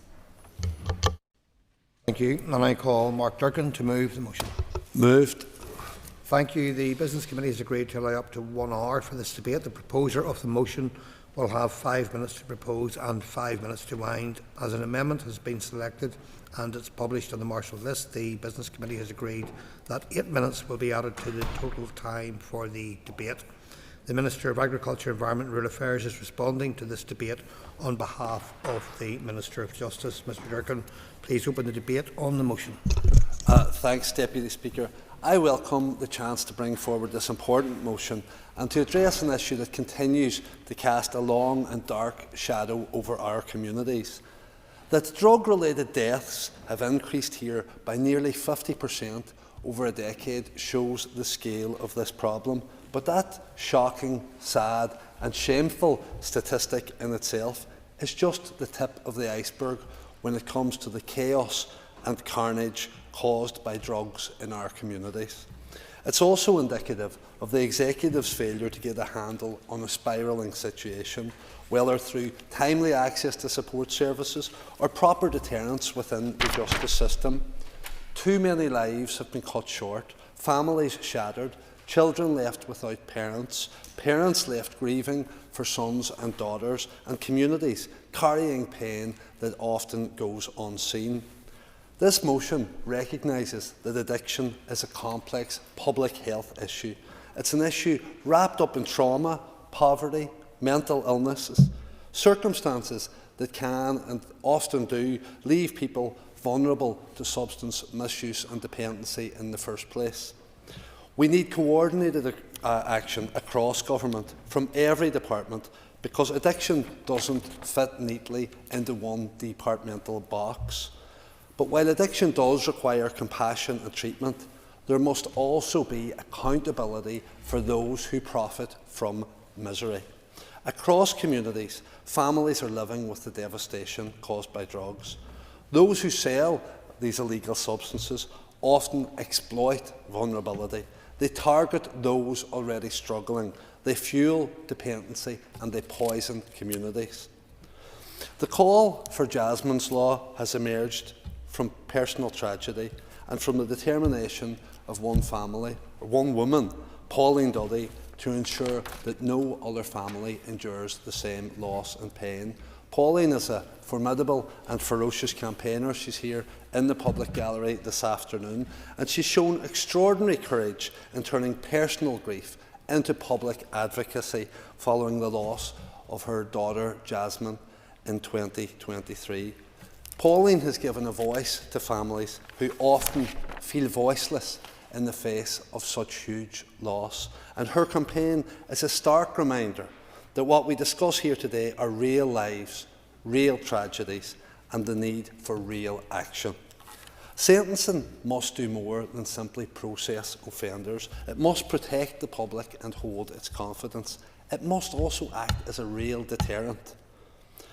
When sentences are reported, the reaction from the public is usually one of anger and disbelief, with many feeling that serious drug-related crimes have resulted in little more than a slap on the wrist. These death dealers poison communities. They exploit vulnerability. They sow addiction, destroy lives, and wreak devastation that filters across generations. Yet far too often, when those who do appear before the courts receive suspended sentences and often even are given anonymity orders, they then return to the same streets, the same communities that they've harmed, and that cycle continues. Today is about ensuring that death dealers are dealt sentences and punishment which truly reflects the harm that they cause. And it's not about punishment for punishment's sake. It's about deterrence. It's about protection. And it's about sending a clear message that those who profit from addiction and misery will face consequences proportionate to the damage they inflict. I call on the Justice Minister to take this into consideration and to include Jasmine's law within the Criminal Justice Sentencing Bill. The amendment, which rightly highlights the role of paramilitary organisations and crime gangs and what they do in the drug trade, but sadly we won't be supporting it as we feel the wait for a sentencing council would significantly prolong the process of securing deterrence. The Lady Chief Justice has outlined similar concerns, I believe, but we can't afford to delay action on this issue. There's no single solution to a crisis of this scale. It requires a full government response. This starts with tougher sentencing practices, which recognises the suffering caused by drug dealers. It means access to timely support, delivering recovery programmes and appropriate housing placements that will help rebuild lives and rebuild communities. For the sake of those we've lost, for the families still grieving, for the communities still living with this harm, the Executive must act. Thank you, and I call Digbidi to move the amendment. Moved. Thank you. You will have 5 minutes to propose and 3 minutes to wind. All other speakers in the debate will have 3 minutes. Please open the debate on the amendment. Thank you, Mr. Speaker. First of all, can I thank the party opposite for bringing this really important motion to the floor of the Assembly. I can also thank Minister Moore for coming here on behalf of Minister Long, and please pass on regards. I hope she gets better soon. This motion rightly expresses concern about drug-related deaths and the 40% increase in a decade. It also outlines the complex issues of drug addiction, the need for joined-up thinking between the Department of Health, Education, Justice and communities to improve the prevention and recovery outcomes. So, we need to look across all different departments. However, the main thrust of this motion is about something different to me. It's about those who deal illegal drugs for profit.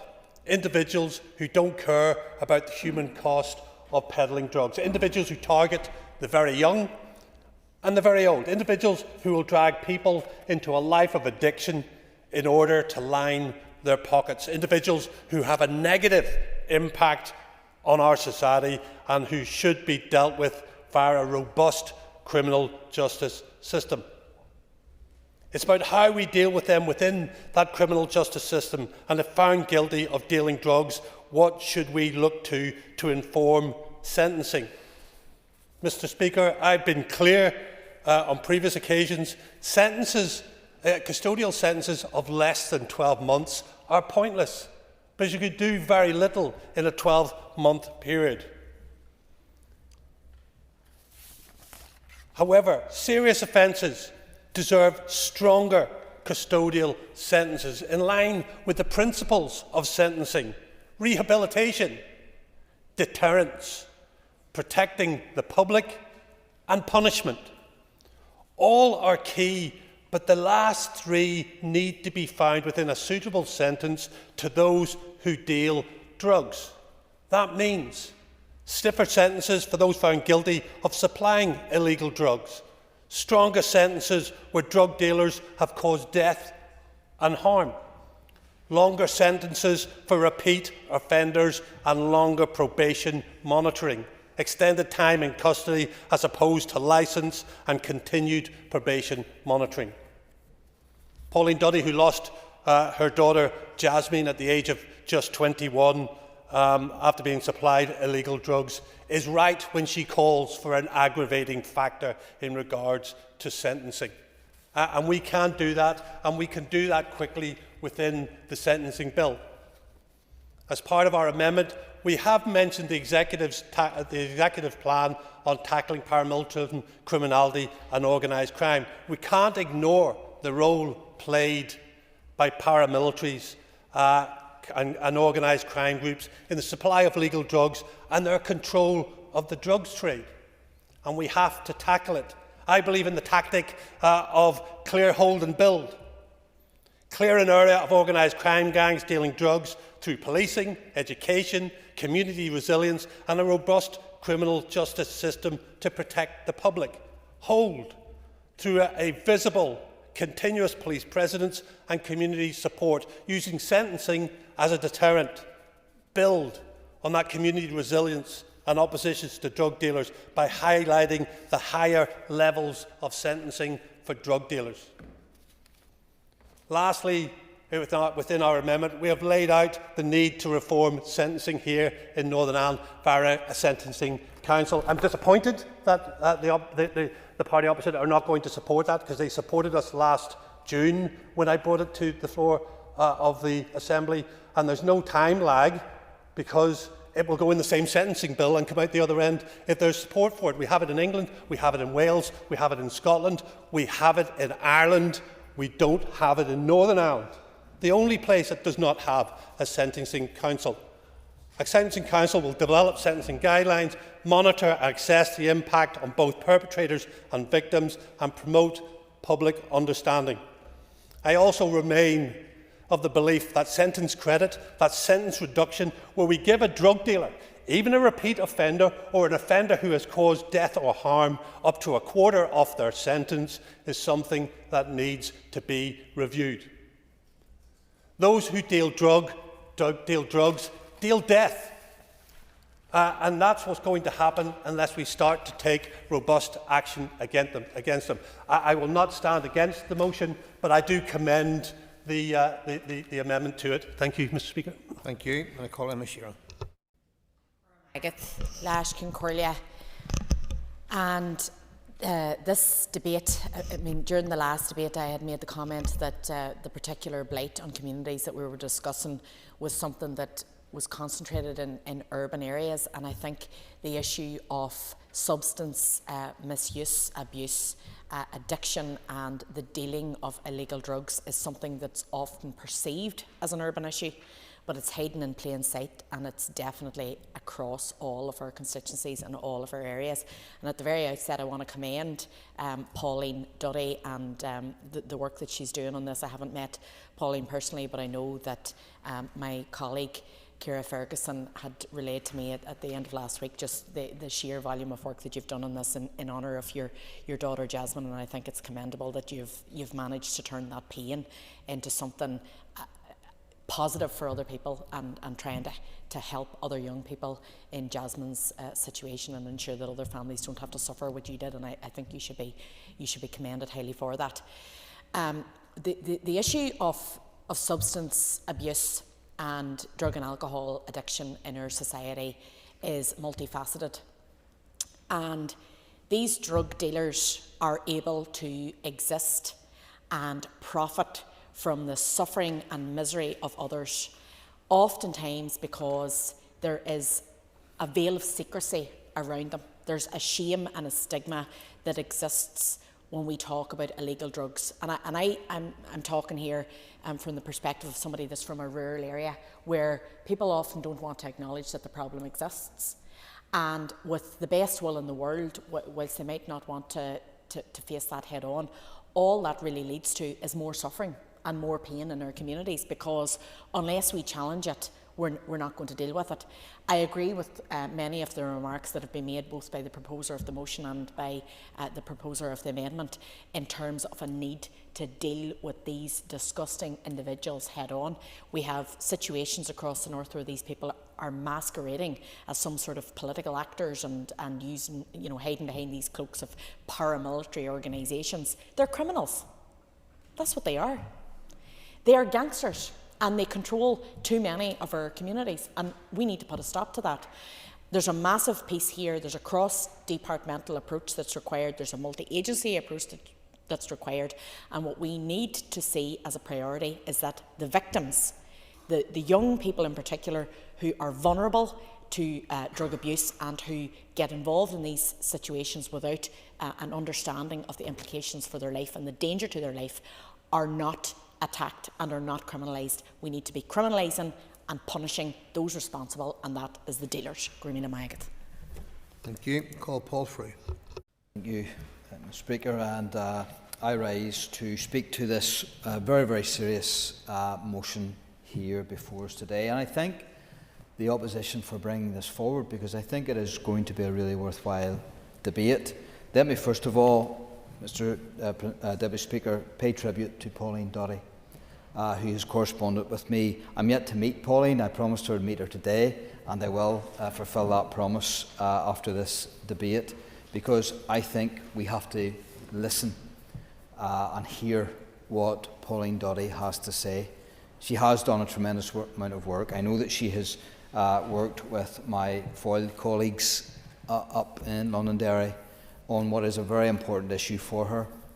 I can only imagine what it's like to lose a daughter, but then to use that and campaign tirelessly for making life better for other families who could well suffer the same fate as Pauline and Jasmine, I think is admirable and something that this House needs to take notice on.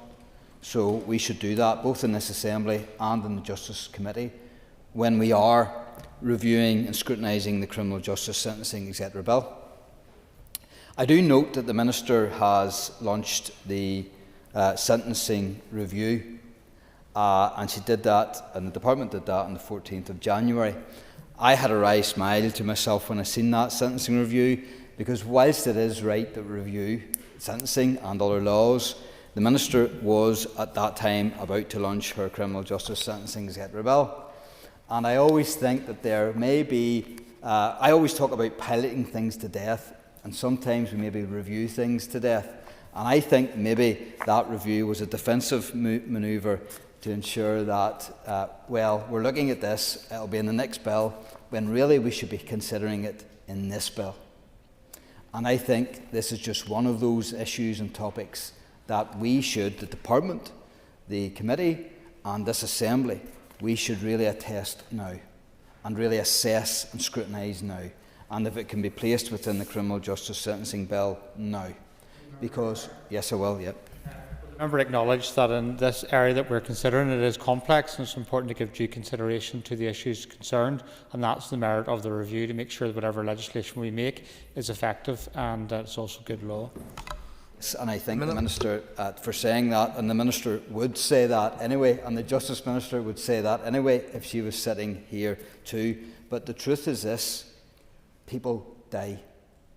People die on our streets because of drug use, because of death dealers, because of people who peddle death, who peddle drugs, who peddle substances that they even chemically make worse, and they pry on our vulnerable, on our young people, and on our most vulnerable, and that's unforgivable.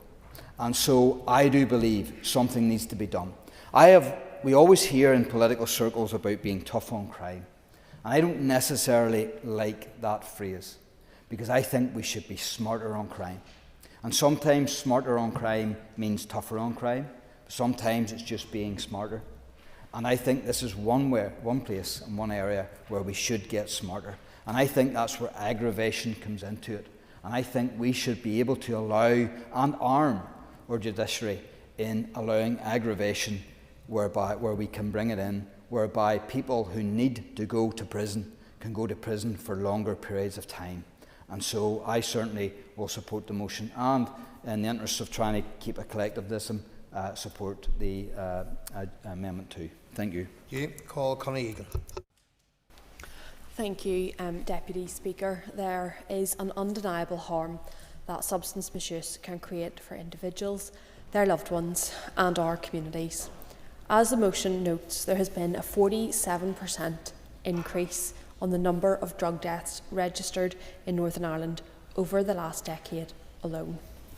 Then delving into this data further, we can see it's not just about access to one singular drug for any one person, but multiple, almost 3/4 of drug deaths in 2003 involving 2 or more substances. Those who are struggling with addiction are deserving of respect, empathy and therapeutic support. The hold that drug misuse has on vulnerable individuals is terrifying, which the original motion recognises. However, those who are dealing drugs, who are responsible for facilitating and supporting such a damaging intake of illegal substances, need to face consequences.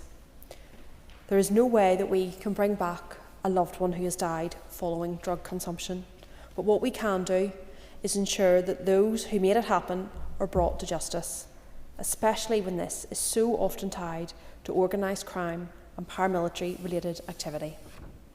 For this to happen, we need to have a robust and accountable framework for how we deal with drug-related offences, especially when its dealing has resulted in death or serious injury of another.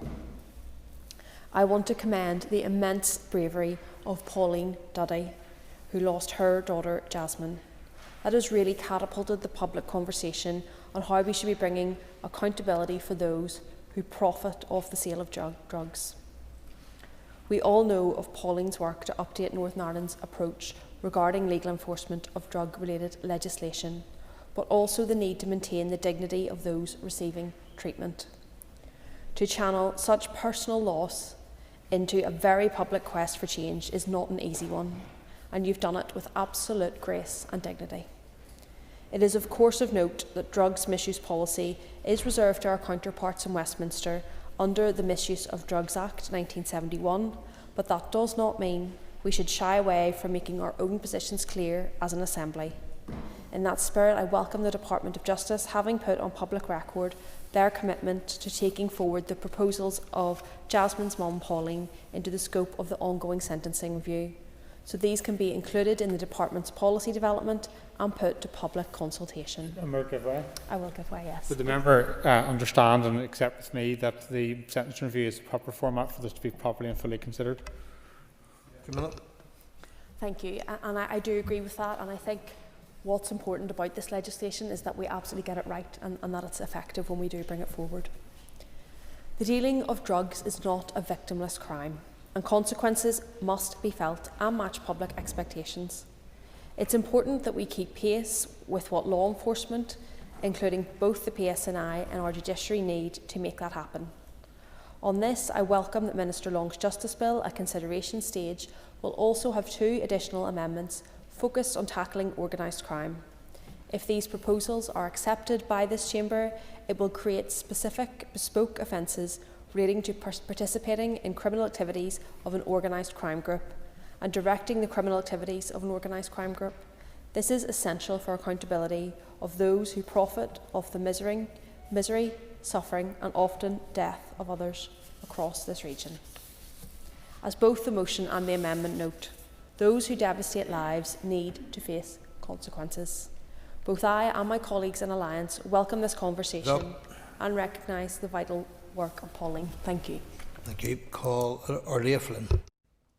Goramiagat, Alaskan Collier, and like others, I would just like to begin by applauding and commending Pauline Duddy for her campaign on behalf of her daughter, but on behalf of potentially every other young person, older person, individual who might be impacted by this issue that has now become Pauline's life reality, because she is now living it after losing her daughter. And I just want to send my thanks particularly to you and your campaign. I have had the honour of working closely alongside some families in West Belfast, one bereaved mother in particular who's in my mind, who lost her son to drugs, and I've got very, very close with that family, and I have seen not just the impact that it's had on the mother whose life is destroyed, but her whole family, her kids, the grandkids. It's just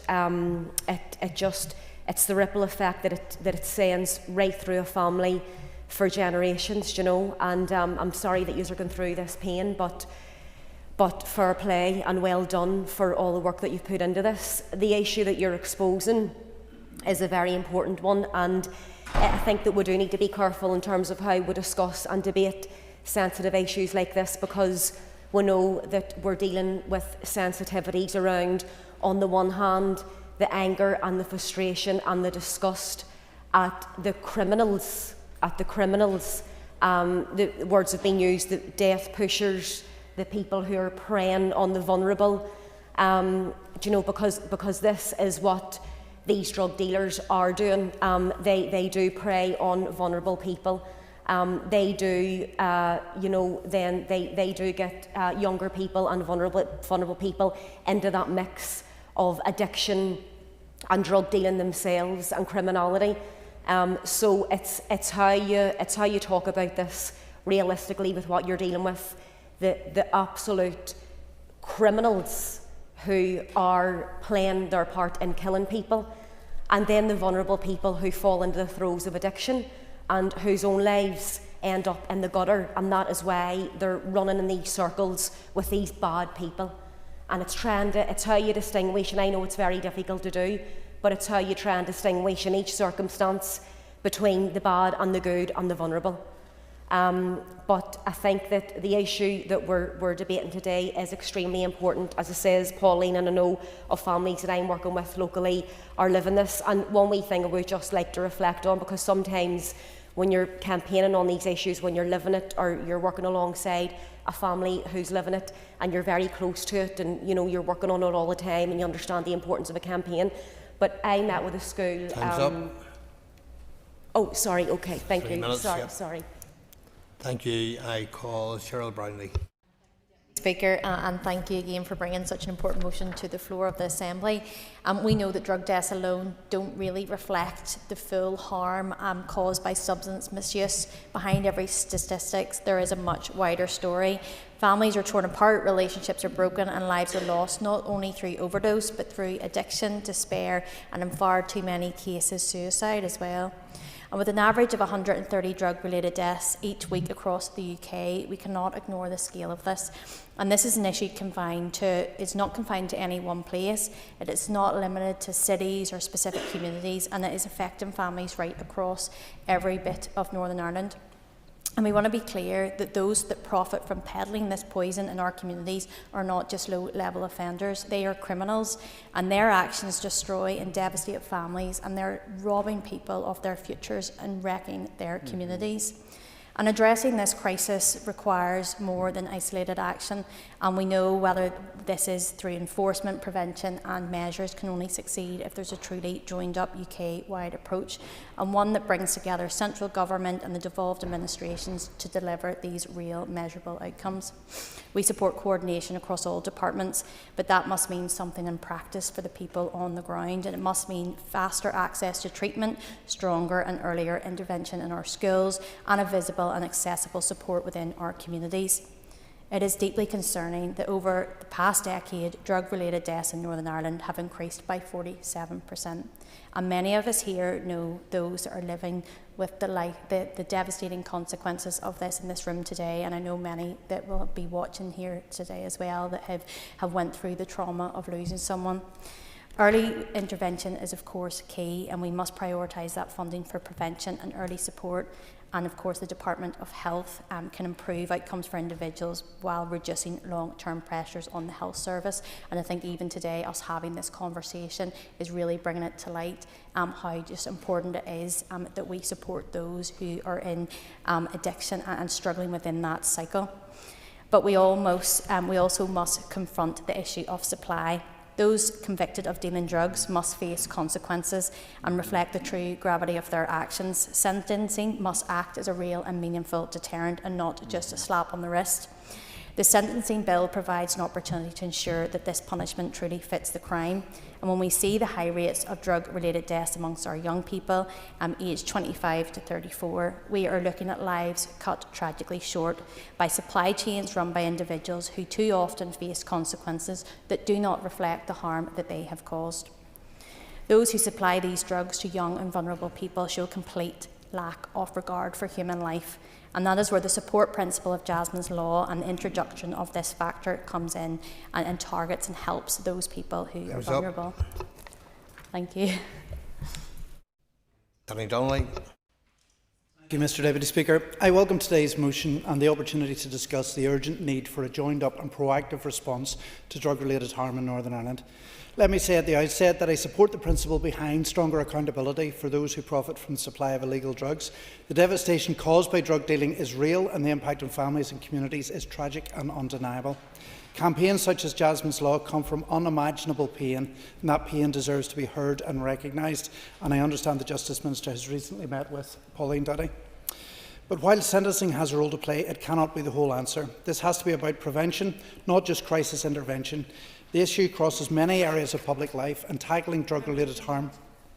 Yes, certainly. Would the member agree with me that this has to be a multidisciplinary approach, and that early intervention would actually end up saving money down the line and saving lives, hopefully, as well? There's an extra minute. Yes, I absolutely would agree to that. We need to step in early to save these lives in the first place, and tackling drug-related harm and prevention is predominantly a health-related issue. Research from Queen's University highlighted that young adults aged 25 to 34 account for the highest number of drug-related deaths in Northern Ireland, rising significantly over a decade from 13.4 per 100,000 in 2011 to 27 per 100,000 in 2021. Same research showed that the highest number of ambulance call-outs for drug-related overdose incidents was for females in the 15 to 19 age category, while for males it was in the 25 to 29 age category. Moreover, emergency admissions data indicates that the highest number of hospital admissions for overdose incidents occurred in the 10 to 19 age group in 21 to 23. The rate of drug deaths for under 35s in Northern Ireland is alarmingly high. A very poignant quote comes from the closing lines of Lyra McKee's final article before her murder in 2018, The Ceasefire Babies. "Your children," they told our parents, "will be safe now. With the peace deal, the days of young people disappearing and dying young would be gone. Yet this turned out to be a lie too." Drug policy reform activist Dr. Orla Campbell highlighted Lyra's work as a stark reminder of the turmoil and mental health challenges faced by this generation. She also highlighted the connection between mental health issues, poverty, deprivation and substance use disorders, and acknowledged that alongside the harrowing rates of suicide, Northern Ireland has also suffered significantly from drug-related deaths. Dr. Campbell stated, "As long as drug policy remains rooted in criminalisation, efforts to reduce harm, address addiction and save lives will face persistent barriers." Globally, the tide is turning. In 2022, the UN High Commissioner for Human Rights, speaking at the UN Commission on Narcotic Drugs, declared, "If drugs can destroy lives, the same is true of drug policy." In March 2024, 60 countries at the United Nations collectively called for an end on the so-called war on drugs, a war that has in reality been a war on people. The policy that continues to constrain a health-led response in Northern Ireland is Westminster's Misuse of Drugs Act 1971. That legislation is not devolved. There should be no ambiguity that the issue in Northern Ireland is profound, and that campaigns like Jasmine's Law are at the very heart of ensuring accountability. But we must start earlier, and we must be prepared to act before more lives are lost. The recent Drug Death Task Force report had recommendations including increased funding for staffing of drug outreach services, especially for young people and young adults, introducing a real-time drug testing and faster public alerts on dangerous substances, monitoring the emergence of synthetic opioids as an urgent public health priority, strengthening DAMAS through rapid testing of drug samples submitted by community and voluntary organisations, and standardising emergency department recording of non-fatal overdoses to improve trend analysis, treatment and service planning. If we want safer communities, let us not only punish those who profit from addiction, but let us build a system that reduces harm and prevents more families from ever having to bury a loved one in the first place. Thank you. I now call on Minister Andrew Muir to respond to the debate on behalf of the Minister of Justice. And Minister, you have up to 10 minutes. Thank you, Mr Deputy Speaker. I welcome this opportunity to respond to this important motion on drug-related sentencing in Northern Ireland on behalf of the Minister of Justice. The figures quoted within the motion are shocking, and the Minister of Justice is in full agreement that this is a matter of serious concern to see drug-related deaths in Northern Ireland increase so significantly over the 10-year period in question. On behalf of the Justice Minister, I want to acknowledge the overwhelming impact that drugs can have right across society. All too often, lives are blighted with devastating consequences. Behind these statistics are lives that didn't need to be lost and families left devastated. One drug-related death is one too many. Drug use continues to have a profound impact on people and neighbourhoods, and addressing the harm that arises is an important priority for the Justice Minister and indeed for the wider Executive.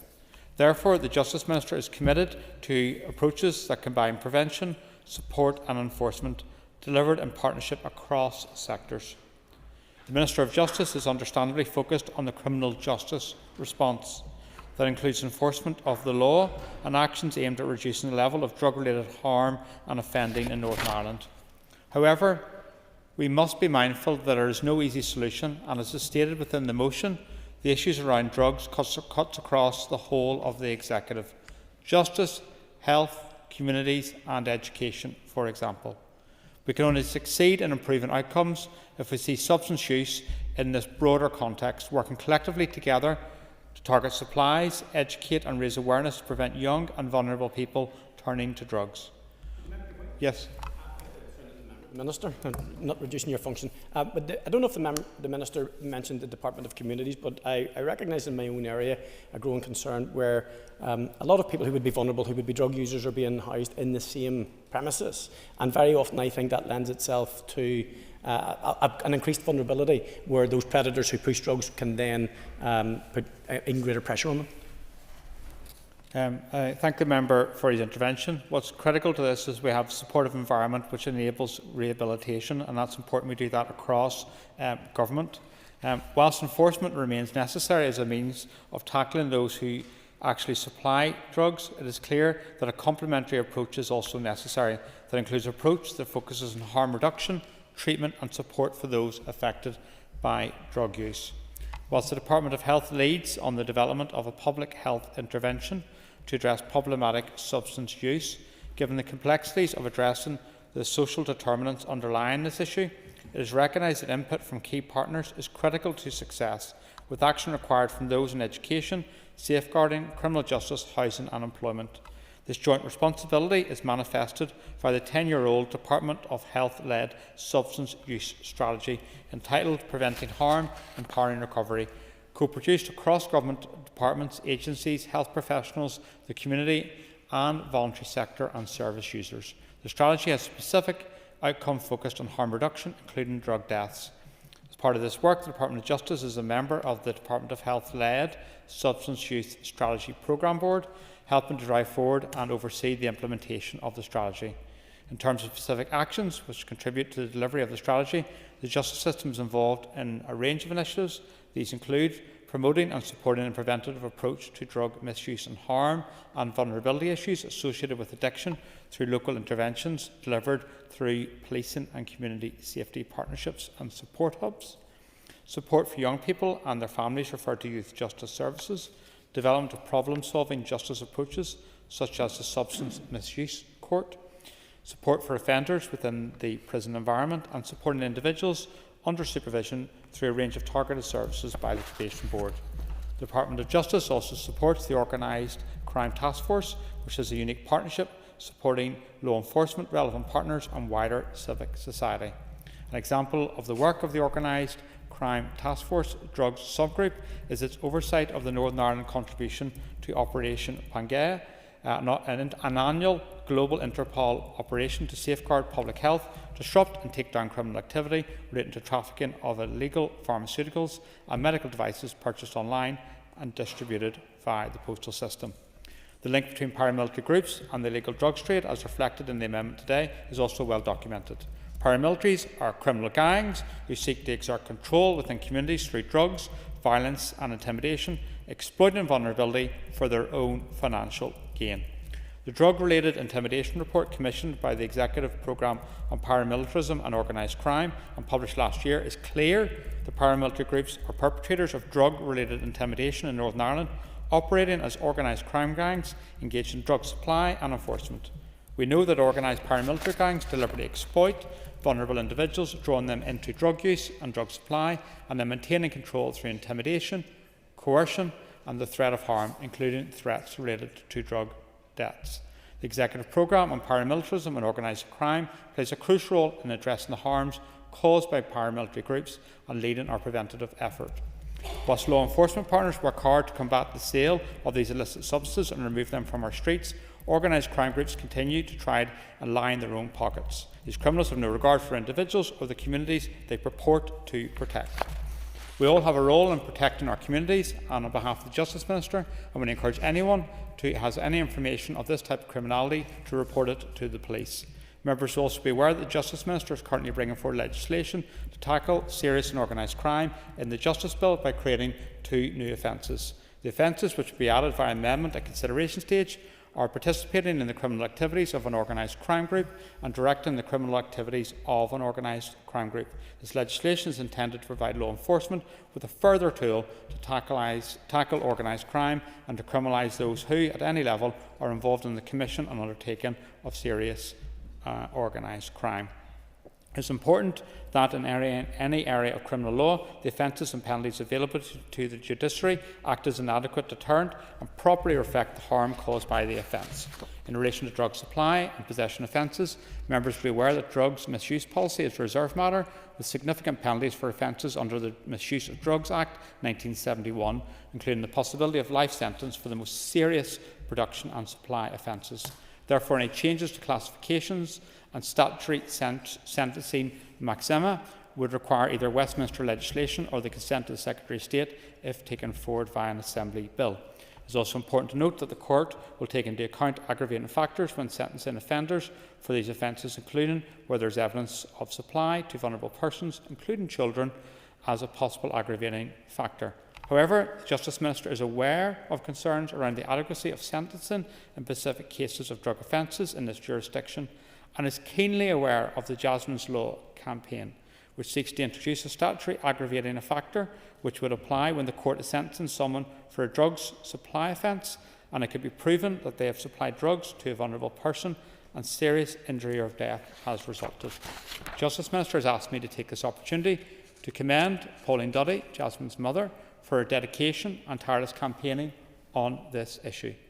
Minister Long has met with Pauline on several occasions and is continually impressed by her tenacious advocacy for victims of drug dealers, and I want to personally thank her as Minister here today as well. Furthermore, the Minister of Justice shares her desire to ensure that the sentencing framework available for these offences adequately reflects the severity of the crimes and the impact that they have on the community. Therefore, based on the strength of Jasmine's Law campaign, Minister Long's review of sentencing policy will consider current sentencing practice in Northern Ireland in relation to drugs misuse offences, and departmental officials are currently undertaking research to better understand how sentencing is currently operating. The review will also conduct an assessment of sentencing guidelines mechanisms, including the utility of a sentencing guiding council, as proposed within the amendment tabled today. If the review suggests that changes to current sentencing arrangements may be necessary, any proposals will be subject to public consultation with a view to informing legislative proposals in the next mandate. Subject to resources, it is anticipated that public consultation on policy proposals arising from the review will take place in 2027. I have limited time, but I will seek to wrap up in regards to my contribution to this. The Justice Minister believes that it is an appropriate mechanism in terms of the sentencing review to give full and informed consideration to these important matters rather than rushing to legislate in this mandate. whilst the Criminal Justice Sentencing Bill already contains other statutory aggravators and amendments to the sentencing framework, it may appear to provide an important and appropriate vehicle for legislating quickly, it is critical to remember that these clauses have been drafted following thorough policy development process. Mr Long is of the view that undertaking adequate research and consultation into the proposals put forward within this motion and the proposed amendment is the appropriate approach going forward. In closing, the Justice Minister welcomes the opportunity to discuss this important issue and looks forward to working with members collectively to strengthen the government response to drug misuse and supply, both in terms of wider public health response and strengthening of enforcement arrangements. Thank you. Thank you, Minister. I now call Robbie Butler to wind on the amendment, and you've up to 3 minutes.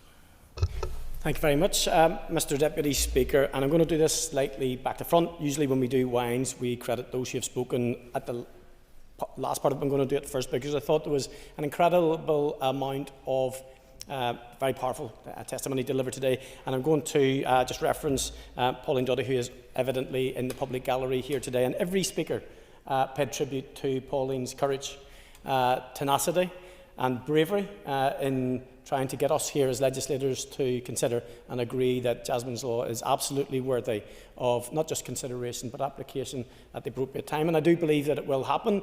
I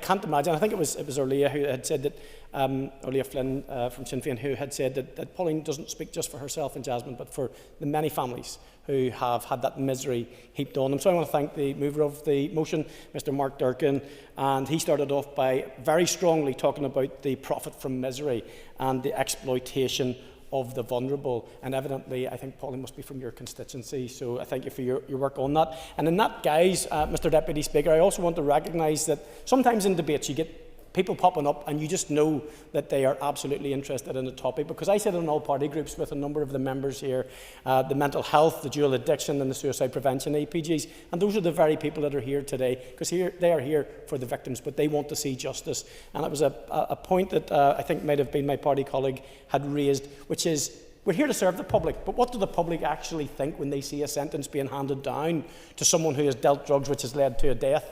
They're never, and rightly so, they're never happy, and that's why this debate is happening today. So I just want to thank my colleague Doug Beattie, who sits on the Justice Committee, for his articulate movement of the amendment, which I think does bring value because it points out that we are not reinventing the wheel. In other jurisdictions, there is the Sentencing Council, which should be perhaps looked at. Emma Sheeran, thank you very much, because you did rightly point out that this isn't an urban problem, and I was here with the other debate when you rightly pointed out that e-scooters perhaps aren't such a big problem there, but drugs are so nefarious. They leach into every aspect of our community, and where the vulnerable reside, these pushers will go. It's as simple as that. Paul Frew, again, the Chair of Justice Committee, again, was very, very good. He talked about how they prey on the vulnerable and our young people, and he introduced a new concept to me, which is maybe to be smart on crime rather than simply tougher. Connie Egan, thank you again. And Orlia, Cheryl Brownlee, again, thank you for your contributions, and I know I'm running out of time. Unfortunately, I've only got 3 minutes. But as someone who once worked in McGarry Prison and understood that there are other people who end up in prison, not just the pushers, but sometimes the very vulnerable drug users, we do need to be sensible when we create legislation that we don't inadvertently punish those who don't need punished. But we have to be absolutely explicit and have one voice. If you are a drug dealer, you are a stain on the society of Northern Ireland. You're creating victims in the very families that we represent, and your days are gone, because we're going to change it. Thank you. Thank you. I call on Colin McGrath to conclude and wind the debate on the motion, and you have up to 5 minutes. Thank you very much, Deputy Speaker, and thank you very much to everybody that has contributed to this debate. And it's always good as we get towards the end of the sessions of a couple of days here that we get everybody agreeing and on the same page, more or less, on issues, especially whenever they're so relevant to people and their lives. Over the weekend, I received an email from a constituent in Downpatrick who asked me a simple question, and he said, when are politicians going to address the elephant in the room? And he said that the elephant was drug consumption. He said not potholes, wasn't housing, not the usual issues that dominate our feed and the emails that we get, but he did say that there was a sense with drugs that just not enough is being done. I did update him on something, and that was that often the work that is done to challenge these issues is not very visible. That whenever people do pass information on to police and even to politicians and others who pass it on to police, it may not lead to an immediate arrest on their street, but it could be the intelligence that leads to major seizures elsewhere. So that local action does feed regional disruption. But that reassurance only goes so far, because when people still see drugs flowing, intimidation continuing, and dealers operating with impunity, they begin to lose faith. And when those same dealers appear in court and walk away with what looks like a slap on the wrist, then people just lose hope. Perception absolutely matters in these instances, and facts matter. And the fact is that drug-related deaths have risen by 47% over the last decade. Thousands access substance misuse services every year, and almost 40% of people know drug-related intimidation is happening in their community. And that should stop us in our tracks. We must call out those that are driving this.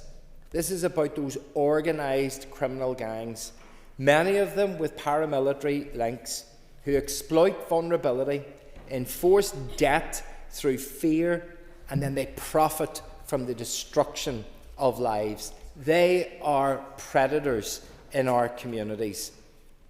So yes, sentencing absolutely matters. And if you profit from addiction, from misery, and from death, then your punishment must reflect that harm. That is why we support Jasmine's law, and that's why we thank Pauline for the work that she has done in the memory of Jasmine. And it is essential that we as legislators deliver on that work. I'm going to finish where I began, which was with that email. A man in Downpatrick asking me when will we address that elephant in the room. So let that be the message from today, that we are going to address that elephant in the room, that we are going to challenge those people in our community, that we are going to try and rid those dealers, and that we're going to make sure that if they do try to deal, if they do pass those drugs on, then they will deal the full force of the law as a result of that. I'm delighted again that there is the support from right around the House on this issue. Slight difference about timescale, but we're not going to divide on that, because we're here today to be united in the message that we send out. We just want it done as quickly as possible. We know sometimes it takes a little bit longer. But thank you everyone for participating in the debate, for supporting the motion and sending a unified message from this House, as has been said very eloquently, as always, by Robbie, that if you're dealing drugs in our community, it's only a matter of time. We will get you. Thank you.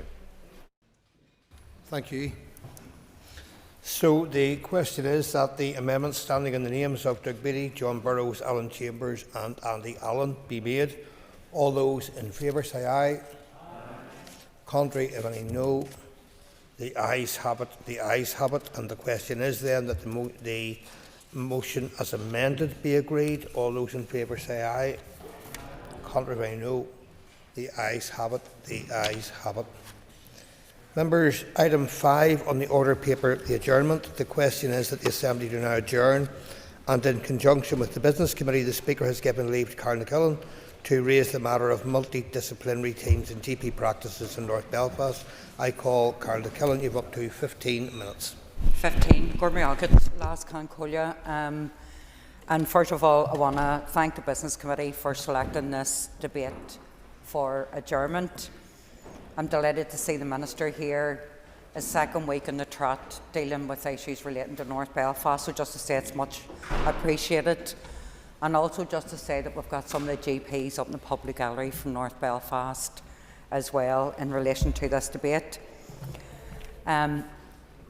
So I'm sure if we look back in Hansard, you'll be able to, if you put the word GP into the public record, you'll get thousands of hits on it. But one of the things that we're very concerned about is that our GPs in North Belfast, we're supposed to have our multidisciplinary teams rolled out at the beginning of April, fully rolled out, and they haven't done that yet. There was a priority given for mental health, which we all support. But for anybody that doesn't know, the multidisciplinary teams are about the health, mental health nurse, the physio, social worker, and the inclusion into a very busy practice. But even if I just look at one practice as an example, in Clifton Street, they've got 10,000 patients in one of the most deprived areas in Belfast, the north, maybe even on this island. It's referred to as a deep end practice, which really is, I suppose, health departments speak for. It needs to be prioritised and resourced accordingly. The Minister has been on record, as and indeed many others in this chamber, see depending on, so if you look at BT15, if you live around Carlisle Circus, the New Lodge, Lower Shankill, around there, your life expectancy is a lot less if you live further up Adjournment Road, still within BT15. Our GP practices have been at the coalface for a long time. I know as an elected rep that I've often GPs contacting me in relation to housing, letters of support around surgery, trying to get proper community support around mental health, trying to support families through autism, ADHD medication. I'm sure many of us are the same. But the difficulty that we have in North Belfast in relation to this is none of us want to actually say, oh, we're in the most deprived ward on this island, however. But the needs of patients are everyone's focus. So that's a good place to start. Their patients, our constituents, we've all focused on that. The difficulty for this surgery, but it's not the only surgery that has difficulty. Difficulty for Clifton Street is that this practice is prepared to develop a bigger site in order to encompass the services as part of a multidisciplinary team, but any additional services as well. Land has been identified as currently held by the Minister for Communities at Gertwood, and I'd appreciate, Minister, if you could speak to the Minister for Communities about this, because there's an example of a practice that's on a busy road, in a busy area, on an interface, has patients from right across the constituency, trying to help everybody regardless, and it's not working. So there's a practical example of something we could do. I'm envious of some of our colleagues in other parts of Belfast, particularly West. They've told me about the rollout of the multidisciplinary team approach in the practices. I made it my business to speak to one of the practices in West Belfast, and they're telling me what's working, but everything's dependent on resources at the minute, but it's working and it's working well. I also like the idea that when we're looking at a joined up approach and silos, we all are familiar with that language, that it really should be a one-stop shop for people, most of which can walk through the door and walk back out again. But a lot of them are walking in, getting awful news, and then that wraparound services support. So we want to see that in North Belfast. I also want to say, and it's just in relation to this debate, I appreciate resources are really tight. I think we all do. I also appreciate that when it comes to health, you're going to have to fight your corner. But what I would say to the Minister very, very respectfully is that I understand the need to put money into the private sector in order to get waiting lists down and to get people who are in agony waiting operations. We all get that. But that front load of investment is going to almost non-problematic cases, even though the surgeries are quite severe and people are very stressed out about getting them. We need to remember that the front load needs to go at the point where people need it. And that's our health and social care system, free at the point of need, free at the point of delivery. And that's something that we all cherish. I think we're lucky, and I want to put this in the record, we're lucky to work with amazing GPs and practices in North Belfast who, for the best part, look at not just the person, but they look at all their circumstances. They're very proactive in trying to get them the best support they can. They're almost acting like social workers as it is. We can claim some of that as well. We recognise part of that. But I just want, as an elected representative, and the rest who are here now, just to fight our corner in North Belfast to make sure we all get the very best for the best GPs and the best patients. The Minister will be well aware with all the figures, so I'm not going to recite them. But what I want to do is talk about the levels of complexity for some. It is no coincidence that in areas of deprivation there is a clear link between poverty and ill health. That link's well established, and indeed it's well accepted. There's also a recognition by us all as political reps that this place is underfunded at the level of need.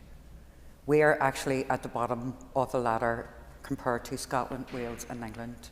And for us, we say that's not good enough. We need to get more money in order to make sure money goes to frontline services to where they're needed and prioritised. But within that, you've got GPs who, in the whole big health bubble, are fighting their corner. So we're here today to fight for theirs.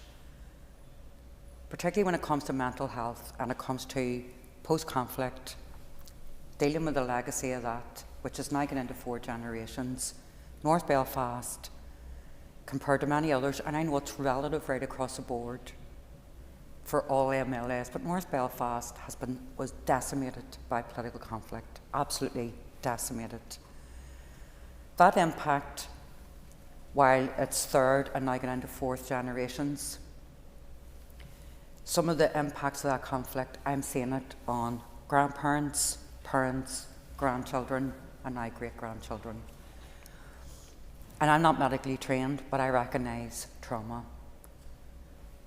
And when you're going into your practice, when you don't even realise that you're traumatised, you don't even realise that you're suffering from anxiety and stress, we need to give our GPs the time, the flexibility and the space, not only to get that help and support where it's needed, but to make sure that it's consistent at the point where people can get it. Right treatment, right time, right place. And the most best door to walk through without any stigma is to go to the doctors, as we all refer to it. No one knows what you're getting for, it's none of their business. But when you go into a GP surgery or go to the doctors, as soon as you walk through that door, you shouldn't be having to walk around 12 doors to find out which one you go to. And that's why we want to have this debate today. We want to make sure the Clifton Street surgery and all the other surgeries have came to us to ask for support in getting a full rollout of the multidisciplinary team is met. These people have 10,000 patients, 10,000 of our constituents. Over 50% of them are living in chronic pain. Over 50% of them will probably die well before their time. And I think the best thing, because of the economic, social and political circumstances that they grew up in, I think the best thing that we can do is to equip our GPs with what they need in order to provide the best for some of our patients and our constituents. I'll leave it at that. Cormac. Thank you. All other speakers will now have approximately 6 minutes, and I call Brian Kingston. Thank you, Mr Deputy Speaker, and I welcome the opportunity to speak on the issue of multidisciplinary teams in North Belfast, and I thank Carol for bringing this matter to the floor of the Assembly. MDTs are widely recognised as central to the future sustainability of primary health care. There's no doubt that MDTs represent an important reform within our health system. By embedding professionals such as physiotherapists, social workers and mental health practitioners directly into GP practices, we are moving towards a more preventative, accessible and patient-centred model of care. I welcome that £61 million was secured for MDTs from the Transition Fund over the next 4 years, and I particularly welcome that North Belfast has been included in this phase of the rollout. In a previous reply to me, the Health Minister confirmed that out of 21 GP practices in North Belfast, it was planned to introduce MDTs in 18 of these practices in the last financial year, and the remainder in this financial year, subject to premises readiness. All of this with the aim of early intervention, reducing health inequalities and improving well-being through accessible, high-quality services. However, while the ambition is clear, the reality on the ground in North Belfast is more complex. From my own engagement with a number of GP practices in North Belfast, they agreed that MDTs are the right reform, but rollout in North Belfast has been too slow, inconsistent and under-resourced. Rollout depends on premises readiness, workforce availability in these disciplines and funding. Practices have reported a lack of social workers and mental health staff, delays or lack of clarity in funding, and many GP buildings themselves are not fit for MDT expansions. As a result of this, they cannot recruit, cannot plan, and cannot deliver the intended benefits. They also highlight the impact of cross-boundary demand, in particular from West Belfast, which has a high level of demand, of course, itself, and that has put an extra strain on their delivery. This distorts planning and overloads certain practices. I do want to say that where MDTs are working well, they do reduce GP workload, provide faster access, especially for physiotherapy, and provide that early intervention and better patient outcomes. So it is the right model. It is welcome progress, but it also highlights the key challenge. Delivery is conditional and not guaranteed. Many practices have not yet experienced full rollout of MDT services, and there is a growing frustration, not with the model, but with the pace, consistency and delivery.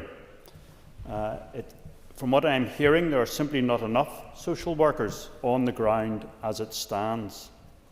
But that cannot become a reason for continued delay. I want to highlight the issue of funding reaching GP practices.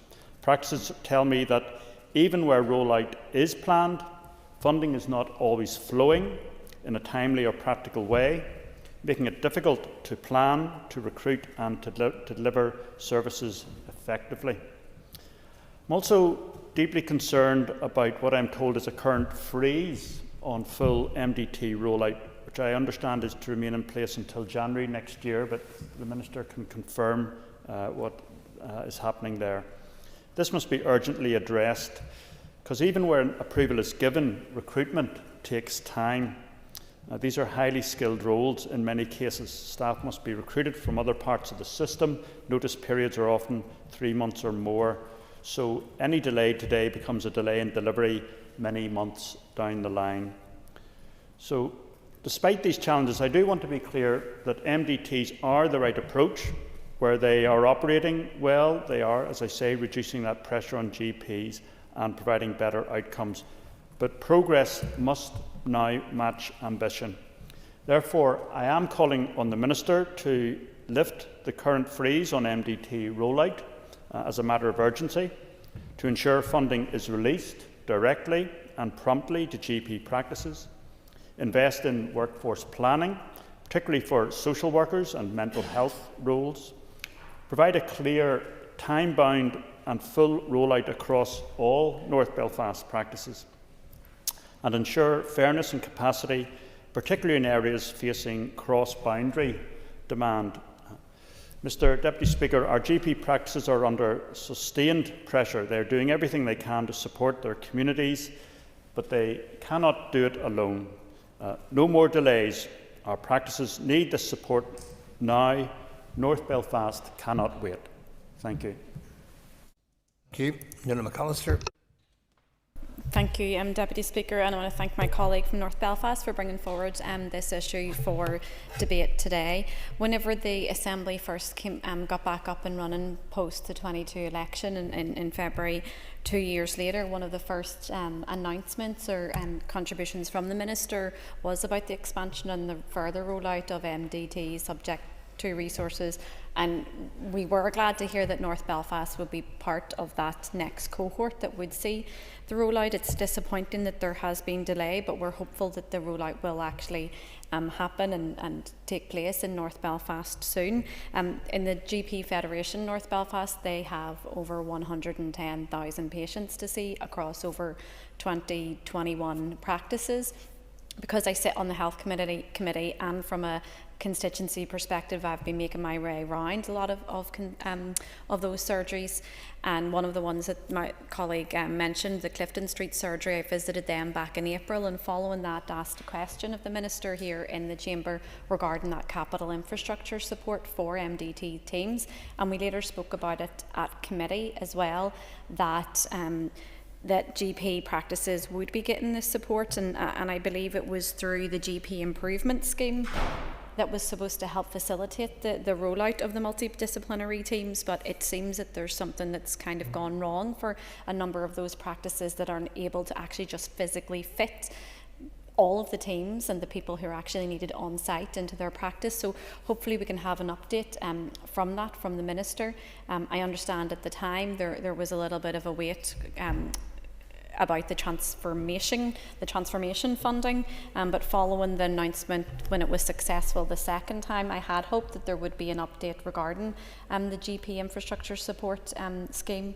It's something that I know that we have raised many times in the Health Committee. If we are to see it successfully rolled out across all areas, that we do need GP practices to get the support to do so. Like Clifton Street surgery, I've also been to other surgeries in that vicinity, North Queen Street, Carrickhill Medical Centre, and they all have the same thing in common, is that they all have patients from areas of multiple deprivation. They are all seeing patients who have comorbidities and therefore many issues, that they can't just go and see a doctor about one issue.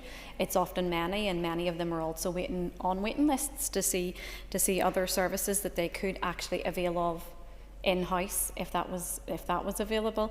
But so I do think that it is important. It's a progress. I am happy to support it as part of the Minister's Shift Left agenda to get more support into our GPs, that it is not just the doctors and nurses that are servicing the patients there. But I do have some concerns, particularly in my constituency, is that in one of the wards in North Belfast Waterworks in particular, 1 in 20 children are in care or have a care order placed in them. I am sure that there is others that are on the at-risk register across other wards in North Belfast. It's quite high, particularly in the multiple deprivation areas, which means that there's a higher need for social workers in North Belfast than there are in other constituencies right across Northern Ireland. And one of the things that's going to happen with the MDTs is that we're hoping to have some social workers in some of the practices, but we know that they're just going to move from the family and children support services into GP services, which means there's going to just be gaps. It's not going to be filling posts and creating additional jobs, because people are just going to shift around. There's just going to be a shuffle of people, and that's why the workforce aspect is so important, and particularly when it comes to social work, when it comes to GPs. We have more and more GPs that are wanting to move to part-time because they simply cannot facilitate the current hours that are expected of them. Even those who do part-time in other jobs, they would be considered full-time hours, and all of it is placing an extra burden that the GPs or their managers themselves are trying to navigate this whole process of incorporating the multidisciplinary teams, as well as actually trying to service their patients every single day. And Minister, we've spoken about access to GPs so many times in this chamber, and this is not what the debate is about today, but it is very important, because we cannot emphasise enough how many of us in all our constituency offices get contact about access to GPs, and it's the simple fact that there's not enough of them. There is not enough GPs to actually be able to serve the number of patients that need to be seen, with the increase on ailments that people actually need to be seen about. So whilst I do support, and I think it is the right thing to do to support the multidisciplinary teams, is that we need to actually see it done right. We need to make sure that we have the social workers, the pharmacists, the physiotherapists, OTs, whatever it is needed in the practices, that they aren't simply shifting from other areas to cause pressure elsewhere in the system, but they're there to proper service the community. And another thing that I want to highlight too, before I finish, is I share my two colleagues' points around mental health issues, that we cannot overemphasise enough how important it is in North Belfast that within these GP practices that we do have mental health practitioners there, so that we're not just ensuring that it's GPs are the only people who are able to help those in distress and need, because it is something in North Belfast that is seriously impacting suicide rates and the stress and pressure that we're putting on the community and voluntary sector too. But in short, I do support the rollout of MDTs in North Belfast. It's disappointing that it hasn't yet happened, that the timeline is moving on, but we need the support, and if the Minister can touch on that GP improvement scheme and whether we actually are supporting them, that would be helpful. But thank you very much. Jerry Kelly. Thank you. I think you're going to get everybody sort of an agreement here, and although my colleague Carl says he didn't want to go through some of the statistics, I do think it's worth bringing them up, and I will go through some of that, but I'll keep within your parameters. I mean, all members are acutely aware of the need to transform. I don't mean just in here. I mean, this is, and we're talking about North Belfast, but of course this is not to ignore that there are other areas in deep deprivation, but North Belfast is a particular case.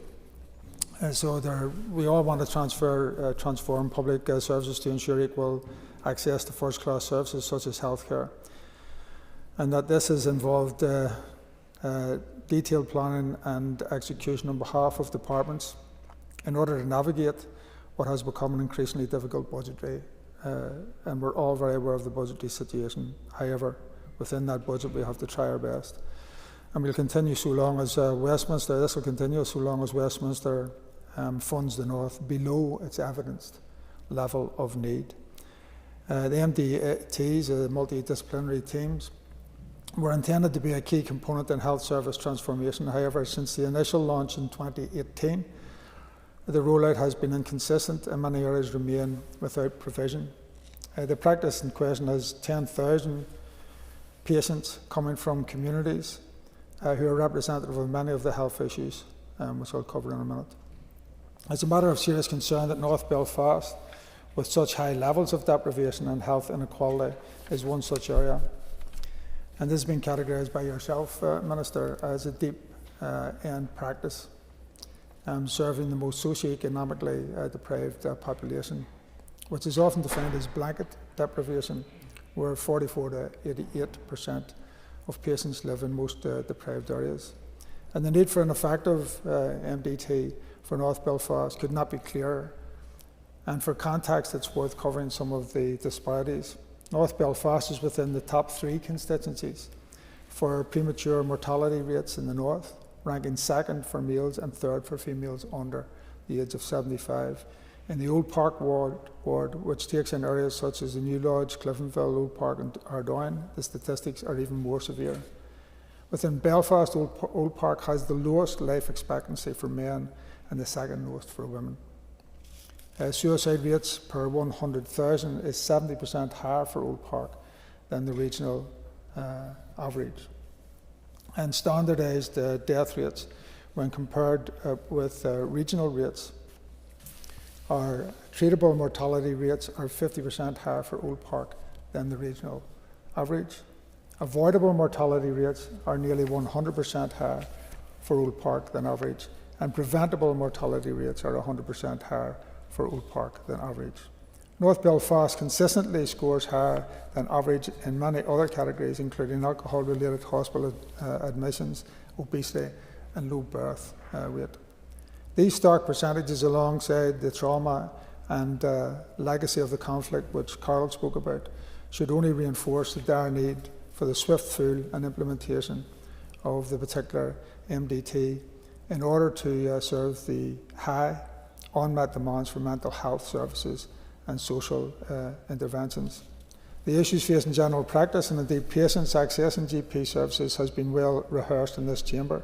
GPs are under increasing pressure, and the implementation of an MDT should serve to alleviate at least some of the pressures on the wider service.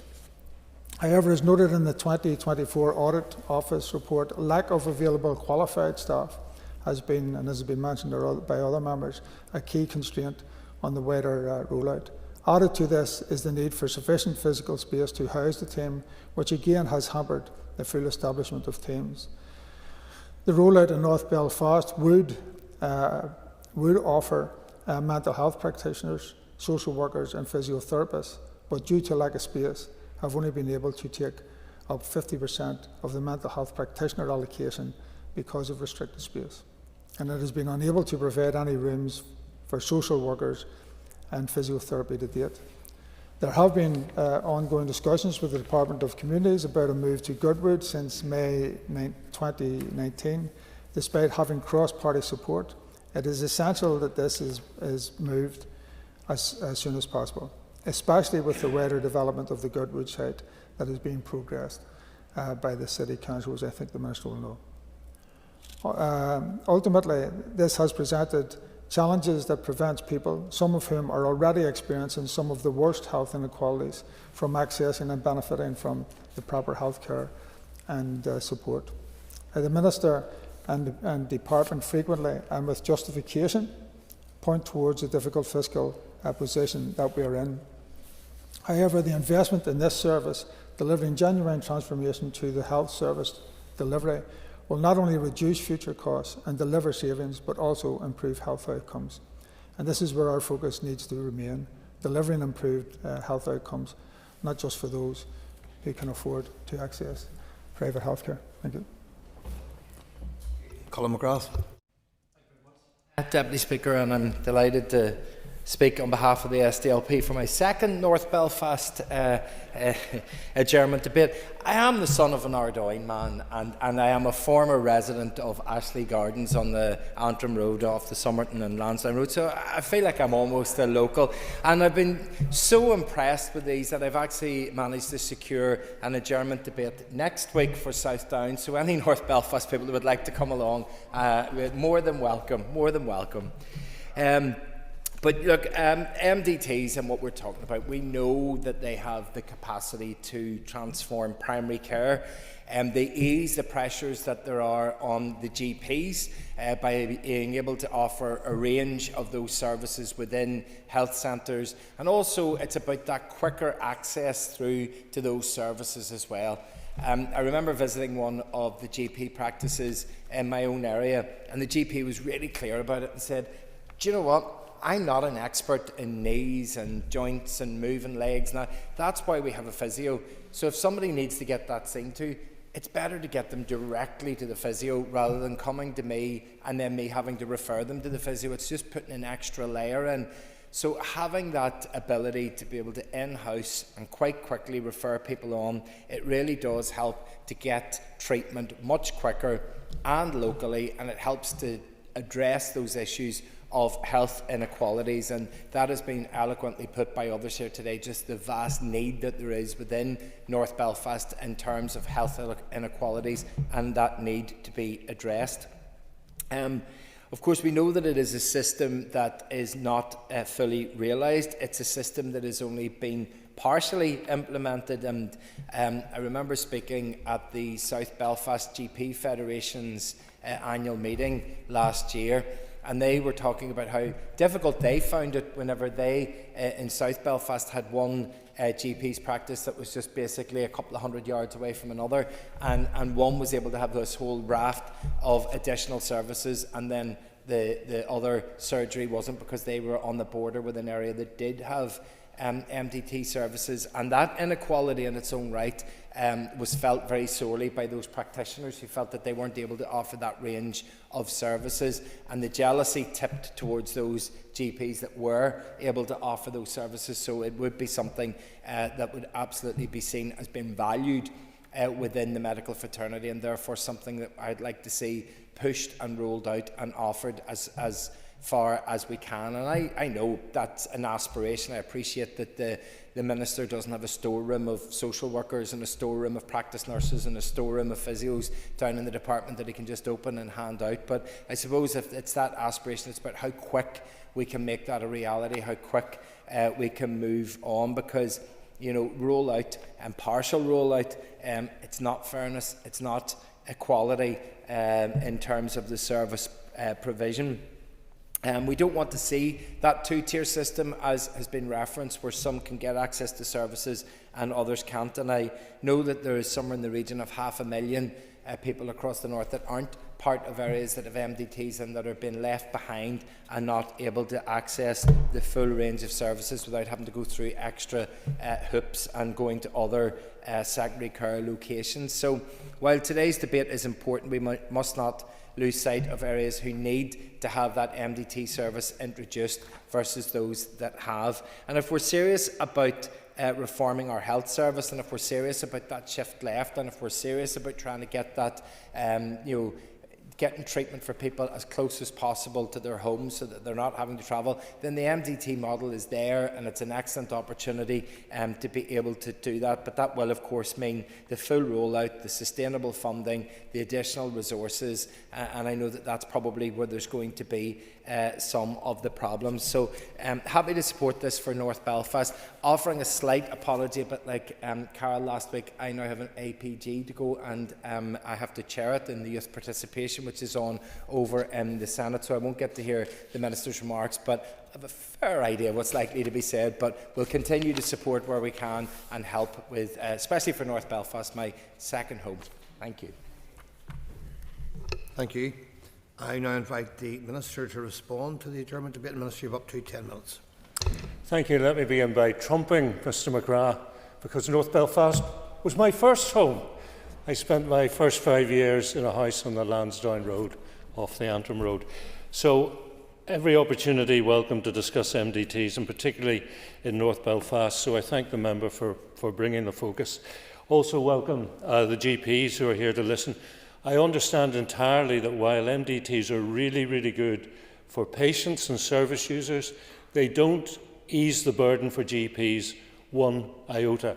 In fact, you could argue it makes life more difficult because, you know, do you want to just refer somebody to a physio in another setting, or do you want to manage a physio who has joined your team? So actually it does make life arguably a little bit more difficult for GPs, but it is really, really good for patients. And there is an issue with many GP surgery premises in terms of not having the space to expand to take on board the multidisciplinary team members. And in terms of the Clifton Street surgery, I would say to the member, I most certainly will contact the Minister for Communities and see if the department can bring a little much needed certainty with regard to Girdwood. And I do applaud the member's devotion to her constituents, which I saw in action over the course of the weekend on another matter. So MDTs, currently available in 7 federation areas, and we continue to increase the service in a further 5, securing a rate of 63.5% of patients being handled within primary care in these federation areas. So we're avoiding referrals to secondary care, and personally I'm delighted this is already happening, and because it's at a local level, it's responsive, it's accessible, and it's consistent with my desire to shift left into prevention and early intervention. Members will be aware, I hope, of my commitment to reform and transformation. I'm particularly pleased that we got that 61 million that Mr Kingston referred to for the Transformation Fund for the next phase of the MDT programme. Gives us the opportunity to commit to expanding the implementation, and indeed the North Belfast Federation is currently benefiting from this additional resource as it continues with its MDT implementation journey. And I have to say to Mr Kingston, you need to have a word with your source, because the idea that it's been frozen is simply not true. We are continuing to implement over the 3 years of the plan. There is no freeze. Now, phase 1 of the implementation plan runs from 25-26 financial year to 29-30. It'll see MDTs completed in 12 federation areas, including North Belfast. The remaining 5 will continue with the MDT implementation, and that runs through to 2033. And I know that's a long time, and I could share the frustration of members that it is taking so long to roll it out fully. Mr McGrath talks about the inequity of it, that it's in some places and not in others. Mr Killen will be aware from work on the ad hoc committee on the Bill of Rights of the concept of progressive realisation, and that's where we're at with MDTs. So as of the 31st of December last, my department, working with the GP federations and practices and the local trusts, have implemented the MDT model across 136 GP practices. We've increased access for 928,000 patients, that's 46% of the Northern Ireland population, to one or more core MDT services, and that includes a total of 276 MDT staff and an additional 107 nursing staff right across the region. £2.5 million has been invested across the 5 federation areas, which are next to benefit for the rollout in 25-26. Approximately £500,000 of that has been spent in the North Belfast Federation area. The rollout is well underway in North Belfast. During Q4 of last financial year, 8.4 whole-time equivalent staff were recruited to MDTs. That meant about 90,000 patients currently have access to an MDT in North Belfast. And in this current year, a further 10.5 whole-time equivalent staff will be recruited to North Belfast practices, further raising the number of patients who can access these vital services. This will increase year on year in line with agreed implementation plans, resulting in 45.6 whole-time equivalent additional staff being employed in North Belfast, with an additional 114,000 patients having access to all services by financial year 29-30. The Department of Health acknowledges that the workforce is a key enabler for success, and this recruitment plan is cognizant of the very real challenges within the labour market and the vacancy and recruitment issues which are being experienced already across the Trust.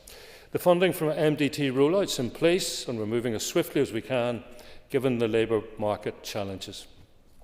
To that end, the transformation funding supports critical planned investment for university training places above and beyond the existing intakes, providing a workforce pipeline in key professions that the MDT programme recruits from. 90 places were agreed annually for 24-25 and 25-26. These additional places are comprised of 40 social workers, 30 physiotherapists, 10 occupational therapists, and 10 mental health nursing places. Phase 2 of the MDT implementation plan will run from 29-30 to 32-33. It will see the completion of Phase 1 federation areas and the full rollout of the remaining 5 areas. It's anticipated the annual MDT consultations will increase to over 1 million by March of 2033, with over 222,000 consultations in Belfast alone as a whole. This will be a significant contribution to providing closer to home access to much needed services that can be accessed directly through the GP practice. Currently, 51% of referrals to MDT professionals are made directly without the need to go through a GP, freeing up valuable time for appointments. The MDT programme is an integral part of the reform of health services. It brings services to a local level and reinforces the value of general practice in delivering such services in primary care. Historically, people across Northern Ireland have revered and respected the role of the GP. Indeed, many continue to see the GP as the first point of contact when they feel a need for healthcare intervention. And I would say that's quite rightly so, for people to focus on general practice as the front door to health. However, with the introduction of MDT specialists, they can access these through the GP route without the need to actually see the GP. The programme will not sit in isolation of wider primary care reform, and it's an integral part of the new approach to healthcare through the introduction and implementation of the neighbourhood healthcare model. Would the Minister give way? Yes. Would the Minister agree with me that the lack of an agreed multi-year budget, or indeed a one-year budget, is preventing you from moving forward with many worthy projects that will contribute to better outcomes for patients, not only, quite rightly, in North Belfast, but across Northern Ireland? I thank the member, and yes, the uncertainty of not having the budget, for example, it is resulting in us losing momentum, and we have very good momentum in terms of tackling the waiting list. So yes, I would welcome a budget, the certainty of a budget as soon as possible, and preferably a multi-year budget. Now, with my remaining time, I want to touch on a couple of other points. Nuala McAllister talked about support for GPs. I hope she's aware we're now negotiating the next contract with the BMA's Northern Ireland GP Committee, and that can certainly be part of a broader consideration of how we support GPs going forward. Sir, there's some flexibility here if you do have remarks you wish to finish. Thank you, Deputy Speaker. And GPs amongst others, will be at the heart of delivery of that neighbourhood model. I think the final thing I want to say is the MDT rollout in North Belfast will continue. There's no freeze. I know it will be well utilised by local communities. It will continue to embed the important general practice for its people, and it will ensure the GP practice continues to be the heart of the local community. And I just want to finish with some words on community, because Carol McKinnon did talk about North Belfast and the legacy of the conflict. And certainly if you take a map of the conflict and fill in the hot spots of the conflict measured by shootings, killings, bombings, and then you take a contemporaneous map of the hotspots of mental health issues measured by completed suicide, attempted suicide, substance use and all the rest, you have a match. And North Belfast is as bad as it gets. So I'm very aware of that.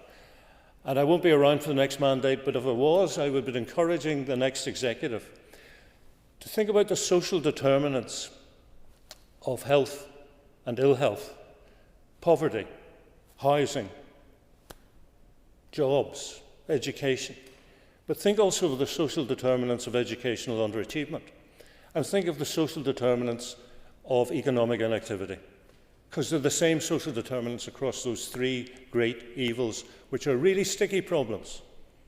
But if we came together as an executive and as an assembly and tried to tackle them, think of the impact we could have in areas of deprivation.